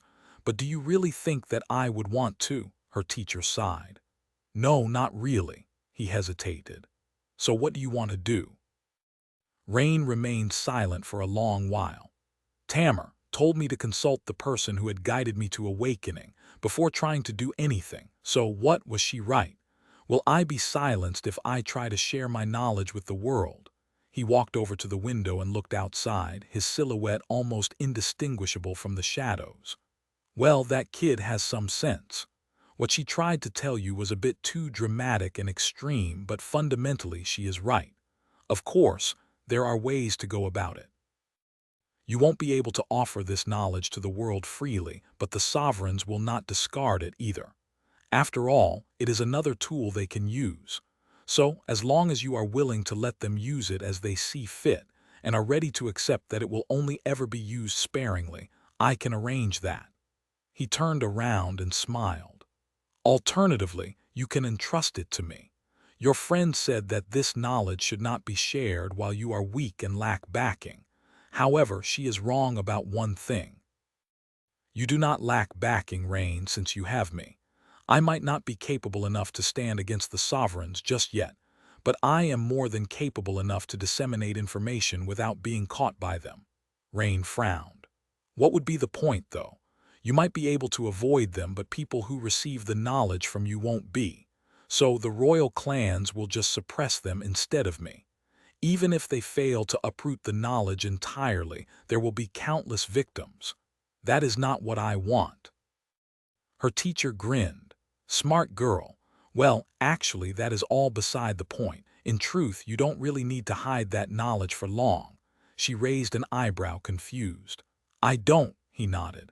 I'd say by the end of this war, all your concerns will become moot, or well, we'll have bigger problems to solve at the very least. So keep your secrets safe until the war is over. Who knows, the situation might change entirely by then. His voice grew a little lighter. In the meantime, work on becoming a master. Maybe find a way to manifest a flaw in an aspect. Right now that you have a soul core, we will have to teach you how to enter your soul sea. Rain listened to him with a smile. At some point she said, Teacher. He paused. What? Rain remained silent for a moment, then said quietly, I am going to participate in the war. For the first time in a long while, he seemed a little rattled. What kind of have you lost your mind? She shook her head slowly. No. Actually, I've been thinking about it for a long time, Rain sighed. Tamar said that I am naive, and I know you think that way too, but I am not.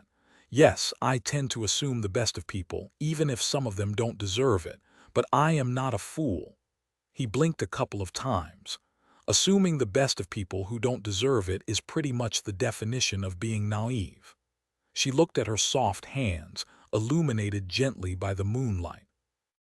In any case, the sword domain is going to declare war on the song domain. If the King of Swords wins, then an occupation will follow. I can't just sit on the sidelines and watch without doing anything. He pursed his lips. What, do you think that the Queen is any better? Valor might end up being the ones who initiate the war, but make no mistake. Clan Song wants it just as badly. More than that, what will change if one sovereign replaces the other? Isn't it all the same for the simple people who live in the Song domain? Not to mention that you don't belong to that domain to begin with. You are from a government family. Rain looked at him somberly. A government family? Sure, I am.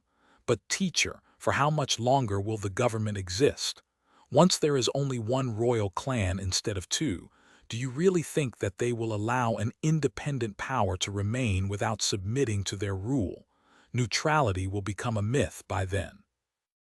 And anyone who did not join the right side in the war will be branded as a sinner. That includes government families like mine. He lingered for a moment. I'm not sure about how much longevity the government has left, but you are right. The winner will certainly consolidate their power. She shook her head. And yes, it matters which sovereign rules the Song domain.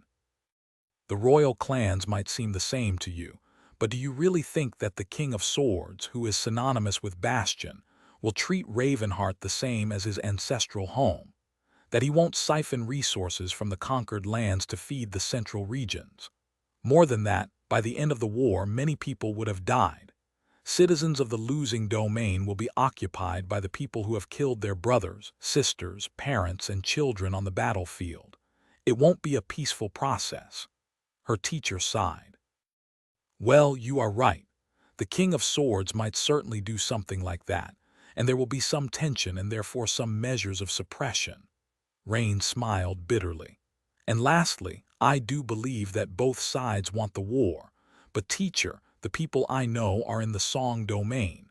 Tamar and her clan, the porters from the survey team, the road manager who went out of his way to help me make more money while staying safe, the merchants who used to buy the materials I harvested, our neighbors in Ravenheart who brought us food when we arrived from NQSC, young awakened guards who welcomed me back from the hunts, and so many more. They are all good people. These are the people I know, and they are the ones who will suffer if the Song domain falls to the army of Clan Valor. So, she looked away. I can't claim any sort of moral superiority by choosing to fight for the Queen, but I can't step back and do nothing either. Rain took a deep breath and looked at her teacher resolutely. So I'll do what I can, little as it may be. He stared at her for a long time, not saying anything.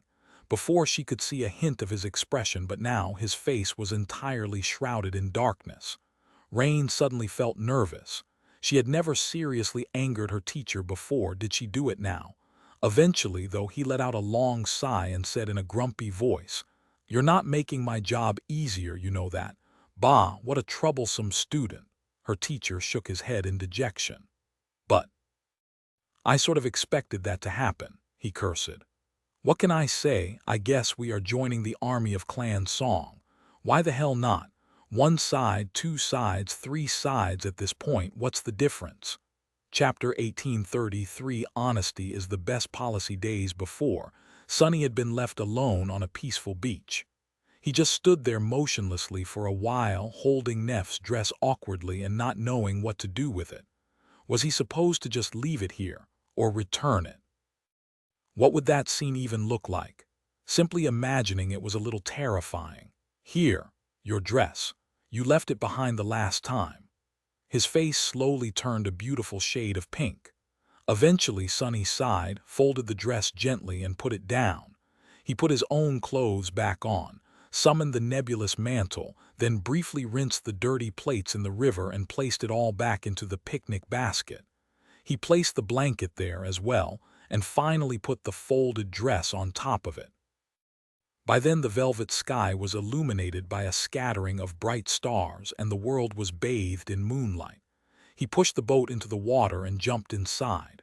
Rowing it upstream was not as effortless as it had been to drift downstream, not to mention that he was all alone now. His side felt chilly. Moving the oars and looking at the moon, Sonny let out another sigh. Well, it had to be done. He considered just using Shadow Step to return to Bastion, but then abandoned that idea. After all, that aspect ability belonged to the Lord of Shadows, not to Master Sunless, and although he had told Nephi's the truth, these two were entirely different people as far as the rest of the world was concerned. Sonny wasn't quite sure how much longer Master Sunless would be able to exist, and what role the humble shopkeeper would play, but he still wanted to remain cautious. It was not time to abandon that persona yet. Hopefully, such a time would never come. Listening to the soothing sounds of the river, he slowly savored the memories of today. Seeing Nephi's descend from the sky like a celestial fairy, witnessing her easy smile at the docks, rowing the boat side by side with her, pressed tightly against each other, listening to her laugh as she dove into the water, sunlight reflecting from the surface of the river as she splashed him, standing near the shore in her tantalizing bathing suit. And the rest? Maybe I could have handled it better.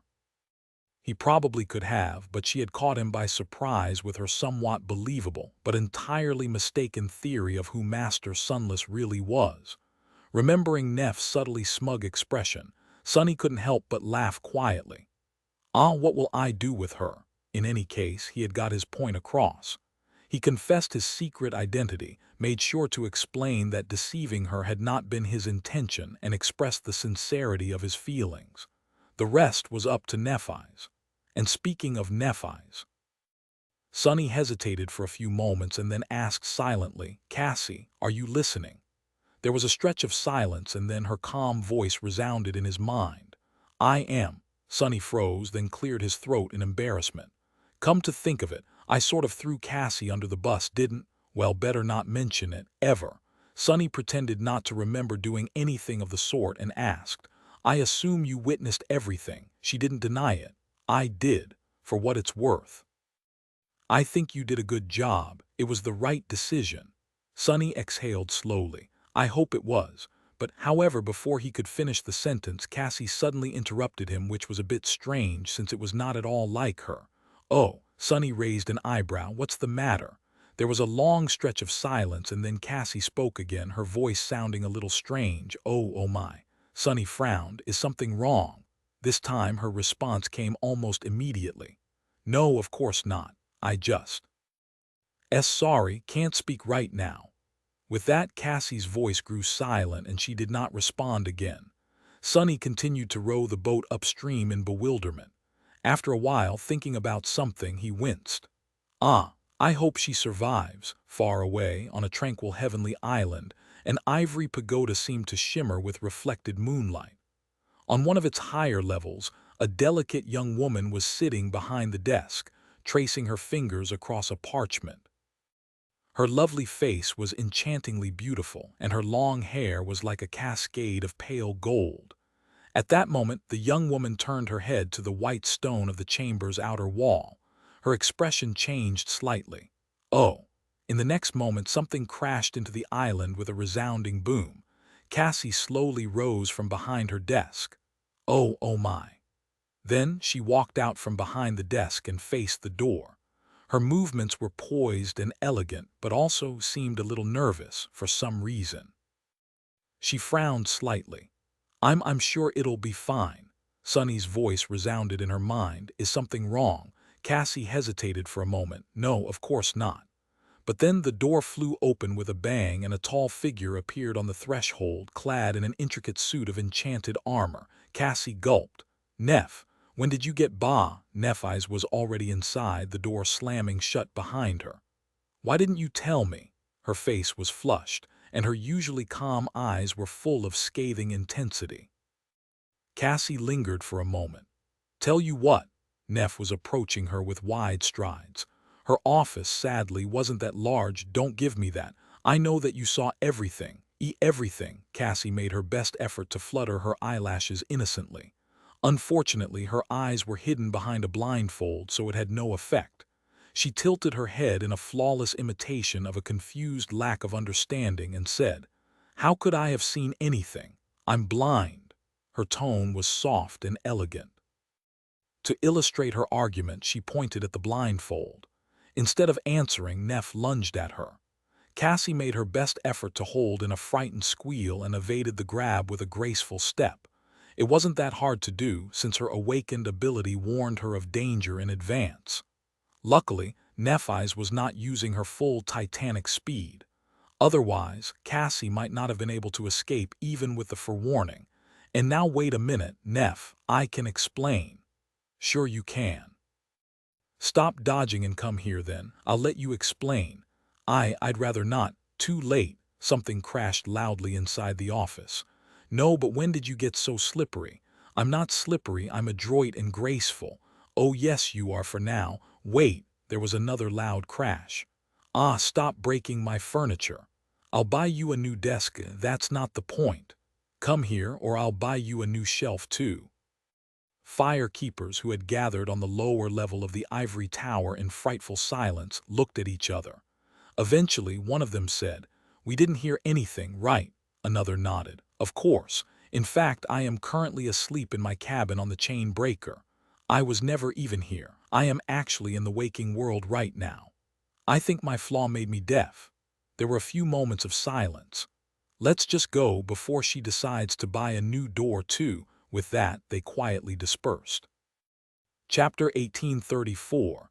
As simple as that, sometime later, Cassie's office was a mess. The actual damage wasn't that severe, but there were parchments and sheets of paper scattered everywhere. The two young women were sitting on the floor, breathing heavily. Cassie's blindfold was a little crooked. Neph's glared at her for a while, then groaned and hid her face between her knees. Eventually, her muffled voice resounded in the stone chamber. I forgot to retrieve my damned dress. Hearing that, Cassie livened up a little as if feeling a chance to redeem herself. "Oh, don't worry," he picked it up. Instead of answering, Nephi slowly raised her hands and silently grabbed her head. After a few moments of silence, she said, "When is the war starting? Let's go to war, Cass." The blind seer smiled. "Of course, I'll go with you." She paused for a moment, then added softly, "But honestly, I don't know why you are reacting so strongly." Nephi raised her head and looked at the other young woman in astonishment. "Why, I'm embarrassed. I'm so embarrassed that I want to fall through the earth." Cassie smiled slightly. "Really? Well, embarrassed is better than angry, I think." She paused for a moment, then asked cautiously, "Are you disappointed?" Nephi remained silent for a while, then sighed and leaned tiredly on the wall. "No, yes, maybe." She gritted her teeth. "I am disappointed, but I am also excited. I don't know." She hesitated for a while. "I liked many things about Master Sunless, and some of those things were how soft and safe he was, unlike me and everything around me. I'm sad that these qualities of him were a deception." Nephi frowned. "But then they weren't really. The man I've come to know and like is not an illusion. It's just that I've only been exposed to a part of him. That part is still real, though it's so confusing." Her voice grew a little heated. "And then there is his other part. The Lord of Shadows. He is someone I appreciate. Someone whom I might have wondered about what would it be like if he stood by my side. That was a nice thought." She leaned her head on the wall. "So do I think that I lost something? Or did I unexpectedly gain the best of the both worlds? Or is it both? I'm confused." Then Nephi hid her face in her knees again and let out another groan. "But that is not even what matters." Cassie, who had been listening to her tirade silently, raised an eyebrow. There were very few people in the world that Nephi felt comfortable with enough to let herself be so open and frank. In fact, there was probably no one except for Cassie, so she did not want to interrupt. But now she had to. "It's not what matters then." Nephi raised her head and glared at her silently. After a while, she opened her mouth and said, it's just is not how it was supposed to be." Cassie touched her hair awkwardly. "How was it supposed to be?" Nephi let out a heavy sigh. "I just thought that I will spend some time with Master Sunless and try to enjoy myself. Maybe something would come out of it and maybe not.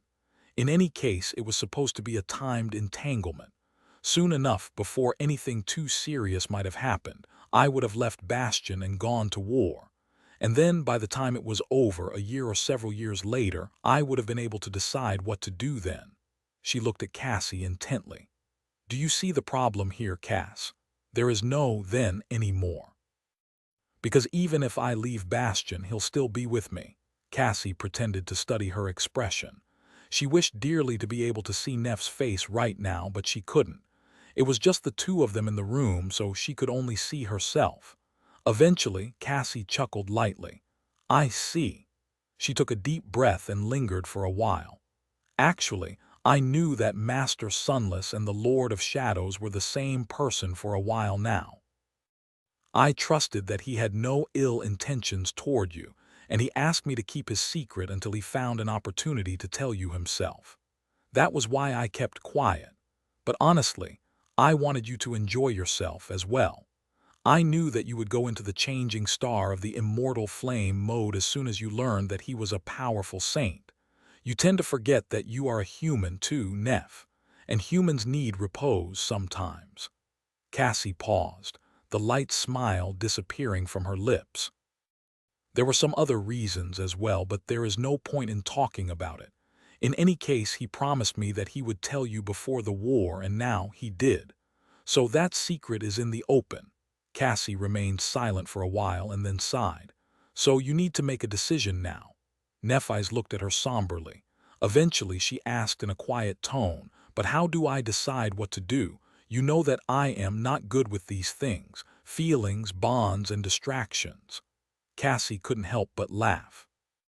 "Yes, I know the fact that you used the word distractions is proof enough. But actually it is very simple. I'll help you make the right decision."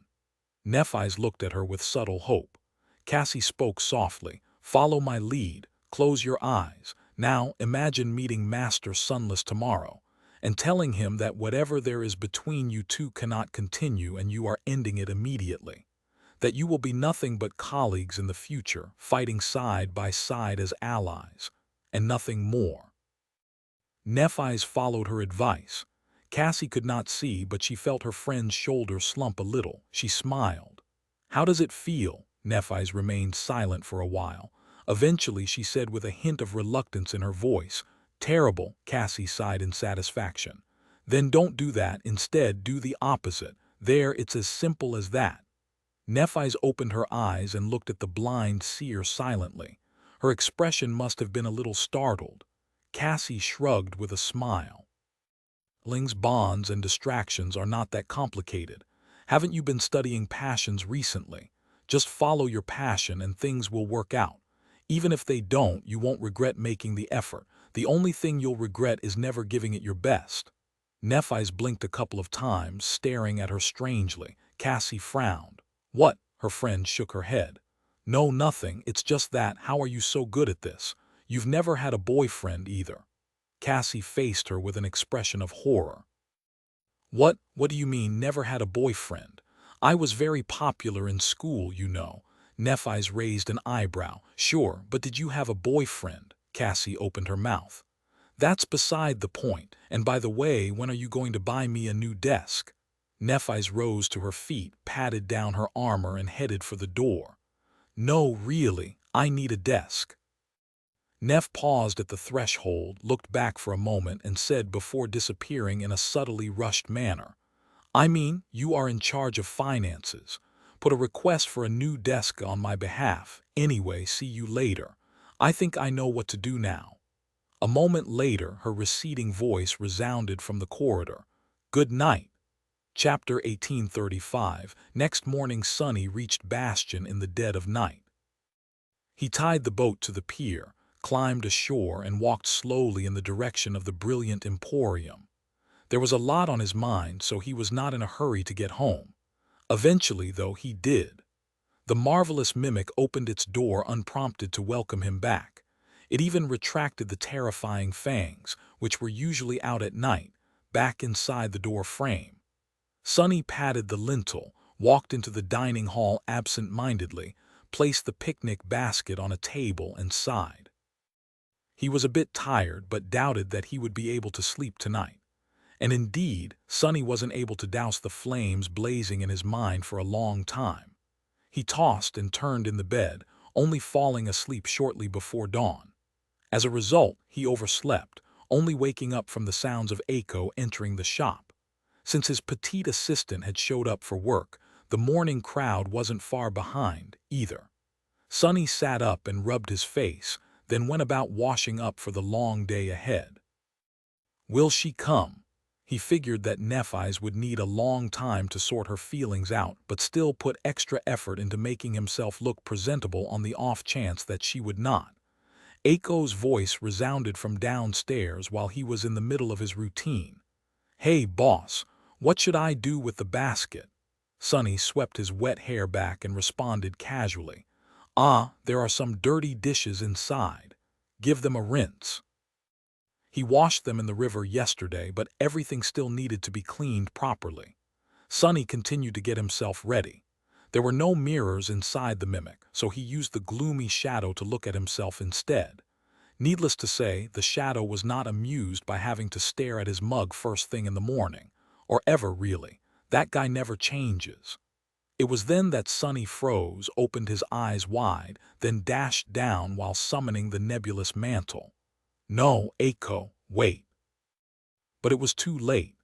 The petite girl was standing in the kitchen, the picnic basket floating in the air by her side. It was open, and Aiko was holding a beautiful white dress in her hands. Sonny grew still. "That," she looked at him with wide eyes and asked in a small voice. "Boss, why did you bring a girl's dress back from your picnic?" Sonny stammered. "It's not what you think. I didn't do anything. She just ran off without her dress. It happened that way." Aiko stared at the dress silently. Then a small frown appeared on her face. "Wait a minute, these measurements."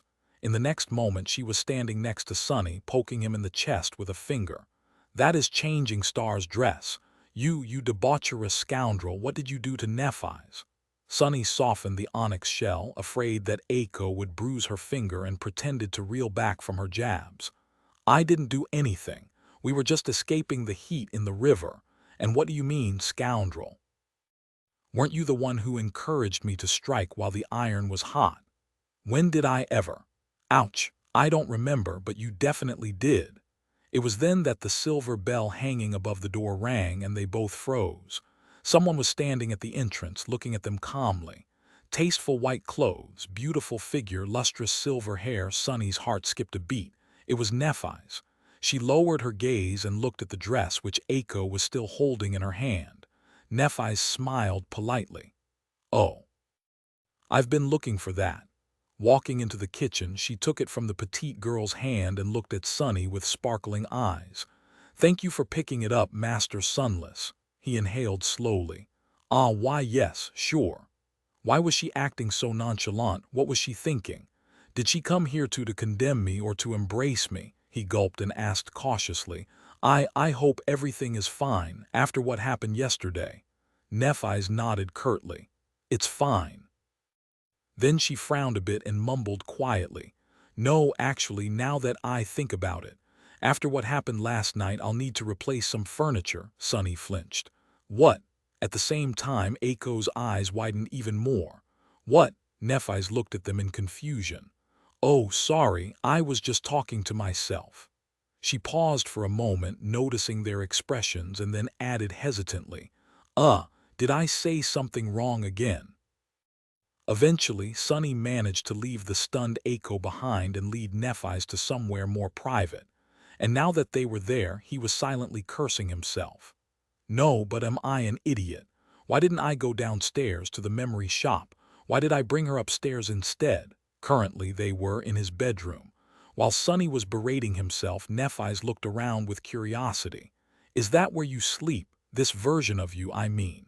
Sunny forced out a smile. Ah, yes. At least one incarnation of me has to, from time to time. The others don't sleep, but since I am supposed to be the most human one, I do. He silently evaluated his bedroom and thanked the dead gods for the habit of always making his bed first thing in the morning. The room was clean and cozy, with a beautiful view of the mirror lake beyond the window. The castle was bathed in the golden light of dawn, and there, above it, the ivory island was shrouded by clouds. Nephi stared at his bed for a few moments, as if trying to remember something, then turned away and looked out of the window. A hint of a smile appeared on her lips. I think I can see my window from here. Sunny would lie if he said that he had not spent plenty of time staring at the distant silhouette of the ivory tower, so he kept silent. Instead, he gestured to a few items decorating his room. These are some curios that I collected in the dream realm over the years. They are nothing much. But exploring the past is one of my hobbies. Nephi studied them for a while, then turned to face him and said simply, I know. Sunny raised an eyebrow. You know, she hesitated for a few moments. The exploration report on the tomb of Ariel written by nobody. You are nobody, aren't you? Chapter 1836, Resolution. He was startled by that question. It had come out of nowhere, completely crushing his expectations of what she wanted to talk about. Both the best and the worst of them. Sunny remained silent until the pain of the flaw made it difficult, and then nodded slowly, choosing not to say anything else. The more he said, the higher were the chances of her asking him something that he was unable to answer. Nephi sighed, then explained calmly. I started to suspect it after meeting the Lord of Shadows for the first time. You were too strong to have come out of nowhere. A saint as powerful as that simply had to have left a mark on the world. And when I asked who had taught you my family's swordsmanship, you answered that nobody had. I did not note it initially, but later something seemed to click in my mind. She paused for a few moments, took a deep breath, and then spoke. The memories of everyone who had entered the third nightmare with me are affected.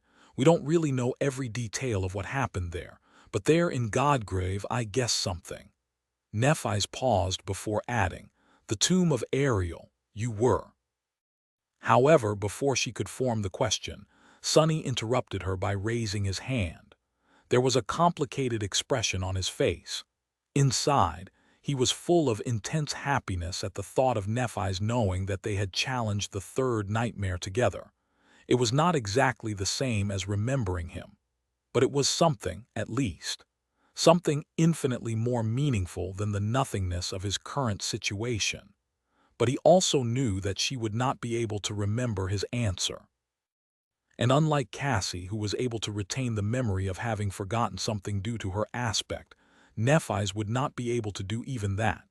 So instead of confessing the truth, Sonny said quietly, "Before you say anything else, I must confess something. There are certain things that my flaw prevents me from sharing. So please, some words are better left unsaid." Nephi studied him intently for a while, then let out a heavy sigh. "I see. I think I understand." She turned away and smiled faintly. "That explains it, why Cassie put so much trust in you, and why her condition has improved so suddenly." Sonny turned away quietly. He had misled her with his warning, but it seemed that his deception had led her to the right conclusions at least. Nephi's looked at the distant ivory island again. "I won't say that I am not disappointed, but if this is how it is, I won't ask then." Her back was very straight. After a while, Sonny heard her even voice again. "I will ask you something else, though, Sunless." He took a deep breath, suddenly feeling nervous. This was the moment of truth. How ironic. "What?" Nephi's turned around and smiled. Her voice was calm and even. "I'm leaving Bastion in 7 days, so will you take me on another date in Godgrave?" Sonny looked at her breathlessly. Suddenly bashful, Nephi's glanced down. I know that it is not the most romantic location," but he interrupted her again. Breaking into a smile, Sonny nodded. Yes, I will. I'll be delighted to." He paused for a moment and then added, "In fact, I have no choice but to follow you to Godgrave Nephi's." She hesitantly raised her eyebrow. "You don't?" Chuckling, Sonny nodded. "Of course." He took a step forward and offered her his hand. "After all, I am still contractually obligated to forge that sword for you. How can I leave your side before it's finished?" She smiled, and took it, and that was it. Their strange, tentative relationship had not ended despite the many secrets they were keeping, the heavy burden of the forgotten past, and the dark shadow of the imminent war. It was going to continue tenaciously despite the uncertain future, which made both of them happy. Sonny, at least, felt incredible joy. It was both strange and wonderful. The circumstances couldn't be any worse. The timing was absolutely atrocious as well. But when had it not been? In hindsight, there had always been something standing between them. Neither Sonny nor Nephi's had any time to think about their feelings on the forgotten shore. Then they were separated for 2 long years. After Nephi's return, they only spent a month together before he left for Antarctica. And after Antarctica, he was forgotten by everyone, including her. They had only had a few fleeting moments to be together in peace, in the depths of the third nightmare. So, strangely enough, despite having known her for almost 10 years, this was the first time Sonny had enough maturity to not only know what he wanted, but also be able to express his feelings. So what if the timing was terrible, and there was a war approaching? If he decided to wait for a good moment to act on his desires, he would have had to wait forever. After talking some more, he showed Nephi's out and returned to the brilliant emporium while whistling an upbeat melody. For once he was inside, he was met by Aiko's chilly gaze. "What are you so happy about?" Sonny grinned and suppressed the desire to pinch her cheeks. Instead, he said happily, "I just agreed to follow Lady Nephi's to war." The petite girl glared at him silently. "There's going to be a war," Sonny nodded. "Oh right, you didn't know. Yeah, there is." Aiko kept silent for a while, then let out a long sigh and sat down. "And you're going with Nephi's to that war?" He gave her a carefree shrug. "It seems so." Aiko sighed again, then covered her face with both hands and groaned. "Gods, not again. Why does this keep happening to me? No, really, why?" Sonny looked at her guiltily, then walked over and patted the petite girl on the head. His voice sounded bright. Aiko, don't worry too much, it's going to be fine. Let me ask you something. When she looked up at him with teary eyes, he grinned and asked cheerfully, have you heard about the wonderful world of war profiteering? Chapter 1837, Part of Life. A few days later, Sonny dove into the cold waters of the Mirror Lake, while the full moon slowly climbed the lightless sky. It was the last full moon before the Great War between the two domains set both worlds aflame, and therefore, the last chance he had to meet Cassie in the ruined stronghold of a dead demon. Infiltrating the true bastion unnoticed was still somewhat difficult, however. Sonny was tense for an entirely different reason. Rain, that girl is really committed to making my life overly exciting, isn't she? It was shortly before his sister expressed her determination to participate in the domain war on the side of Queen Song, which wasn't really a big surprise to Sonny, who knew Rain well enough to guess that she would not stay idle. She was too compassionate and not nearly jaded enough to let her neighbors be bullied without trying to do something about it, no matter how small her contribution would be in the grand scheme of things. So he wasn't that angry. In fact, he was happy to see that she still retained this kind of innocence. He was also a little proud to know that she had this kind of integrity, something that he had always lacked and only barely found in Antarctica before losing it all over again. But still, what brother wanted to see his little sister put herself in danger? Honestly, Sonny wanted nothing more than to whisk her to the nameless temple and keep her under lock until everything was over. No. The nameless temple wasn't safe enough, considering what role it was supposed to play. Nowhere was really safe anymore, and nothing would be really over for a long while. However, the main reason Sonny had not tried to dissuade Rain from joining the war was that she had to make her own choices, earn her own triumphs, and suffer from her own mistakes in order to learn and grow. No matter how much he worried about her safety, he would never want to become someone who stifled her growth with overbearing care instead of aiding it. That would only be a disservice, especially for someone as bright and dauntless as Rain was. Plus, so what if she was going to war? It would be a little tricky, without a doubt, but Sonny was quite confident in his ability to keep her alive even in the middle of a battlefield. Who was there among the champions of song and valor whom he couldn't handle? Well, all right, there were the sovereigns, but he could at least run away from them safely. So this war could very well become a harsh but indispensable opportunity for her to mature and grow stronger both in terms of ability and mentality. It was the latter part that Sonny was worried about. Not because he thought that Rain couldn't handle it, but because he knew that she would be left with invisible scars even if she did. Scars were a part of life as well, though. They were a part of growth. I don't know. In any case, there was nothing he could do about it now.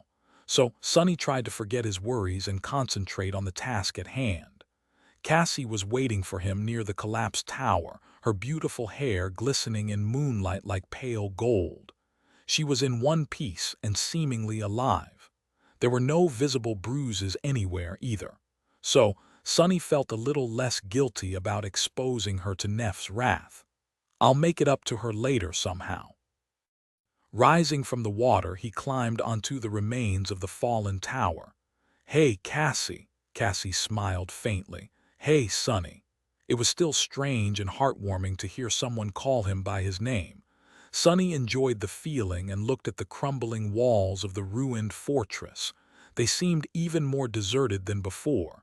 He raised an eyebrow. I don't see any knights on the walls. She nodded. There was no call for the vassals to assemble their armies yet, but the royal clan has already started to move its forces. Most of the knights and paladins are heading north. Awakened soldiers, too. It is hard to notice on the streets of the false bastion, but here their absence can be felt. Cassie hesitated for a few moments. The king is still here, though, so we need to be careful. He offered her his hand without wasting any time, then pulled them both into the mirror maze. Once they were in the familiar stone chamber, Sunny let go of Cassie's hand, summoned the shadow lantern, and said, "I am glad that you are okay, and I'm sorry for putting you in a difficult situation."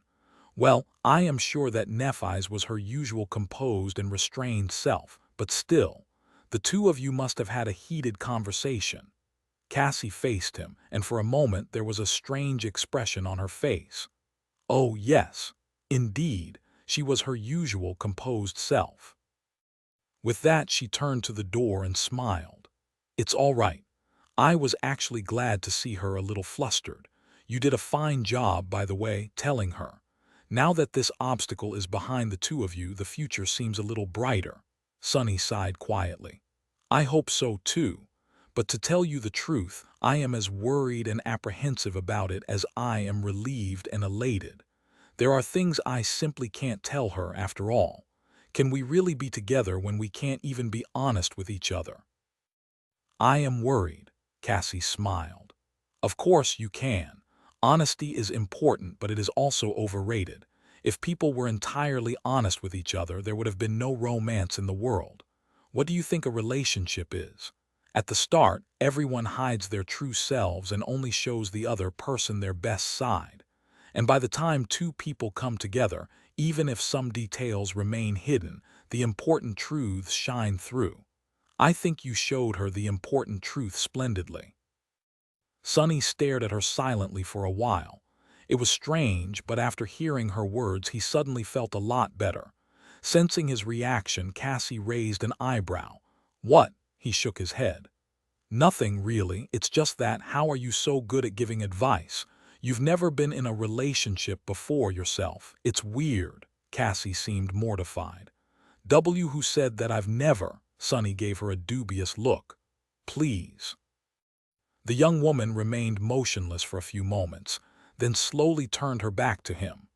Her voice sounded a little irked. "Unbelievable. That's 2 times in a week now." Chapter 1838, Palace of Imagination. Soon, a tide of shadows swallowed the mirror maze, and they continued their meticulous exploration. Sunny did not really hope to reveal the secret of the maze tonight. In fact, by now, he was starting to suspect that he would never be able to reach its heart that way, simply because what he was doing was inherently wrong. It was impossible to reach the tomb of Ariel no matter how long one marched across the nightmare desert, at least during the day. He believed that the only way to approach the Great Pyramid was to brave the Sea of Dunes at night, when it was the most dangerous. Similarly, there must have been some trick to traversing the labyrinth of mirrors. Perhaps by drowning the maze in shadows and neutering its mirror walls, Sunny was preventing himself from making any progress. He sighed. Behind him, Cassie hesitated for a few moments and then said quietly, "That girl in the song domain." Sunny glanced back with a neutral expression, knowing what she wanted but couldn't ask. "She is someone precious." The blind seer remained silent for a while. Eventually, she smiled and said with a hint of wonder in her voice, "It is funny, isn't it? The entire world is frozen in fear and anticipation of a great war that will shape history. And yet, no one is aware that something no less important has happened in the desolate wilderness of the dream realm, witnessed by nobody except for a young legacy girl, you and me, a human of the waking world awakening without being cursed by the nightmare spell. Your achievement is remarkable." A pale smile appeared on Sunny's lips as well. "Funny. It is a bit funny, I guess." He remained silent for a few moments and then added, "However, this achievement can only become important in the future. She can only make a difference in the future. Right now, it is up to people like us, you, me, and Nephis to make sure that there is a future for people like her to make history." His smile turned a little bittersweet. "In fact, if there is a future, I hope that what we did becomes all but forgotten, and only what they did is remembered." "Such a wish is quite ironic coming from someone like me, isn't it?" Cassie chuckled. "It is, especially when expressed to someone like me. Although I must say I doubt that there is someone like you or me out there, or will ever be again." Sunny couldn't help but laugh quietly. "Gods, I hope not."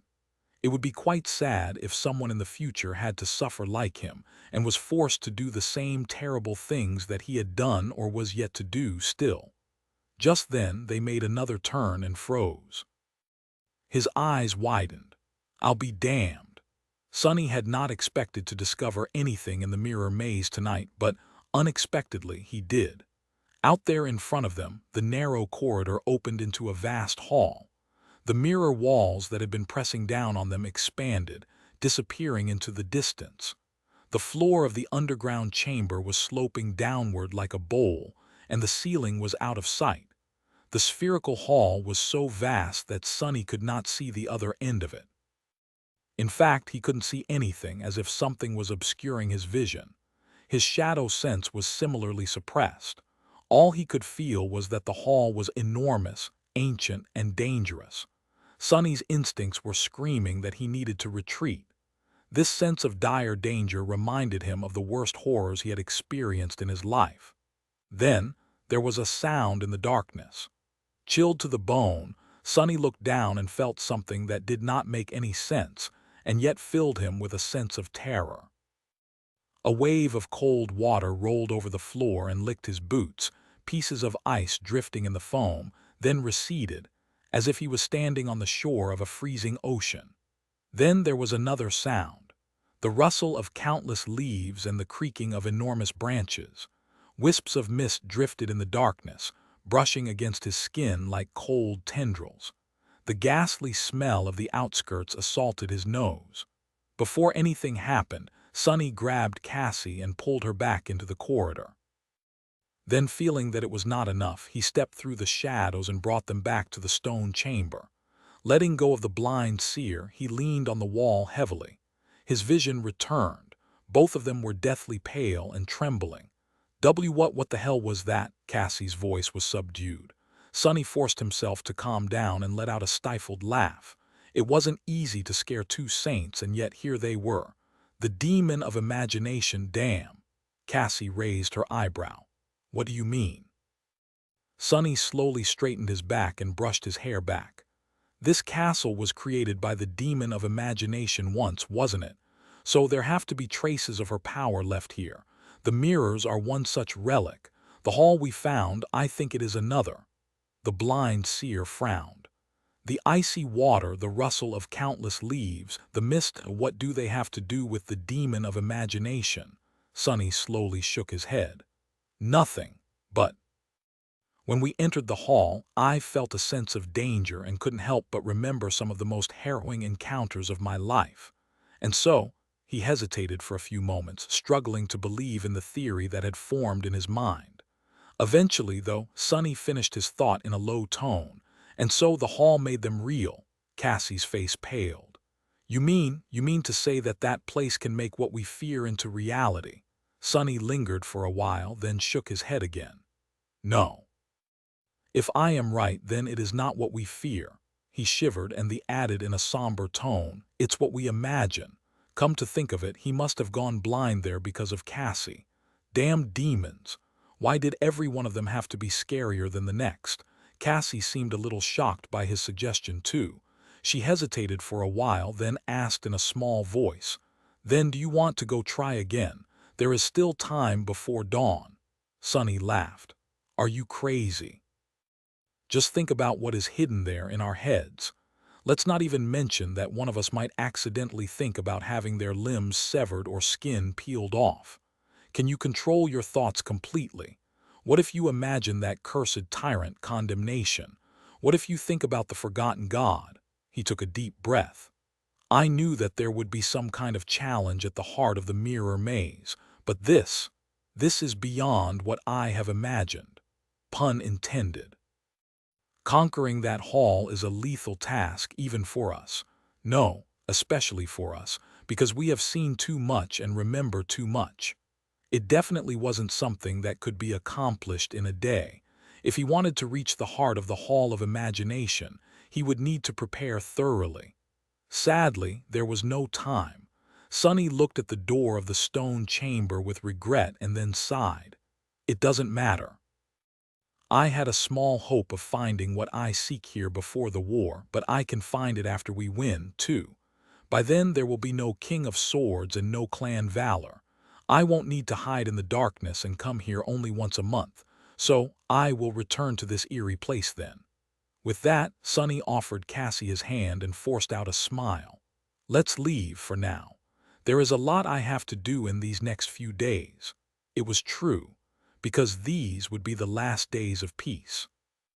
Chapter 1839, Last Days of Peace. Pale sunshine poured through the open window, and a gentle breeze made the curtains flutter. Sonny opened his eyes slowly, laying comfortably in his opulent bed. The subtle sounds of the city waking up washed over him, bright and lively on this peaceful morning. He yawned, then slowly got up. Today was like any other day in Bastion. There were some changes about the mood on the streets of the young city as of late, but mostly it was the same. The brilliant emporium was also the same except for one detail. There was a hand-drawn sign standing in front of the entrance. It had been there for the past few days, attracting plenty of attention. The sign said, "Closing soon, temporarily, farewell discounts for everyone. Best waffles in 2 worlds." As a result, Sonny had earned quite a lot of coins in the last day or two. The brilliant emporium seemed to have gathered a loyal audience, and the regulars were both sad to see it temporarily close doors and in a hurry to visit it one last time. But today was the last day. So Sonny wanted to make it perfect. Reaching the kitchen, he was surprised to see that Aiko was already there. The petite girl usually liked to sleep a lot. If it wasn't for the job, she would have lazed around in bed until noon. But today, she was there before Sonny. He looked at her in surprise. "I'm not seeing things, am I?" she grinned. "Of course not, boss. What are you talking about? I have always been dependable, punctual, and diligent." Sonny looked at her with doubt. "Dependable, punctual, and diligent. Do you even know what these words mean?" Aiko nodded energetically. "Of course, boss." He stared at her some more, then sighed. "Well, whatever, start preparing the ingredients." The petite girl made a fist and floated up a little. "Yes, boss, I love you, boss." He shuddered. Aiko had been like that after realizing how profitable a war could be to an establishment dealing with memories. Her eyes had not stopped sparkling since. Sonny could practically see all kinds of nefarious schemes forming in her twisted little head. At least someone is happy. He manifested an avatar and went about welcoming the first customers. A few familiar faces visited the brilliant emporium that day. Early in the morning, he guided Bate to her usual table and brewed her some coffee. The dark circles under the young woman's eyes were even more pronounced than usual, and she seemed to be partially asleep. Sonny was a little touched that she made time to visit the brilliant emporium on its closing day despite that. "Here's your coffee, Miss Bate. Thank you for coming to say goodbye." She stared at him tiredly, then blinked a couple of times. "Huh, goodbye?" Sonny hesitated for a moment. "Yes, we are closing today temporarily." Bate frowned. "Oh, really? I didn't know." "I haven't left the lab in a week." "No, wait, what day is it today?" "In 10 days. Sonny looked at her silently, not knowing what to say. His pleasant smile froze a little. She sighed. "Well, it's a shame. I really grew to like this place. Good luck to you, Master Sunless, in whatever it is that you are going to do next." His smile widened a little. "Good luck to you as well, Miss Bate. I really hope that you succeed, but please take care of yourself. Your life is precious, too." She sipped her coffee and smiled with a hint of bittersweet sadness in her eyes. "I know. After all, there was someone who paid a great price to save it, so I have to live well." Shortly after, Sonny served teacher Julius breakfast and tea. The old man seemed strangely down, looking in the window with a distracted look. Sonny hesitated for a few moments, then asked politely, "Is something bothering you?" Awakened Julius. The old man perked up a little. "Ah, Master Sunless. It's nothing much. I'm just feeling old these days. I was born before there was even such a thing as the nightmare spell, you know. A youngster like you might not understand." He looked in the window and sighed. "The world keeps changing and old fossils like me can't keep up. Maybe it's time for me to retire." Sonny sat down across from him and chuckled. "What are you talking about?" Awakened Julius. You of all people must not retire. Teacher Julius raised an eyebrow. Oh, why, right. You probably don't know, but my course has never been very popular. I am usually lucky to get 1 or 2 students to attend. They are always the best students at the academy, of course, but still. It's a bit. Sonny shook his head. It is because the world is changing that you must never retire. Think about it. Wilderness survival might not have been very in demand before, but it was only useful to a handful of awakened before as well.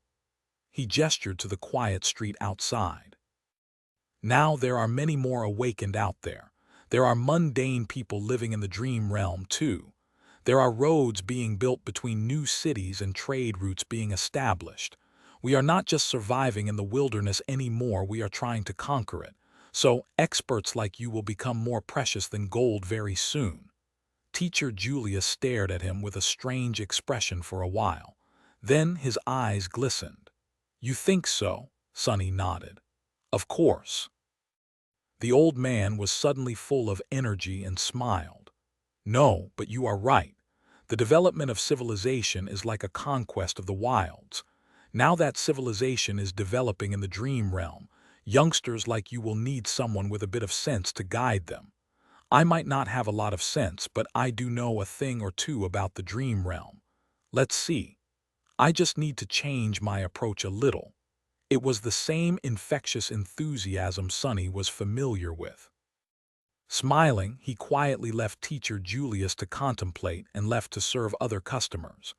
At some point, Kim and Luster entered the dining hall. They seemed a little disheartened to see the brilliant emporium closing its doors. Luster shook Sonny's hand and gripped his shoulder with a strangely emotional look on his face. I think I know why you have no choice but to do it, Master Sunless. Those damned rumors. The young man's eyes were almost glistening with tears. But for whatever it is worth, I want you to know that for me, and many others like me, you are a hero. A true hero, Princess Nephis. Damn, I admire you so much, Master Sunless. Please teach me your ways. Kim silently grabbed him by the collar, pulled him back, and gave Sonny an apologetic look. Please ignore my idiot husband, Master Sunless. Luster looked at her, hid a smile, and grumbled. No, I'm just saying. Can't I admire a virtuoso? It's purely academic interest. Sonny coughed, then guided them to a table. As they were sitting down, Luster looked around and asked in confusion, By the way, Kimmy, where's Quentin? She shrugged. He was walking bait home, so it will probably be just us two today. Feeling something stir a little in his heart, Sonny smiled with genuine mirth and walked away to help prepare their food. He put extra effort to make sure that these two enjoyed an unforgettable meal. Later, Sonny heard soft whimpers coming from outside. Opening the door, he saw a peculiar scene. Aiko, who had left some time ago to run an errand, was floating in the air with a panicked expression. Little Ling was hugging her leg tightly, hanging on it like a monkey. Huge tears were falling from the little boy's eyes. No, Auntie Aiko can't leave. Ling Ling won't let her go. Giving up in despair, Aiko stopped trying to float away and awkwardly patted him on the head. It's all right, puppy. I'm not leaving yet. But if you don't let go, I won't be able to walk. Ouch, my leg. Ling's dad finally managed to pull his son off her, hugged him tightly, and gave Sonny a helpless smile. Sorry about that. Nevertheless, little Ling's tears were dried up soon. The boy was fully preoccupied with a bowl of ice cream, but he still insisted on holding Aiko's hand and refusing to let her out of his sight even for a minute. His father sighed. Are you really leaving? Sonny glanced at him, then smiled. Yes, well, for a while. Hopefully, we'll be back one day. Little Ling's dad looked a little sad.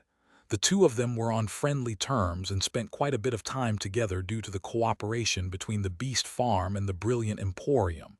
Sonny felt a bit touched to know that he would be missed. In the meantime, please take care of your family.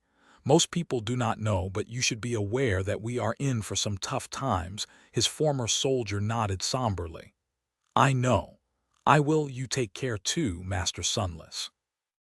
Sonny gripped his shoulder for a moment, then went over to the table and patted Ling Ling on the head.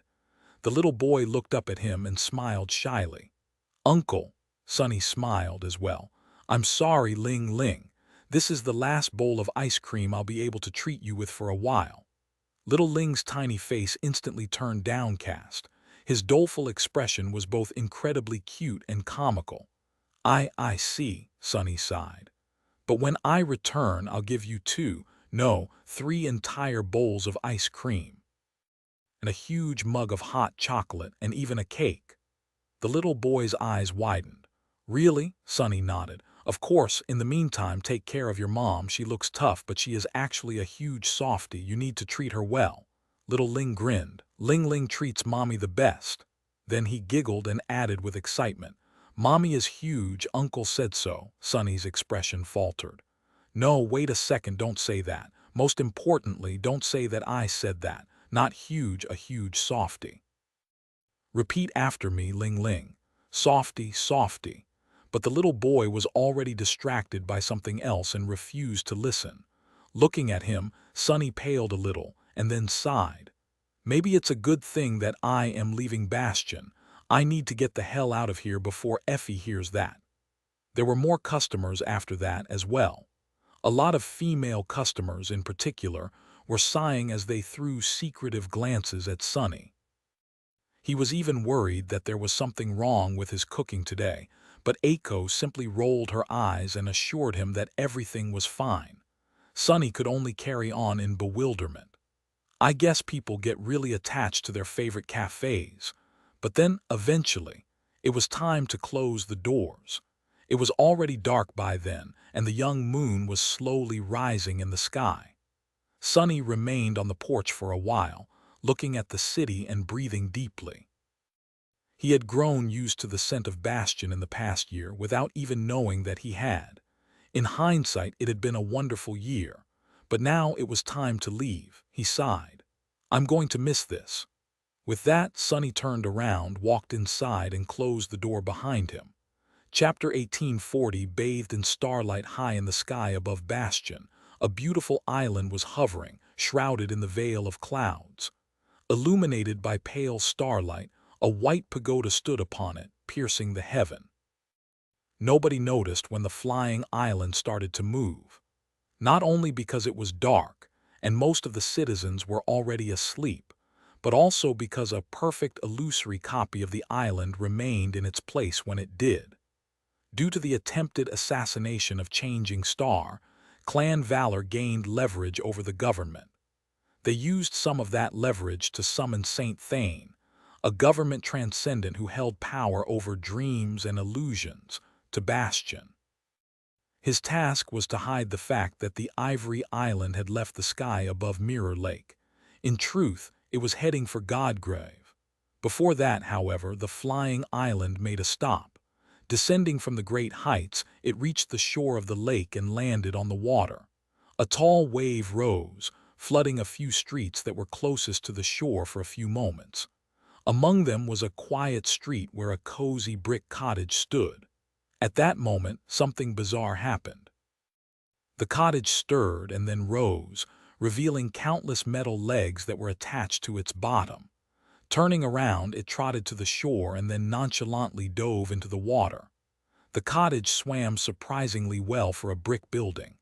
Covering the distance to the island swiftly, it climbed ashore, shook energetically, and then looked around in confusion. It was as if it was unsure where to plop down. Eventually, the bizarre creature simply lowered itself to the ground where it stood. As soon as it did, the island slowly rose from the water and moved north.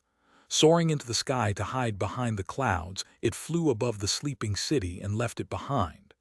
At that time, the door of the cottage opened, and a young man with alabaster skin and raven-black hair walked out of it. Sunny stepped on the soft soil of the Ivory Island, inhaled deeply, and smiled. What a beautiful sight! Nephi's was standing a few steps away, looking at him calmly. She responded to his smile with one of her own. "Ivory Island is indeed beautiful at night. Welcome." He looked at her silently for a while, then shook his head softly. "I wasn't talking about the island." Neff's eyes widened a little. Oh, she hesitated for a few moments, then looked away in embarrassment and gestured to the dark expanse of emerald grass. Would you like to take a walk? Sonny nodded with a smile. Sure. He offered her his arm, and when she took it, asked quietly, Once we reach Godgrave, where do you want to go? I'm afraid there are no beaches there, but I can still prepare a picnic. Nephi's chuckled. We won't reach it for a while, there's plenty of time to decide. They walked silently side by side, eventually reaching the edge of the island. Below, a sea of clouds was shining with reflected starlight. Above, a myriad of stars was burning in the distant sky. Neff's eyes were like two radiant stars as well, but much more beautiful. She studied the night sky for a while, then sighed. I find myself in doubt now that we are leaving for war. It happens sometimes, albeit rarely. And I can't really reveal that side of myself to anyone because my strength is their strength. But I am afraid sometimes too. Can we really win? Can we really defeat the sovereigns? Even if we do, what then? A fragile smile appeared on her lips. Of course, I always banish these doubts since I can't afford them. You just caught me before I could steel myself tonight. Sonny looked at her silently for a while. Eventually, he smiled. Of course we can win. Of course we will defeat the sovereigns and everything that comes after them. Nephi's faced him, her ivory face bathed in starlight. Why are you so sure? Sonny chuckled. When he spoke, his voice was calm and confident. Because that is our will. Who dares to stop us? She was standing so close that he could hear her heartbeat and his own. The stars were shining in the lightless sky, illuminating the world with soft radiance. In that radiance, her lips looked even softer. Only war awaited them ahead. Placing his hands on her shoulders, he gently pulled her in and leaned forward. His heart was beating like a caged beast. When their lips touched gently, it was as though the whole world was engulfed with heat. And Sonny wasn't satisfied with that gentle touch. He was hungry for more.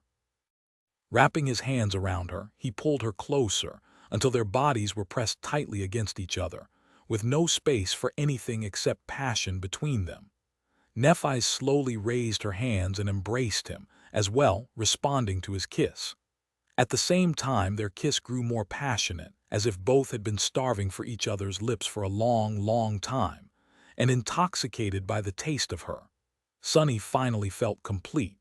Somewhere else, a ruined fortress bathed in the light of a shattered moon. In the remnants of its main keep, a tall dais stood. There was no throne and no altar on the dais. Instead, there was an iron anvil and a man who stood in front of it, swinging a heavy hammer. He was tall and broad-shouldered, with a lean but mighty physique. Powerful muscles rolled under his glistening skin, and his sweat was evaporating in the unbearable heat of a crucible. His bare torso was painted in shades of vermilion by its angry light. The man had dark hair and a thick but dignified beard. The expression on his noble face was harsh and austere, and his gray eyes were as cold as tempered steel. There was a sword taking shape under his hammer on the iron anvil. Eventually, the man put the hammer aside and quenched the incandescent blade in water. The reflection on its surface convulsed when it was pierced by the sharp tip, and was then obscured by rising steam. A few moments later, the blacksmith pulled the sword out of the water and looked at it closely. Then the intensity of his gaze was replaced with contempt and disappointment. Gritting his teeth, the man tossed the beautiful blade aside. It fell from the dais and flew down. What waited below was a mountain of swords, each so masterfully crafted that many warriors would eagerly kill for the right to wield one. The newborn blade landed on the top of the mountain and joined its countless siblings, laying there, abandoned and forgotten. Far away, a vast hall cut in blue ice was drowning in darkness. In the center of the hall, a tall throne stood, illuminated by the ghostly light of dancing flames. A corpse of a breathtakingly beautiful woman was sitting on the throne, dressed in a regal red gown. Its hem spilled down the steps of the throne like a river of blood. The woman's chest was pierced by a sword, which pinned her to the back of the throne. Two dead youths stood on both sides of the throne, waiting in silence. Then the silence was broken. Pieces of ice fell to the floor and shattered as the dead woman's hand slowly rose. Her pale, long fingers wrapped themselves around the blade of the sword. Soon, there was the sound of metal breaking. In the next moment, the ice hall and the entire mountain encompassing it shuddered. And someplace else, a gaunt man was sitting in the dust, wearing a tattered spacesuit. The visor of his helmet was cracked, and the oxygen in the tank attached to his back had long run out. Nevertheless, the gaunt man was somehow still alive. He had been motionless for a while, but now he finally moved. Raising his head, he looked at a beautiful blue disk floating in the great darkness above him. His cracked lips twisted into a smile. How curious! That was what he wanted to say, but of course, no sound escaped from his lips since there was no air to transmit it. The man tried to sigh, but failed for the same reason. He shook his head in dejection and moved his lips again. If someone was there to read them, they would have read, "It's starting." The war for the throne of humanity had begun. End of Volume 8, Lord of Shadows. Chapter 1841, Evil Minds That Plot Destruction. Sonny was standing on the edge of the ivory island, looking at the sky above. The marvelous mimic was behind him, still pretending to be a quaint brick cottage. The cottage stood between the grove and the lake, on the empty stretch of emerald grass to the side of the great pagoda. The area was quite peaceful, and the view from his window was usually no less spectacular than it had been in Bastion. Of course, that peacefulness was deceiving. The ivory island was high in the air. Far below it, the arm of the dead god lay heavily on the ashen ground. A long bridge was connecting the humerus and the radius, which had broken off eons ago. The bridge had been recently built, and currently a vast column of warriors was marching across it, ready to enter Godgrave. A sea of vermilion banners fluttered above like blood. The sight of the great army of the sword domain was quite daunting. There were hundreds of thousands of awakened, numerous masters, and dozens of exalted saints. Such a force had never been gathered in the history of humankind, or of the waking world at least. There were countless mundane humans, too, following the warriors in the vast train of the army. Funnily enough, this great force had not been assembled to fight against nightmare creatures or other horrors of the dream realm. It had been assembled to wage war against a similar human army that was currently somewhere far away, on the other side of the titanic skeleton, scaling its right arm. In any case, Sonny was not looking down on the sword army. Instead, he was looking at the sky. The sky had been blue and clear not too long ago, but now it was being slowly devoured by gray clouds. They were finally crossing the realm boundary soon. An annihilating white radiance would suffuse the incandescent heavens and spell fiery doom for anyone caught directly in its light. He sighed. It did not feel safe at all to be invading Godgrave atop a flying island.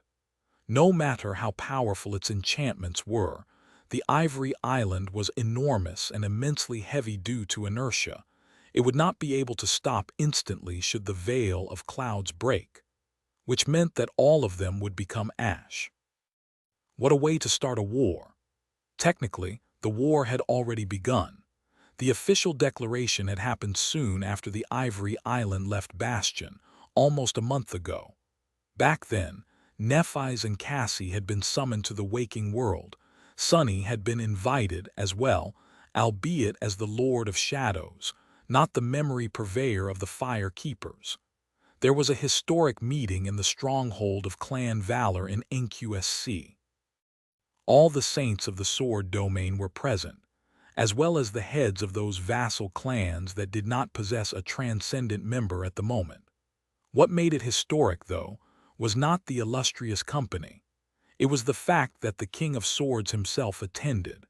Sonny was quite shocked when the doors opened, and a heavy presence suddenly settled in the opulent hall, forcing even the most powerful saints to grow stiff and quiet. Of course, his face was hidden behind Weaver's mask, so no one was the wiser. They were seated around a vast round table which, it seemed, had been carved from the trunk of a single enormous tree. The table held some significance, without a doubt. Perhaps it was that tree in particular that had been the source of the abominable forest slain by Anvil of Valor in the past. In any case, there was an empty seat next to Morgan. Sonny guessed that maybe it had been left empty in honor of Saint Maddock, her uncle, but he was proven wrong. As the vast presence enveloped the hall, there was the sound of heavy steps, and a tall man in dark armor entered, a vermilion cloak draped around his shoulders. The man was naturally imposing in a way that made others cower. He was tall, with broad shoulders and a mighty build. His eyes were gray and cold like tempered steel, their gaze oppressive enough to make one shudder. His hair was black, and a full beard obscured the lower part of his austere face. Despite that, it was impossible to miss how noble and distinguished it was. The man was supposed to be close to 50, but did not look a day older than 30. However, the most striking thing about him was not his height, his build, and his cold gray eyes. It was not even the oppressive force of his unfathomable, boundless presence. It was something invisible and intangible. An otherworldly quality that forced one to look at him, pay attention to him, and want to kneel in front of him. This was Anvil, the King of Swords. Sonny had only seen him once before from afar. He was still unsure what barriers there were that prevented the sovereigns from visiting the waking world often, and what was the cost of breaking them. All he knew was that today, the king had decided to descend into the mortal world. The rest of the meeting was like a blur. Anvil did not waste a lot of time, speaking in a calm and concise manner, as if the very concept of wasting words was offensive to him. It did not seem like he was trying to explain something to the gathered powerhouses or wish to persuade them. Instead, he was simply stating his will. His message was clear. The rulers of the Song domain had conspired to kill his daughter, and therefore to harm the Sword domain. Therefore, he would assemble an army to march on Ravenheart and tear down Kai Song's throne. And those present, as his vassals, would become that army. Sonny was so caught up in the solemn atmosphere and the irresistible authority hiding in Anvil's deep voice that he almost missed how ironic the whole thing was. After all, there was the Han Lee clan somewhere out there still. That was the clan from which Castor, who had been sent to the Forgotten Shore to kill Nephi's, hailed from. The orders to eliminate her in the dream realm had most likely come from the King of Swords. But now, the very same king was proclaiming war on the pretense of punishing someone else for trying to assassinate her. Sonny glanced at Nephi's, wondering if she would show any reaction. And indeed she did. While everyone remained silent, either in agreement with the king or too wary of his power to raise a futile objection, she was the only one who spoke. Nephi's advocated against the war. Her voice was even, and her expression was poised. She calmly listed all the reasons why a war would be disastrous for both domains and asked her adopted father to reconsider. Morgan seemed amused by the whole sequence of events, while the rest of those gathered in the hall kept their faces neutral. In the end, Neff's words were meaningless. Anvil dismissed her objection with one glance and a few cold sentences. Everyone here knew that there was no point in trying to defy the sovereign's will. Nephi's, of course, knew it best of all. The reason she had spoken out was not a sincere hope that the war could be avoided. Instead, it was important to do so for an entirely different reason. There had to be a record of her objecting to Anvil's decision.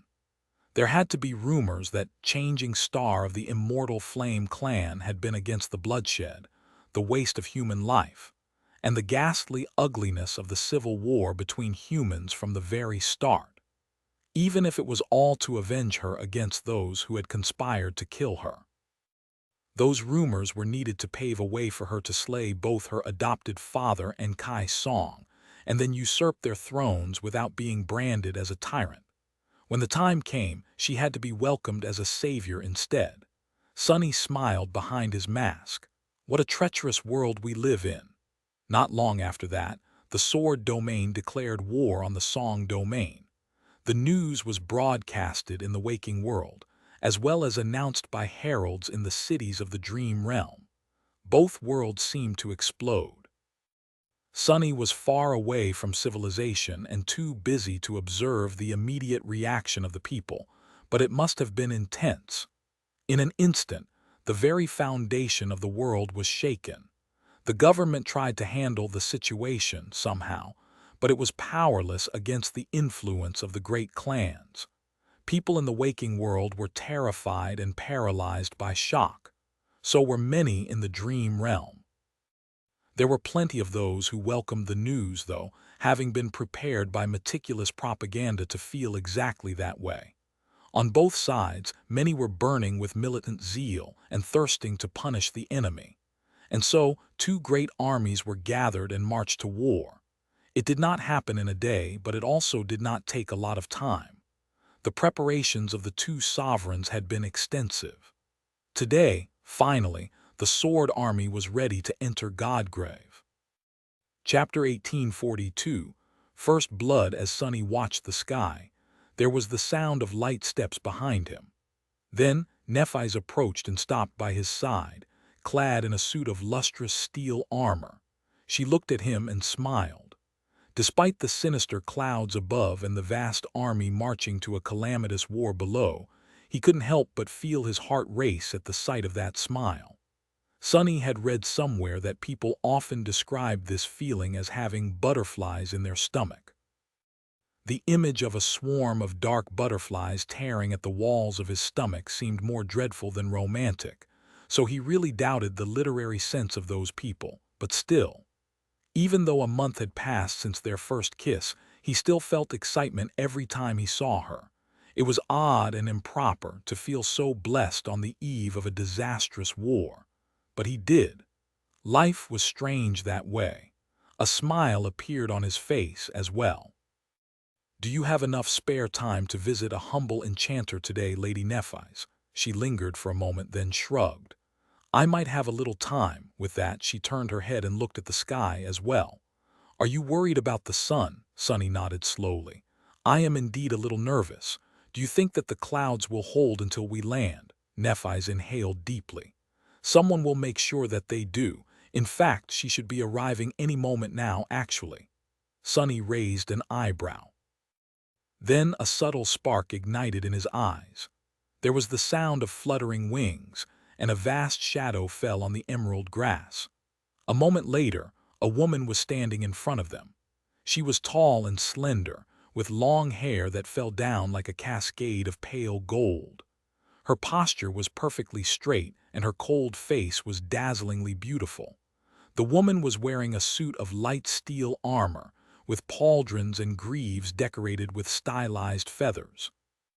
The gaze of her stern amber eyes was piercing and heavy, and a white cloak hung on her back, embroidered with silver thread. St. Tyrus had not changed at all. Sunny was glad to see her, of course. He hid his happiness behind a mask of respectful unfamiliarity. Sky Tide bowed slightly. "Lady Changing Star," Nephise nodded. "St. Tyrus." The two weren't very close to each other, but they had a good relationship due to what had happened during the Battle of the Black Skull. In fact, there was probably no saint among the vassals of Clan Valor with a deeper bond to Nephise than Sky Tide. Her clan was also different from how it used to be. Its status was still far from being favored by the king, but now that Roan had transcended, there were two saints among the members of the clan. There were few legacy families who could boast the same, so that alone made it impossible to ignore or oppress White Feather.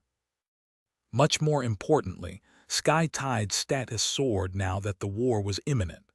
Her power over winds and clouds made her one of the most valuable people in Godgrave, which was a sword that cut both ways. She was indispensable for the rulers of the Sword Domain, and therefore they were forced to treat her nicely now. On the other hand, she was one of the primary targets for the forces of the Song Domain. So, Sunny was more than a little bit worried about her. Nephi's, meanwhile, nodded curtly in his direction. This is Master Sunless, an enchanter employed by the Fire Keepers. St. Tyrus looked at him expressionlessly, then frowned a little. Master Sunless, your name sounds familiar. I had my daughter commissioned a memory from you, he bowed politely. Indeed, I had the privilege of fulfilling a request made by Awakened Tell once. Sky Tide's expression did not change, but he could swear that her eyes turned a little warmer. I see. That memory is serving my husband well. Your competence is worthy of praise, Master Sunless. With that, she seemed to forget about his existence and looked at Nephi's. The realm boundary is close. How long will it take the Ivory Island to reach the target area? Nephi's answered neutrally. Around an hour at top speed. Will you be able to hold out for that long if need be? Sky Tide glanced at the gray sky, lingered for a moment, then nodded. I will.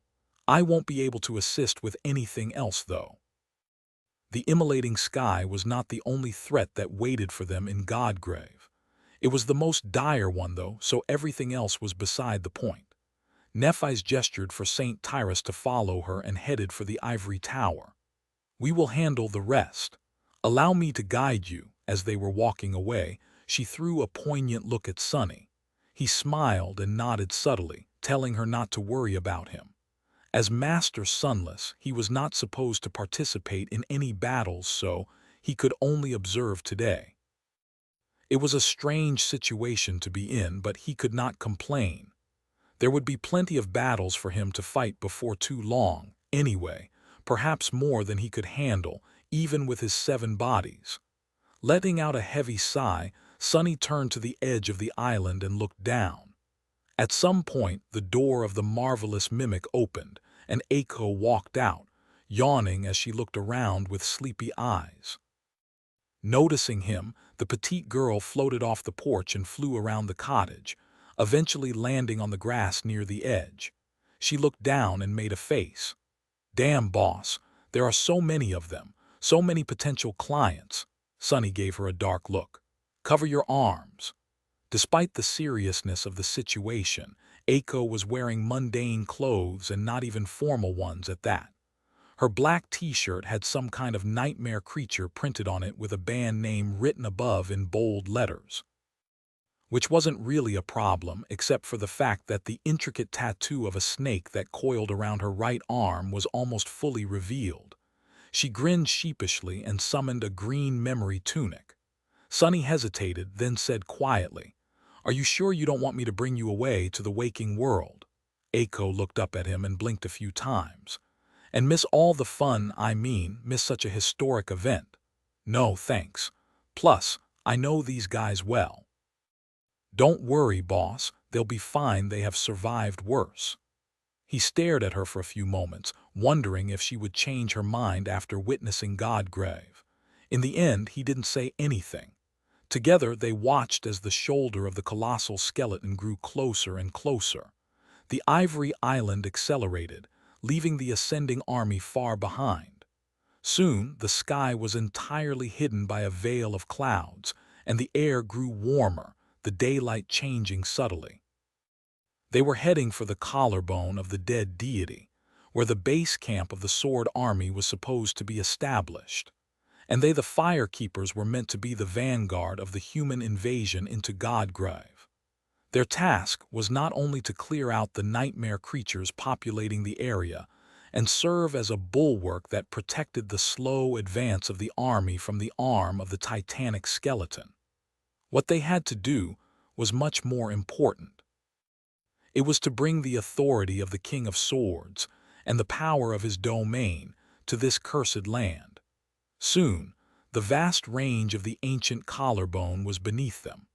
The ground was white, but there was barely any of it visible under the thick carpet of scarlet growth.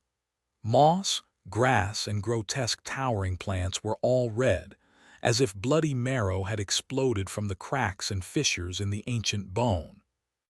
Of course, the vermilion jungle was teeming with all kinds of abominable creatures, all moving and devouring each other in a mad rush to live and grow in the unknown. but inevitably fleeting amount of time before the veil of cloud broke, and the merciless sun burned them all to ash. At such a late stage of infestation, the surface of the dead god's collarbone was not much safer than the dark expanse of the hollows, where the true horrors dwelled. The strange nightmare creatures populating Godgrave would have had enough time to grow immensely strong, reaching the corrupted or great rank en masse. The strongest would have already retreated underground, to try and claim a place for themselves away from the annihilating heavens, but many still remained. And now, all their undivided attention was turned to the beautiful island drifting below the clouds. Usually, these abominations would have felt nothing but fear when looking at the terrible sky. But today, perhaps for the first time in countless years, they felt something else. A hunger so deep that it drove them into a state of frenzy. Immediately, the scarlet jungle seemed to boil. Numerous abominations rushed in the direction of the descending island like a morbid tide. Most of them simply ran, slithered, or crawled, but there were those capable of soaring into the air as well. A vast swarm of nightmare creatures rose from the ground to meet the ivory island. It seemed inevitable that the flying citadel would be swallowed by the cloud of them. But then, an imperceptible change spread through the world. Sonny's eyes narrowed when he recognized the familiar feeling. Another component of the ivory tower was unleashed, and suddenly, it was as if a wave of invisible force crashed into the rising abominations, throwing them down or outright obliterating their hideous bodies. Blood spilled from the sky like crimson rain. The tyrannical crushing had come to Godgrave, reaping countless lives in the first culling of the Great Domain War. Chapter 1843. Crash landing on you, the crushing descended upon Godgrave, flattening a vast swathe of the vermilion jungle and pressing the nightmare creatures into the white surface of the ancient bone. Its reach was a magnitude smaller than it had been in the ruins of the Kingdom of Hope, but its force was just as tyrannical. The winged abominations that had been rising toward the flying island were either obliterated or thrown to the ground. A deluge of blood rained down, and only the strongest and most resilient of the flying horrors managed to stay in the air. They persisted stubbornly, their eyes full of demented frenzy. There were terrifying aerial behemoths among them, and nimble creatures that zipped around on swift, translucent wings. A moment later, the first arrow streaked down, hitting one of the larger abominations in the eye and obliterating half of its hideous head. Sonny looked at the macabre spectacle, feeling his blood boil with a familiar thrill. He had never thought that he would grow accustomed to the ghastly crucible of battle one day, but here he was, acting as if he was addicted to it. He longed to join the bloodshed but could not allow himself to. It was the strangest thing. He could see the fire keepers, who were spread out along the edge of the island, drawing their bows. Some of them were better archers than others, but each and every one was proficient enough with the bow and arrow to be a lethal presence on the battlefield. Their memories were all top-notch, as well not only because they had gathered a vast arsenal of them during the long years of defending humanity from the horrors of the nightmare spell, but also because Sonny had personally tinkered with their equipment in the last month. On top of that, all these memories were being enhanced by the crown of dawn that Nephi's wore. A barrage of enchanted arrows unleashed by 7 ascended cohorts was a dire sight to behold. The winged nightmare creatures that had endured the crushing were simply erased from existence, chunks of flesh raining on the scarlet jungle below. Only one remained, an enormous beast with wings wide enough to drown the world in their shade. Its frenzied eyes were burning with chilling malice, and its pale brown hide was dotted with dozens of arrows, none of which managed to pierce it deep enough to deal substantial damage. The winds groaned as they were torn apart by its mighty wings. Before the monstrous creature could rise any higher, though, A single fiery arrow streaked down from the top of the ivory tower, piercing its head clean through. Wisps of white flame escaped from inside its cracked skull. The massive abomination lost momentum, rolled in the air, and started to fall down. The ivory island was plummeting from the overcast sky, descending lower and lower. The closer to the ground it got, the more the jungle was affected by the crushing. Many of the nightmare creatures that had been pressed down into the red moss were now flattened into piles of bloody flesh, sharp shards of bone protruding through the broken skin. Most were powerful enough to survive, though. Finally, the speed of the flying island's descent started to reduce. It was still great, nevertheless, almost uncontrollable, as if the people on the island were in a rush to reach the ground. And they were, because the sky above them was suffused with blinding glow, and only a thin veil of cloud stood between them and inescapable annihilation. "Brace!" When the shout spread among the fire keepers, Sonny gracefully lowered himself to one knee and put one hand on the grass. Aiko simply floated into the air, hovering above the ground. In the next moment, the ivory island crashed heavily into the white surface of the ancient bone. The dead god's collarbone quaked, and a violent shockwave obliterated a vast stretch of the vermilion jungle in the vicinity of the impact zone. The 7 chains hanging from the ivory island rattled as they struck the ground. The lake resting on its surface rippled, spilling over its shores, and the chain breaker swayed on the tall waves. The ivory island came to rest, laying tilted on the white expanse of ancient bone. The crushing dissipated. Down below, countless nightmare creatures moved, rising from the ground. Their bloodshot eyes focused on the figures of the fire keepers looking at them from above.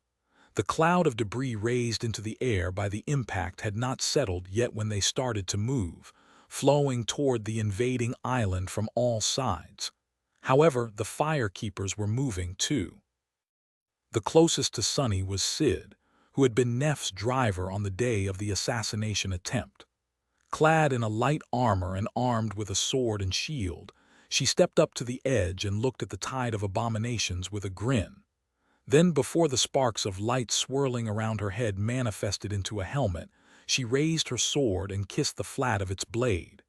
"Here we go." Letting out a battle cry, she jumped down, the plume of her helmet fluttering in the wind.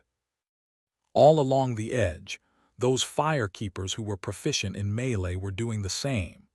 Those who excelled in ranged combat, as well as those who usually played a supportive role, stayed above, continuing to send arrows and sorcerous attacks into the tide of nightmare creatures. Soon, the fastest of the abominations reached the vicinity of the island and clashed with the advancing fire keepers. Sharp steel hissed as it cut into flesh. More blood spilled on the sun-bleached surface of the ancient bone. Sonny observed the battle with burning eyes. The familiar cacophony assaulted his ears, and he felt his hands itching. Nevertheless, he remained where he was, playing the role of a non-combatant. Before the fire keepers could drown in the tide of nightmare creatures, a radiant figure shot from the balcony at the top of the ivory tower, falling down like an incandescent meteor. Nephis landed in the thick of the abominable horde, and in the next moment, a blinding explosion boomed above the bone plain. A wave of incinerating flame spread outward from the point of impact, turning countless nightmare creatures to ash. The fire keepers cheered, welcoming their personal deity to the battlefield. Looking from above, Sonny let out a long sigh. "Ah, to hell with it."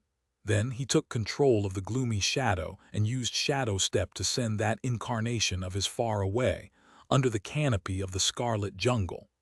Assuming a corporeal form there, he manifested the onyx mantle and summoned Weaver's mask. Then, before any of the rushing nightmare creatures could lunge at him, he stepped through the shadows once again, appearing in the midst of the battlefield. An enormous, towering abomination was right in front of him, raising its terrifying fists to deliver a crushing blow to the ground below. Reaching into the shadows, Sunny pulled an inky black odachi out of them, and then lunged forward. A dark line was suddenly drawn on the massive body of the nightmare creature. It froze for a moment, its fist still raised above its head, and then slowly fell apart, bisected down the middle with a single terrifying slash. Behind the abomination, a slender young woman with silver hair was revealed, holding a mirror-like sword. There was an expression of surprise on her beautiful face. Grinning behind the mask, Sunny gave her a small bow and said, his cold voice hiding a hint of dark glee, "Welcome to Godgrave, Lady Nephi's." With that, he looked around. "I hope you don't mind the mess." Chapter 1844. On the other side, I think we are all going to die. What do you think, Ronnie? Ray's voice was tinged with melancholy, but Rain had learned to ignore his complaints in the last few weeks. Sitting on the ground well on what served as ground in this god-forsaken place and leaning her back against a wagon's wheel, she gave him a relaxed shrug. The young man stared at her with indignation. After a while, he sighed. Have enough decency to look concerned, at least. They were currently in the middle of the army camp, resting after a long and arduous march. It was hard to tell what time of day it was, since there were no nights in Godgrave. A veil of clouds obscured the sky, shining with diffused radiance. It would have been quite pretty if it was not so terrifying. Everyone had been informed over and over again about the lethal nature of the sky in this land. They knew that the only way to survive in case the clouds parted was to remain absolutely still. The army had ascended the dead god's arm far enough by now to fully cross the realm boundary. So those warnings were of vital importance. They had yet to see the clouds break, though. Rain, Tamar, Ray, and Fleur were among the awakened warriors of the 7th Legion, which was led by the 7th and last daughter of the Queen to reach transcendence, Saint Satian. Granted, Rain barely remembered how she ended up in such august company. So many things had happened in the last month that it was all like a blur. The news about the King of Swords declaring war on the Song domain had reached them not long after reuniting with the members of the survey team in the main construction camp. It was a great shock to many, but not to Rain herself. The initial shock was soon replaced by fear and outrage. It was then that Queen Song left her palace in Ravenheart, appearing in public for the first time in many years. Rain did not witness it herself, but she was told that the Queen's speech was incredibly rousing. It ignited the hearts of the people of Song, so when the call to arms was issued, countless awakened warriors chose to answer.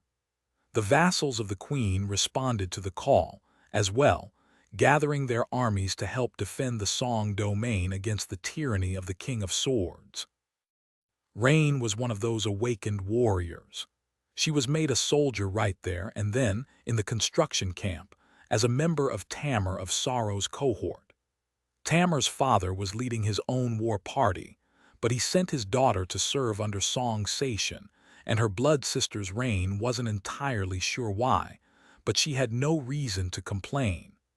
There were hundreds of thousands of awakened in the Song army, but only 7 royal legions. And although Saint Satian was the last among the 7 transcendent princesses to conquer the 3rd nightmare, her personal power was in no way inferior to that of her sisters. So, the 7th Legion was among the most elite forces in Godgrave, comparable to the Knights of Valor led by Morgan, the Princess of War. Rain was honestly unsure how she had ended up here. I guess that's the benefit of getting in through acquaintances. The weeks between the declaration of war and today were incredibly hectic. So many things had happened, and yet one of them stood out as more bizarre than any other. It happened immediately after Rain joined the Song army. She was woken up in the middle of the night by her teacher, who gestured for her to follow him quietly. Together, they left the busy camp and walked far into the wilderness, eventually reaching a secluded gorge. There, Rain had to stop and rub her eyes, bewildered by what she saw. Out there, in the middle of the dream realm, a quaint brick cottage stood, illuminated by the pale light of the three moons. The sight was so strange that Rain assumed that she was seeing things. However, she was not. There was really a neat cottage standing in the desolate wasteland of the Moon River Plain, a walking distance from the main camp of the road construction crew. It was not a mirage, and neither was it an ancient ruin. In fact, the brick building was neat and tidy, as if someone frequently swept its porch and washed its windows. Rain looked at her teacher with wide eyes. "What is that?" he answered matter-of-factly. "That is an ascended devil pretending to be a cottage. Come inside." She did not know what else to do but to follow him into the cottage. The door opened by itself and then closed behind him. The interior looked like a dining hall of a small cafe. There was no one inside and no source of light except for the moonlight pouring through the windows. It was more than a little bit creepy. A moment later, the moonlight was extinguished as well, leaving Rain in absolute darkness. Teacher." There was a scratching sound and a small light appeared in the darkness.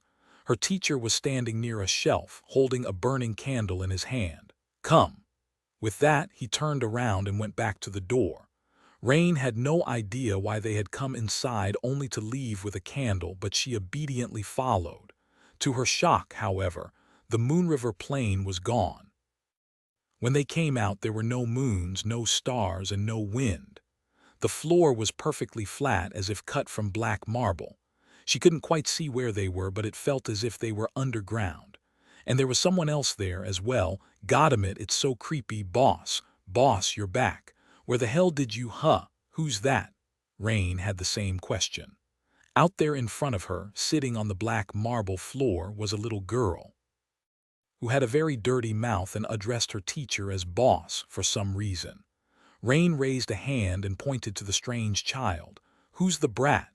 The little girl floated up, lowered her feet to the floor, and stared at her with wide eyes. "Brat? What do you mean, brat? I'm 28 years old." Rain blinked a couple of times. She had assumed that the petite girl was a child, but now that she looked closer, how embarrassing. Rain looked down. "Oh, sorry, Auntie." The petite girl opened her mouth in shock. Auntie? No, wait, what do you mean by auntie?" Listening to the two of them, her teacher let out a heavy sigh and shook his head. "To answer your questions, this is awakened Rain. This is awakened Aiko. Rain is my disciple. Aiko is my assistant." They turned to him almost simultaneously. "You have an assistant. You have a disciple." Then they looked at each other, both wearing a similar shocked expression. Her teacher smiled. "No need to sound so stunned, really. Sure, I do. Why wouldn't I? Now, the reason I brought you two here is to extend an offer to you both. Consider it a great honor." His smile turned a little sinister, making both of them feel a bad premonition and shiver. His smile turned a little wider. "How would you ladies like to join the Shadow Clan?" And that was how Rain ended up with an intricate snake tattoo coiling around her arm. Leaning on the wheel of a supply wagon, she closed her eyes and listened to Ray's complaints silently. The snake tattoo, which was apparently called the Mark of Shadows, was more than a simple tattoo, of course. It was akin to an attribute, granting her several useful abilities. Among them was the ability to see in absolute darkness, walk stealthily in the shadows, and sense their movements. It also helped her control her soul essence. Apart from that, the snake could also slither off her arm, manifesting into a weapon. Most importantly of all, at least according to her teacher, it allowed him, as well as the creature that had created the soul snake, access to her soul sea, which meant that they could defend it should something invade Rain's soul. She had not even known that there were things out there that could invade human souls, but knowing that her teacher would be there to deal with the invader made her feel better. All in all, the soul snake was an excellent gift to receive. Of course, it was not the only thing she had received from her teacher. Chapter 1845. 7th Royal Legion, the Mark of Shadows, played an important role. It protected Rain and gave her a few useful abilities, but its main purpose was to confuse people. After all, she did not want anyone to learn that she did not have an aspect, and the snake tattoo bestowed upon her strange powers that could be seen as one. Her teacher had mentioned that he was working on something else to make her disguise more convincing, as well. Rain did not know what he meant yet, but was going to learn one way or another in due time.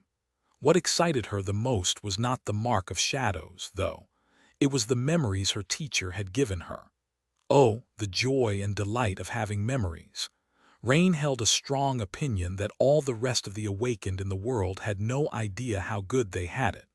Her threadbare bodysuit and old clothes were gone, replaced by an enchanted armor.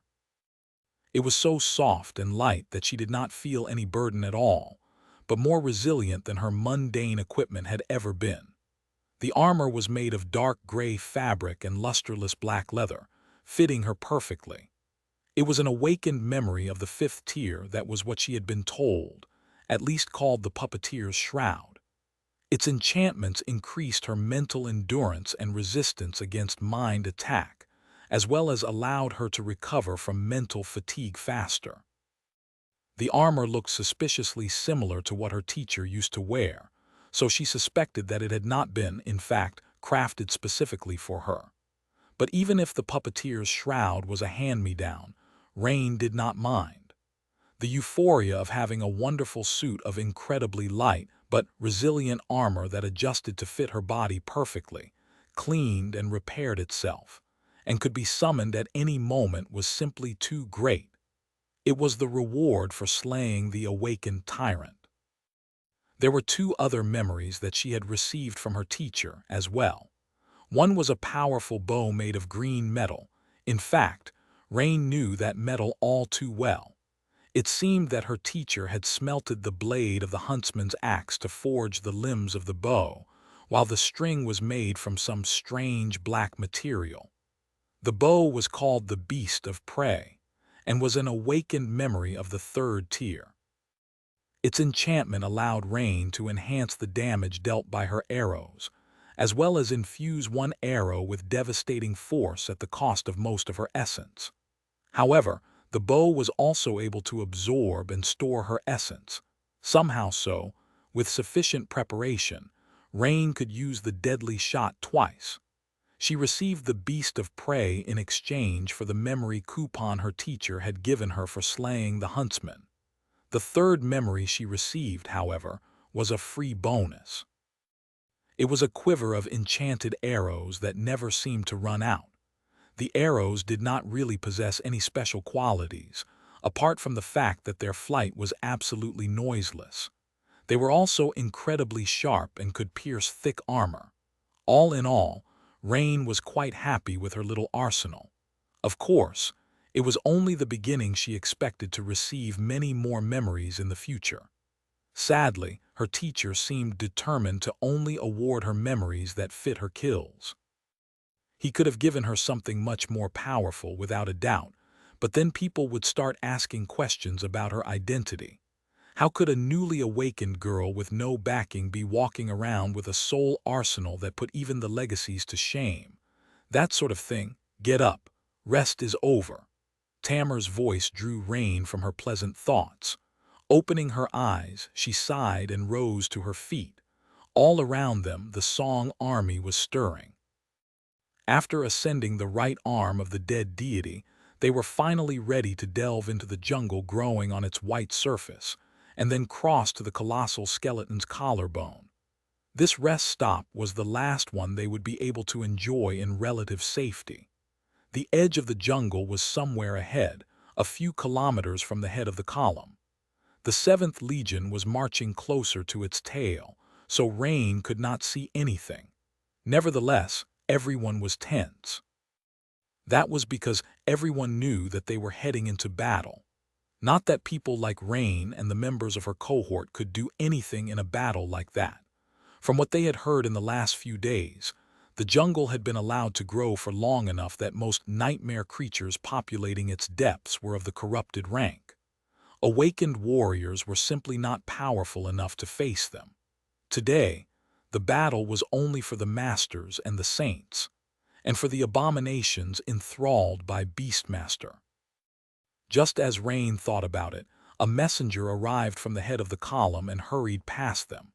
She turned around and watched him disappear into the command tent of the Legion. Soon, several blood sisters emerged from it, and then their leader. Rain couldn't help but hold her breath when she saw the queen's daughter. Saint Satian was a striking woman, without a doubt. With her strange but beautiful gray skin and tantalizing grace, she was like an embodiment of nobility and regal poise. She seemed both inhuman and riveting, but most of all mysterious. Her beauty was truly breathtaking. It was to the point that the blood sisters, each an exquisitely beautiful woman herself, seemed plain and unassuming next to her. Rain still found it weird that most of the most powerful warriors of the Song domain were women, but she couldn't complain. Especially here in the 7th Legion, she sometimes felt that she was in a flower garden instead of an army. Granted, those flowers were roses with bloodied thorns, and most of the rank and file soldiers were still men. Saint Satian led the ascended warriors of her legion toward the head of the column. The awakened warriors silently bowed as she passed, wishing her luck. Rain couldn't help but do the same. The Song army was bound to suffer casualties during the push to establish a fortified base on the collarbone of the dead deity. Looking at the powerful members of the Legion, she couldn't help but wish that all of them returned alive. At the same time, Rain couldn't help but wonder, today, they were going to fight against nightmare creatures. What would she feel when the time finally comes for them to fight against people? Chapter 1846, Ground Perspective. The army assembled in a complicated battle formation. With so many soldiers, it was vast and unwieldy and mostly useless, but not entirely so. The Masters and the Saints were going to assault the Vermilion Jungle, but the Awakened were prepared to fight as well. Obviously, they had very little chance of killing corrupted abominations, not to mention the great horrors who dwelled in Godgrave. However, they did not necessarily need to.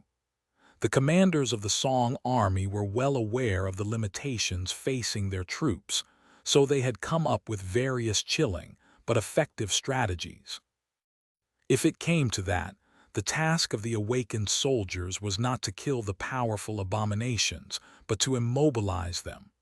Although hard, that could be achieved with numbers alone. Even if an abomination had to be buried in human bodies, that was one way to deal with it. Of course, Rain felt a bit horrified by the prospect, just like all the other awakened warriors did. Still, it was not like the nightmare creatures would spare them otherwise, so they were prepared to carry out their orders and do their best, no matter the cost. Hopefully, that was not going to happen today. If the Saints and their ascended retinue succeeded in holding back the tide of nightmare creatures, it would not. The 7th Legion was positioned in the second line of the formation, so she could not even see the battle. All she could see were the tops of the strange and hideous plants swaying in the distance and the backs of her fellow soldiers. She could also hear the sounds that the wind carried from somewhere far ahead. Next to her, Fleur trembled nervously and looked at Tamar. "It is starting, isn't it?" The legacy girl nodded somberly. "It is." A few moments later, the sound of a horn rolled above the army, and the ground under their feet trembled slightly.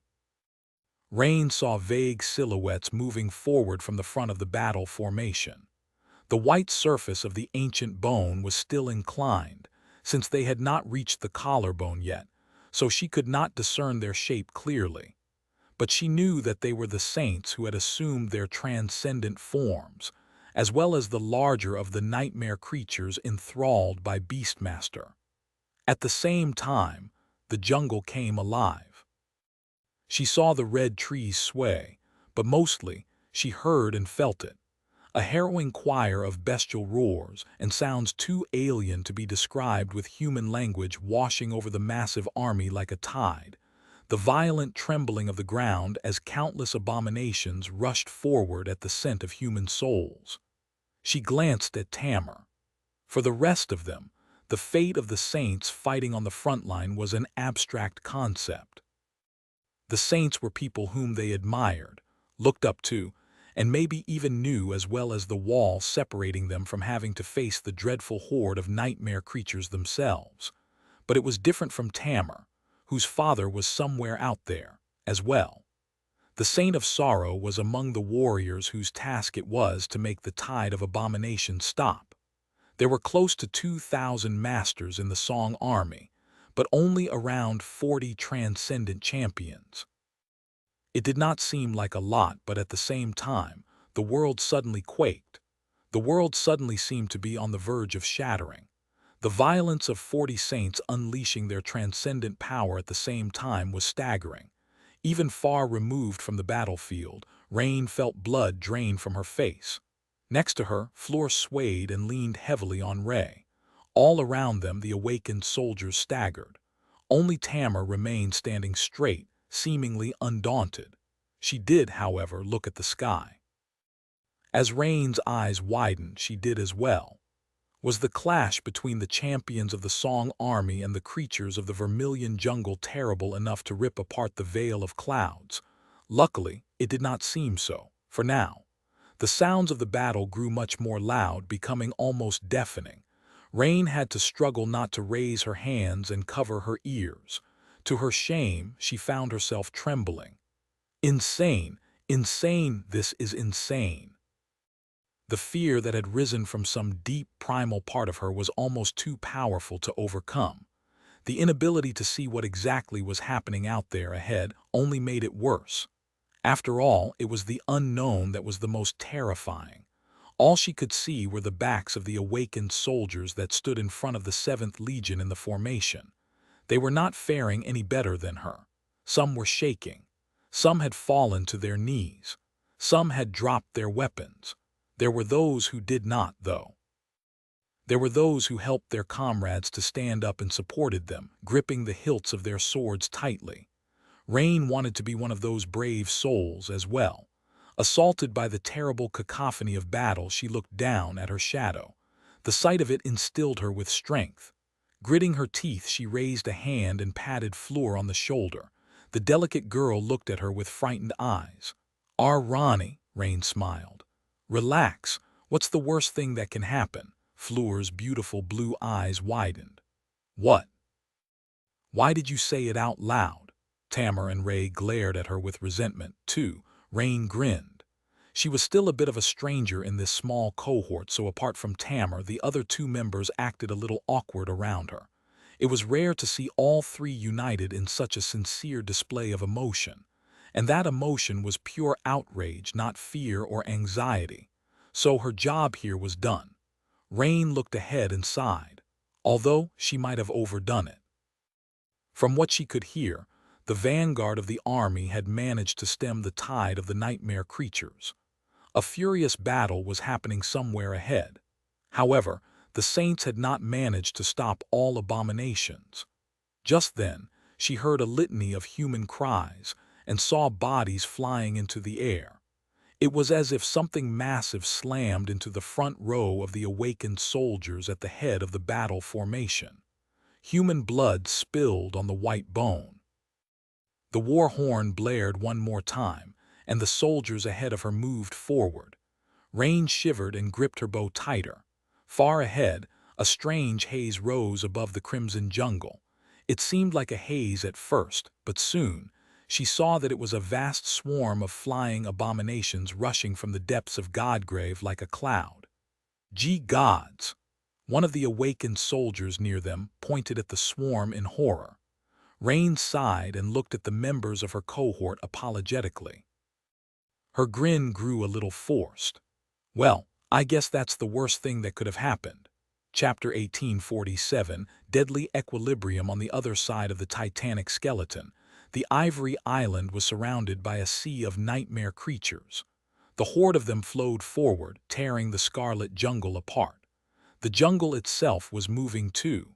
Vermilion vines were crawling and rust-red flowers were blooming, releasing clouds of flesh-eating pollen.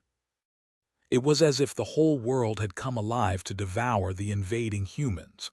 The humans, meanwhile, met the tide of abominations with sharp steel and the destructive power of their aspects. The fire keepers were skilled and formidable. Their discipline and morale were beyond reproach. Their cohesion and experience were unequaled. Countless nightmare creatures fell to their blades, torrents of blood being absorbed by the ancient bone. And yet, they were being pushed back. A force of 50 battle-hardened masters was truly fearsome, but most of the abominations they faced were of a higher rank than them. These creatures were also the cursed spawn of Godgrave, where nightmares had to fight and devour each other without reprieve for the infinitely small chance to survive. The surface dwellers were not the true horrors who hunted in the dim twilight of the Great Hollows, but they were also exorbitantly fierce and ferocious, even when compared to the usual demented frenzy plaguing all nightmare creatures. The horde was vast as well. Granted, the fire keepers had been forged and shaped by the Forgotten Shore, and so, facing abominations that were more powerful than them was more or less their speciality. But still, there was one reason why they were able to hold out. Two reasons, actually. One was Changing Star of the Immortal Flame clan. The other was the Lord of Shadows. It had been a long time since Sunny was truly able to unleash himself. Right now, he was like a dark hurricane that moved across the battlefield, surrounded by a vast mantle of flowing shadows. He neglected to manifest any of his shells, using only his two hands and the black Odachi to cut the abominations down. Everywhere he went, severed bodies fell to the ground. Sunny was using shadow manifestation to control the surrounding area and shadow step to move around it, dancing between the nightmare creatures as his blade reaped their lives. While wielding serpent as a weapon, his essence was replenished with every life he took. The faster he killed the abominations, the more essence he received and could therefore burn. And the more essence he burned, the more enemies he could slay. Reaching a dangerous equilibrium in that manner, Sunny rampaged on the battlefield like the epicenter of a vast whirlpool of blood, darkness, and death. Of course, it was not easy. The corrupted nightmare creatures were falling easily to his blade, but he could be just as easily overwhelmed by them. All it took was a single mistake, but Sunny did not make any mistakes. Despite the startling speed at which he moved around the battlefield, despite the daunting complexity of navigating it with no regard to the familiar constraints of linear space, despite the burdensome task of maintaining both the lethal dance of slaying steel and the flowing storm of manifested shadows, Sunny's mind remained cold and clear, aware of every little detail of his surroundings, and full of merciless killing intent. He did not allow the dire mayhem of the battle and the intoxicating stench of death to pull him into a state of battle frenzy. No matter how brutal and unbridled his slaughter seemed, it was instead a result of precise and callous calculation. There were no emotions in his heart, no distraction in his mind. There was only clarity and will, the will to see his enemies dead. Nephis was fighting on the other side of the Ivory Island. Sunny could not see her, but he could sense her presence through the movement of shadows. In the world of shadows, her presence was as vast as that of the sun.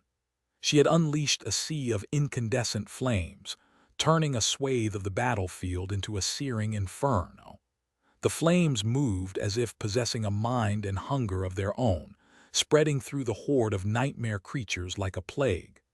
Where the power of the scorching flames was not enough, her sword fell like a herald of inescapable finality. At the same time, she was supporting the fire keepers. When one of them received a wound, it was healed by the soft radiance of her soul flame. When one of them was on the verge of being swallowed by the tide of abominations, she was there to lend them the power of her incandescent blade. Cassie was participating in the battle as well. Her unseen presence was subtle but played a pivotal role. She was not present on the battlefield, and no nightmare creature fell to her sword. However, she served as the connection between Sunny, Nephis, and the fire keepers.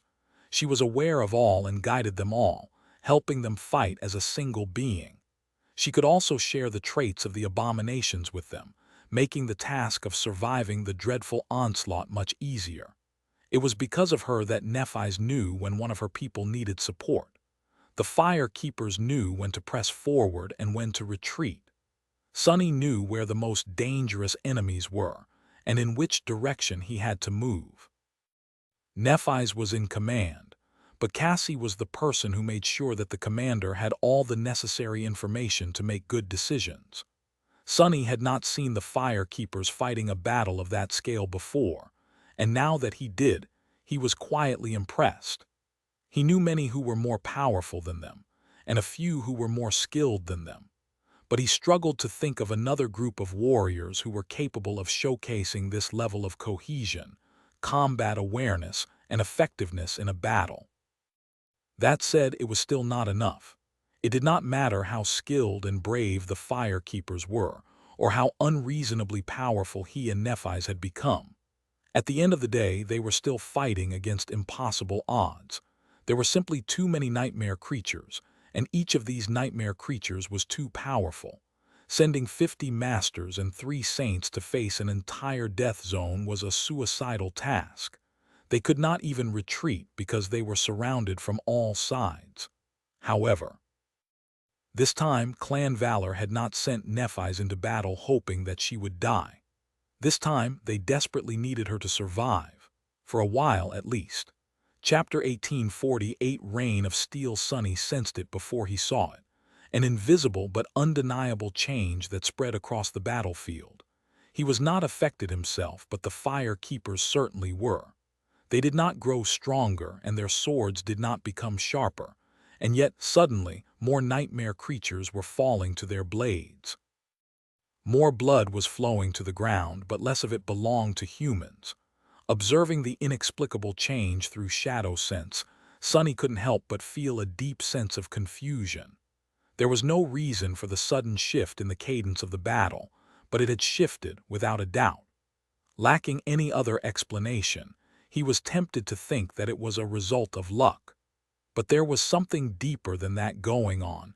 He continued the wanton slaughter, defending one side of the ivory island. At the same time, he was standing on the grass of the island, near the marvelous mimic, observing the battle idly side by side with Echo. It was that incarnation of his that tried to understand what was happening. Almost an entire minute passed before his eyes suddenly narrowed. Sunny exhaled slowly. I see. The fire keepers were not lucky. They had not grown stronger and their weapons had not become sharper. It was just that they were fighting better. Their already impressive coordination had improved, reaching an almost inhuman level of perfection, and their battle sense seemed to have become even keener. It was as if they were possessed by a spirit of war and had received its blessing. He had seen something similar once before, albeit in a less pronounced way. It was during the Battle of the Black Skull. Back then, Morgan had armed her soldiers with enchanted swords forged by her father wielding those swords. The warriors of valor showed a strange level of cohesion, making it seem as if her entire army was one vast, lethal being. Back then, Sunny had guessed that the swords served as conduits for Anvil's authority, as vessels of his will, and therefore of his domain. And now, his domain had spread to Godgrave. After all, that was the entire reason why the Ivory Island was so important to Valor's plan of subjugating this cursed land and winning the war. The entire war was, at its heart, a race to conquer local citadels and allow the sovereigns to express their power here. At the end of it all, the Supreme who controlled more citadels in Godgrave and could therefore manifest their domain in a more profound way, would have a great advantage in the battle against the enemy. The Queen of Worms was still powerless in this dreadful land, since there was nothing to summon her authority here. But Clan Valor had Nephis, and her flying citadel as well. That was why they had tolerated Sunny's defiant unwillingness to surrender the nameless temple to them, and that was why they were already winning. Because, unlike Kai's song, Anvil could already express his power in Godgrave, and he was expressing it now. It had already spread in the vast area around the Ivory Island, and rooted itself in the ancient bone, under the cloudy sky, empowering his subjects. That was why the Fire Keepers were suddenly more effective in the fight against the nightmare creatures. And that was why the Sword Army would have far less trouble entering the Scarlet Jungle. The spot where the Ivory Island landed had been chosen carefully to make sure that the king's authority covered the army's approach. But that was not all. Sonny shivered, suddenly overwhelmed by a cold presence. Turning around, he looked up at the balcony of the ivory tower. In no way, there, a tall figure in dark armor stood, a vermilion cloak fluttering in the wind. A crown made out of dull steel rested on his head. The King of Swords had arrived to Godgrave. Then the world was consumed by a scarlet storm. Countless sparks enveloped the ivory island and the sky above it, swirling like a hurricane of scarlet light. There were so many of them that it seemed as if the whole world was suddenly desaturated of all colors except for red. Then, the sparks formed into a sea of rustling swords. An endless river of them blotted out the sky, moving in strange, hypnotic patterns.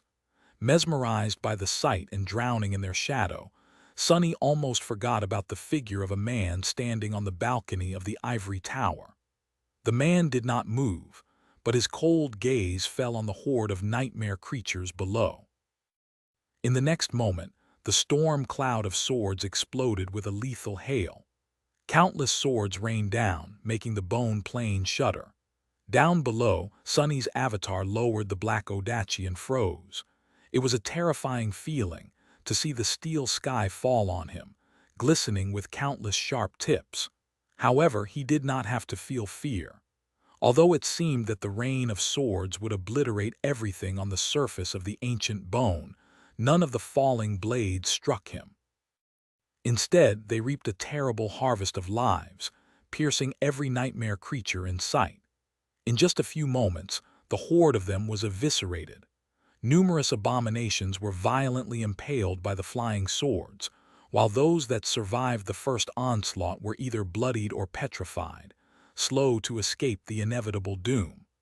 None of the Fire Keepers had received even a scratch, though, despite the fact that many of them were now surrounded by a forest of swords. The swords did not stop moving. More of them rained from above, and those that were impaling the nightmare creatures tore free of the bleeding flesh, rising into the air and turning to point at new prey. Standing in the sea of blood, Sonny turned and looked at the distant balcony. He should have felt elated because the battle was ostensibly over, but instead all he felt was a cold feeling of unease. Sonny knew that, one day soon, he would be the target of these flying swords. What's the matter? It's just a sovereign. For once, the words did not bring with them any levity. Lowering his gaze, he peered at the horizon. There, far away, the first of the vermilion banners appeared in the distance. The Sword Army had crossed over to the collarbone of the dead deity. Chapter 1849 Taste of Ash. The Sword Army entered Godgrave with relative ease. Of course, it was a tense and solemn day.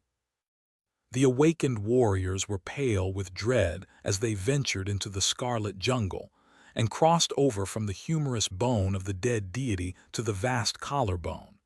They were in a death zone, after all. However, the army barely suffered any casualties. Changing Star and her Fire Keepers had pulled the attention of the local nightmare creatures away and established a beachhead on the collarbone plain. Most importantly, they brought the authority of the king to this dire purgatory emboldened and empowered by his presence. The army marched on. The veil of clouds did not break, held together by the power of Sky Tide of the White Feather clan. The transcendent and ascended warriors repelled the sporadic attacks of remnant abominations without too much strain. And later, the King of Swords himself descended upon the battlefield, using the Ivory Island as an anchor. Once the storm of swords manifested above the jungle, the battle was ostensibly over. The army cut a path through the predatory jungle, using the beautiful silhouette of the ivory tower to navigate it. By the time they reached the scene of slaughter, there were no abominations left for them to fight against. They were only numerous corpses and the rustle of countless swords swirling in the sky above. Instead, the task they faced was of a more mundane nature. They had to establish a camp and start fortifying it, building an impregnable fortress on the surface of the ancient bone. That fortress would serve as the staging ground for the rest of the military campaign in Godgrave. The Song army, however, fared much worse than that. Rain was staring at the ground with a tired expression. On the ground in front of her, the wind was playing with flakes of ash. She was staying completely motionless, and those flakes of ash had been a person not too long ago. Above her, an incandescent white void shone blindingly through the broken clouds. Her first day in Godgrave had been a long, bitter nightmare. The first battle the Song army had fought was a sobering experience. Led by the 7 princesses, the saints and the ascended warriors of the Song domain clashed with the horde of nightmare creatures and repelled it. The unimaginable violence unleashed by that clash made the world quake, but, worst of all, some of it reached the battle formation of the awakened warriors. The casualties were not immeasurable, but they weren't negligible either. Perhaps because it was the first time the soldiers fought against the abominations of Godgrave. The strategies developed by the royal clan to breach the difference in ranks between them could not be deployed promptly, or at all. That could improve as the army gained experience, but today, too many people died. Rain herself did not participate in the slaughter, because the 7th Legion was positioned in the second line of the formation, where the battle had not reached. However, she could hear and feel the terrible mayhem of the desperate struggle happening ahead. Nevertheless, eventually, the battle ended. The vanguard obliterated the horde of the frenzied nightmare creatures. Those of them who had got past were immobilized and eventually cut down by the awakened soldiers. After the soul shards were harvested, the corpses of the abominations were pushed aside, and the bloodied army continued to ascend the arm of the dead god.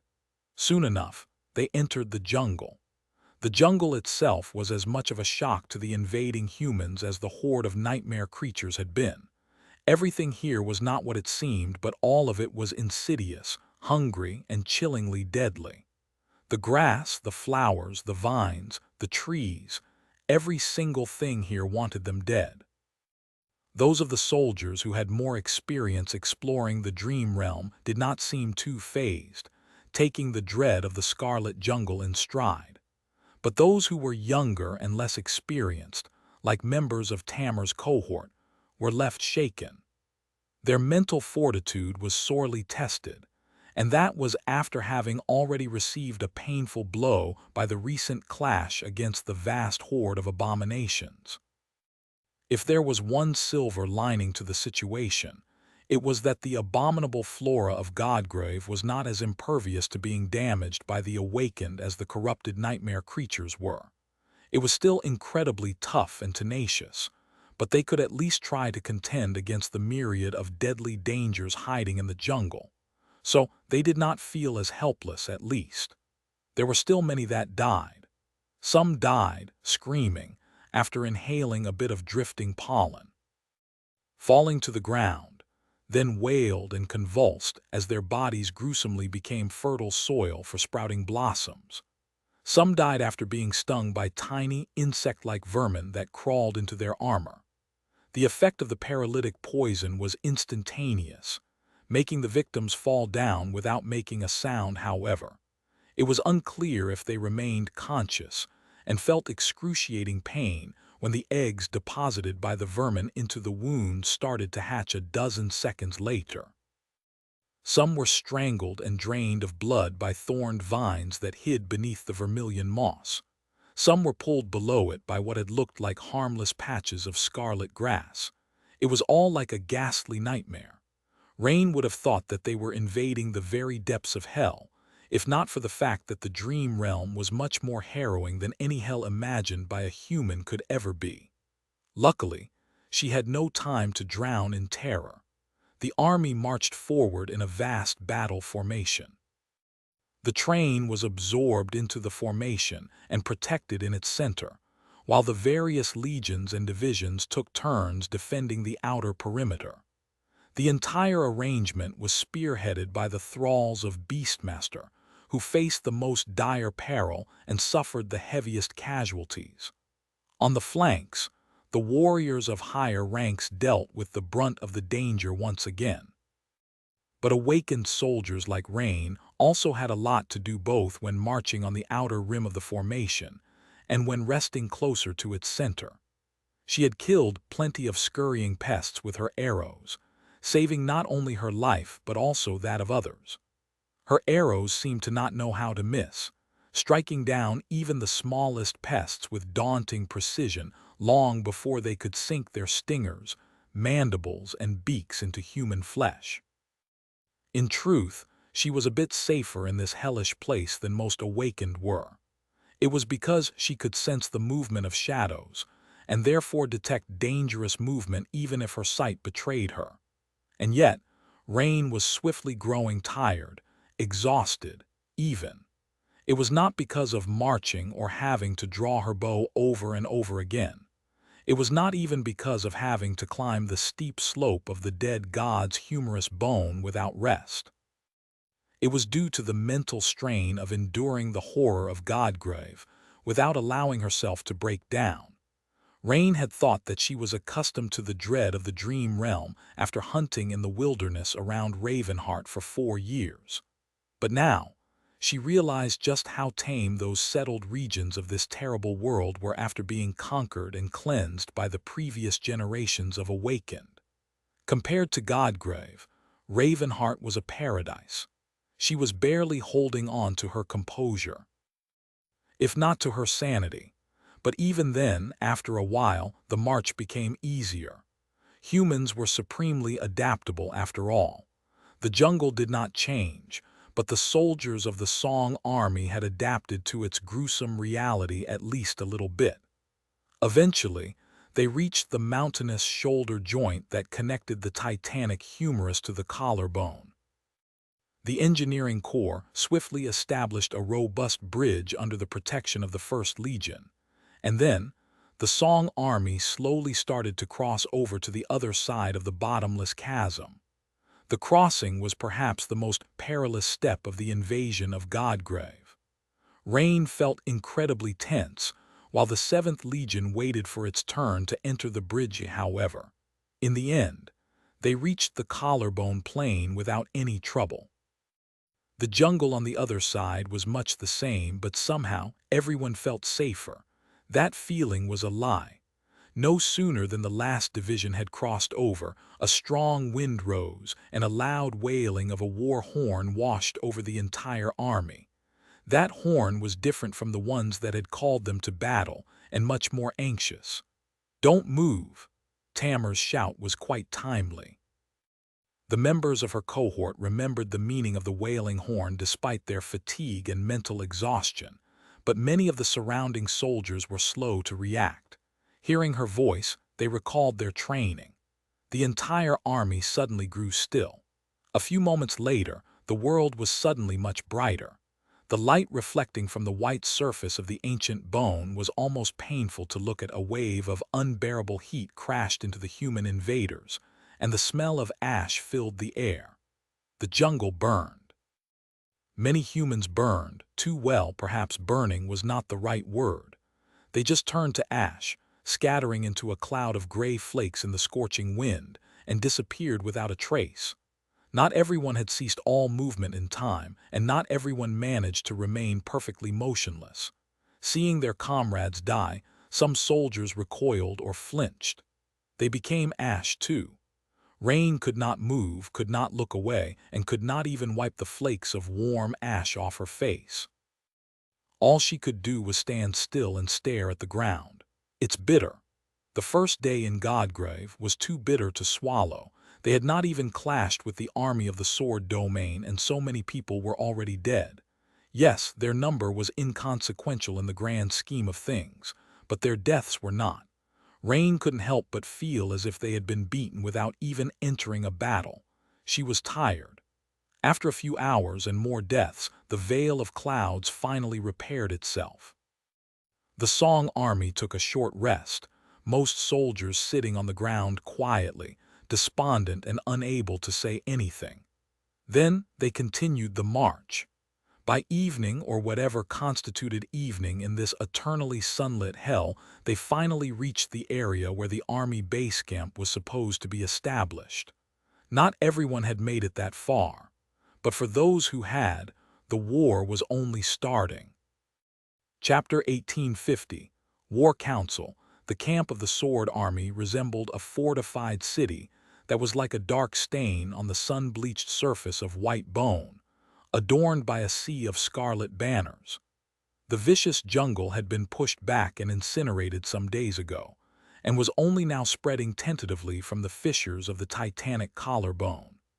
Tendrils of red moss could be seen here and there, looking like patches of rust on the vast expanse of the bone plain.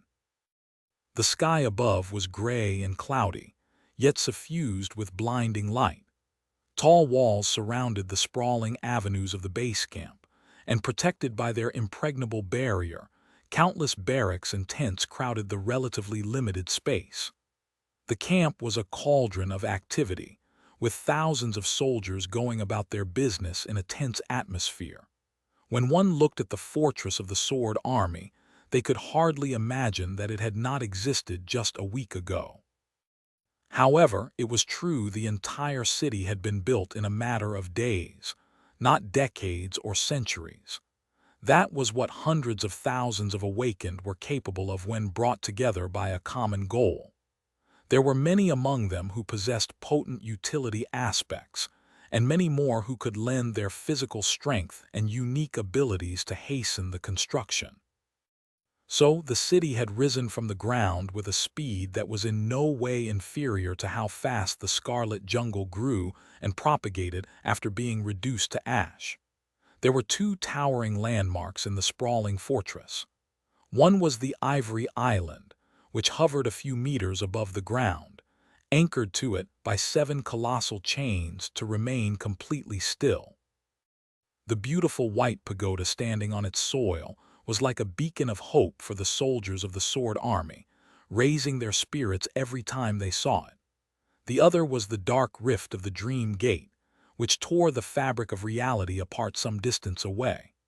The King of Swords had moved it from Bastion to Godgrave, announcing to the world the gravity of his intent to see the rulers of the Song domain pay for their transgressions. Currently, fresh supplies were arriving at the camp from the waking world. Sunny looked at the flurry of activity with a frown. It was tremendously convenient, of course, to have a direct logistical connection to the waking world here in Godgrave.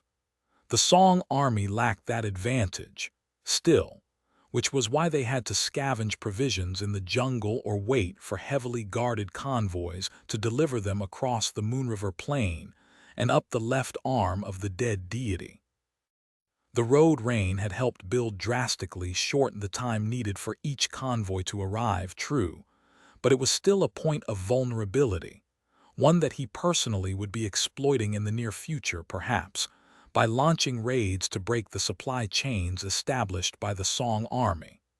That was one of the duties the Lord of Shadows had agreed to, after all. Nevertheless, he did not like the presence of the Dream Gate here in Godgrave. Not because it was particularly unnerving, but simply because it was a point of vulnerability. As well, it was just that the vulnerability lay in the waking world, not in the dream realm. The servants of the Queen could not cross the vast collarbone of the dead god, lay siege to the king's fortress, and destroy the supplies arriving through the Dream Gate. However, they could easily stage a devastating attack on Valor's distribution facilities in the waking world, not caring about the collateral damage and widespread destruction such an assault would entail. There was actually a mutual agreement between the two warring sides to keep the bloodshed contained to the dream realm. No one wanted for their soldiers to be afraid that their physical bodies would be destroyed while they were fighting the war. No one wanted for their families to be put in danger while they were on the battlefield either. The government was supposed to ensure that neither side broke the agreement. However, Sonny wasn't sure how long that agreement would last. He was even more doubtful that the government would be able to do anything if the mayhem of the Domain War spilled into the waking world. If anything, such an eventuality seemed all but inevitable.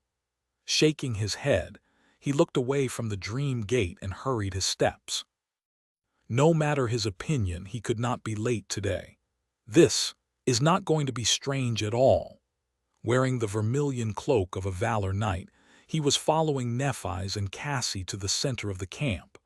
A few fire keepers were there as well, clad in their armor. Everyone they passed greeted them with admiration and reverence. At the same time, Sonny was heading in the same direction from the outskirts of the camp, his body encased in the stone-like metal of the onyx mantle, his face hidden behind the fearsome visage of Weaver's mask. Saint was walking behind him, indifferent crimson flames burning behind the visor of her helmet. The glances thrown at them were full of fear and apprehension. Today, Sonny was meant to attend a war council where the next actions of the Sword Army would be decided. In 2 different incarnations, no less. The prospect sent his mind for a spin. The Lord of Shadows was a natural choice to participate in such a meeting, of course. Both his power and status were more than great enough to earn him a spot at the table, but Master Sunless ended up being invited to the council by pure happenstance. It was simply because his status as a knight commander, no matter how bogus, was still technically a real one. Therefore, he had been incredibly surprised to receive orders to attend the strategy meeting along other notable officers of the Sword Army. It was both funny and concerning. At this rate, he might actually end up leading the warriors of valor into battle. The probability was infinitely small, but not entirely impossible. Let's hope something like that won't happen. I really don't want to end up as a hero of the sword domain because of some ridiculous misunderstanding.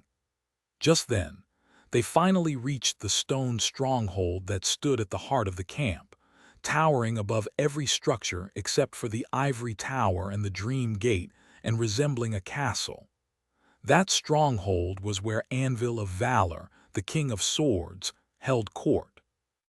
One would have expected that he would stay in the comfort of the only citadel the sword domain possessed in Godgrave, and Nephi's had even been prepared to surrender her living quarters at the top of the ivory tower to her adopted father.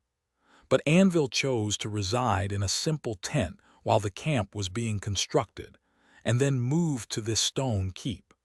Sonny could not complain. It would have been quite weird to have Neff's father, albeit a fake one, live under one roof with them, especially when they were often getting busy with. His thoughts were interrupted when his other avatar arrived in front of the stronghold.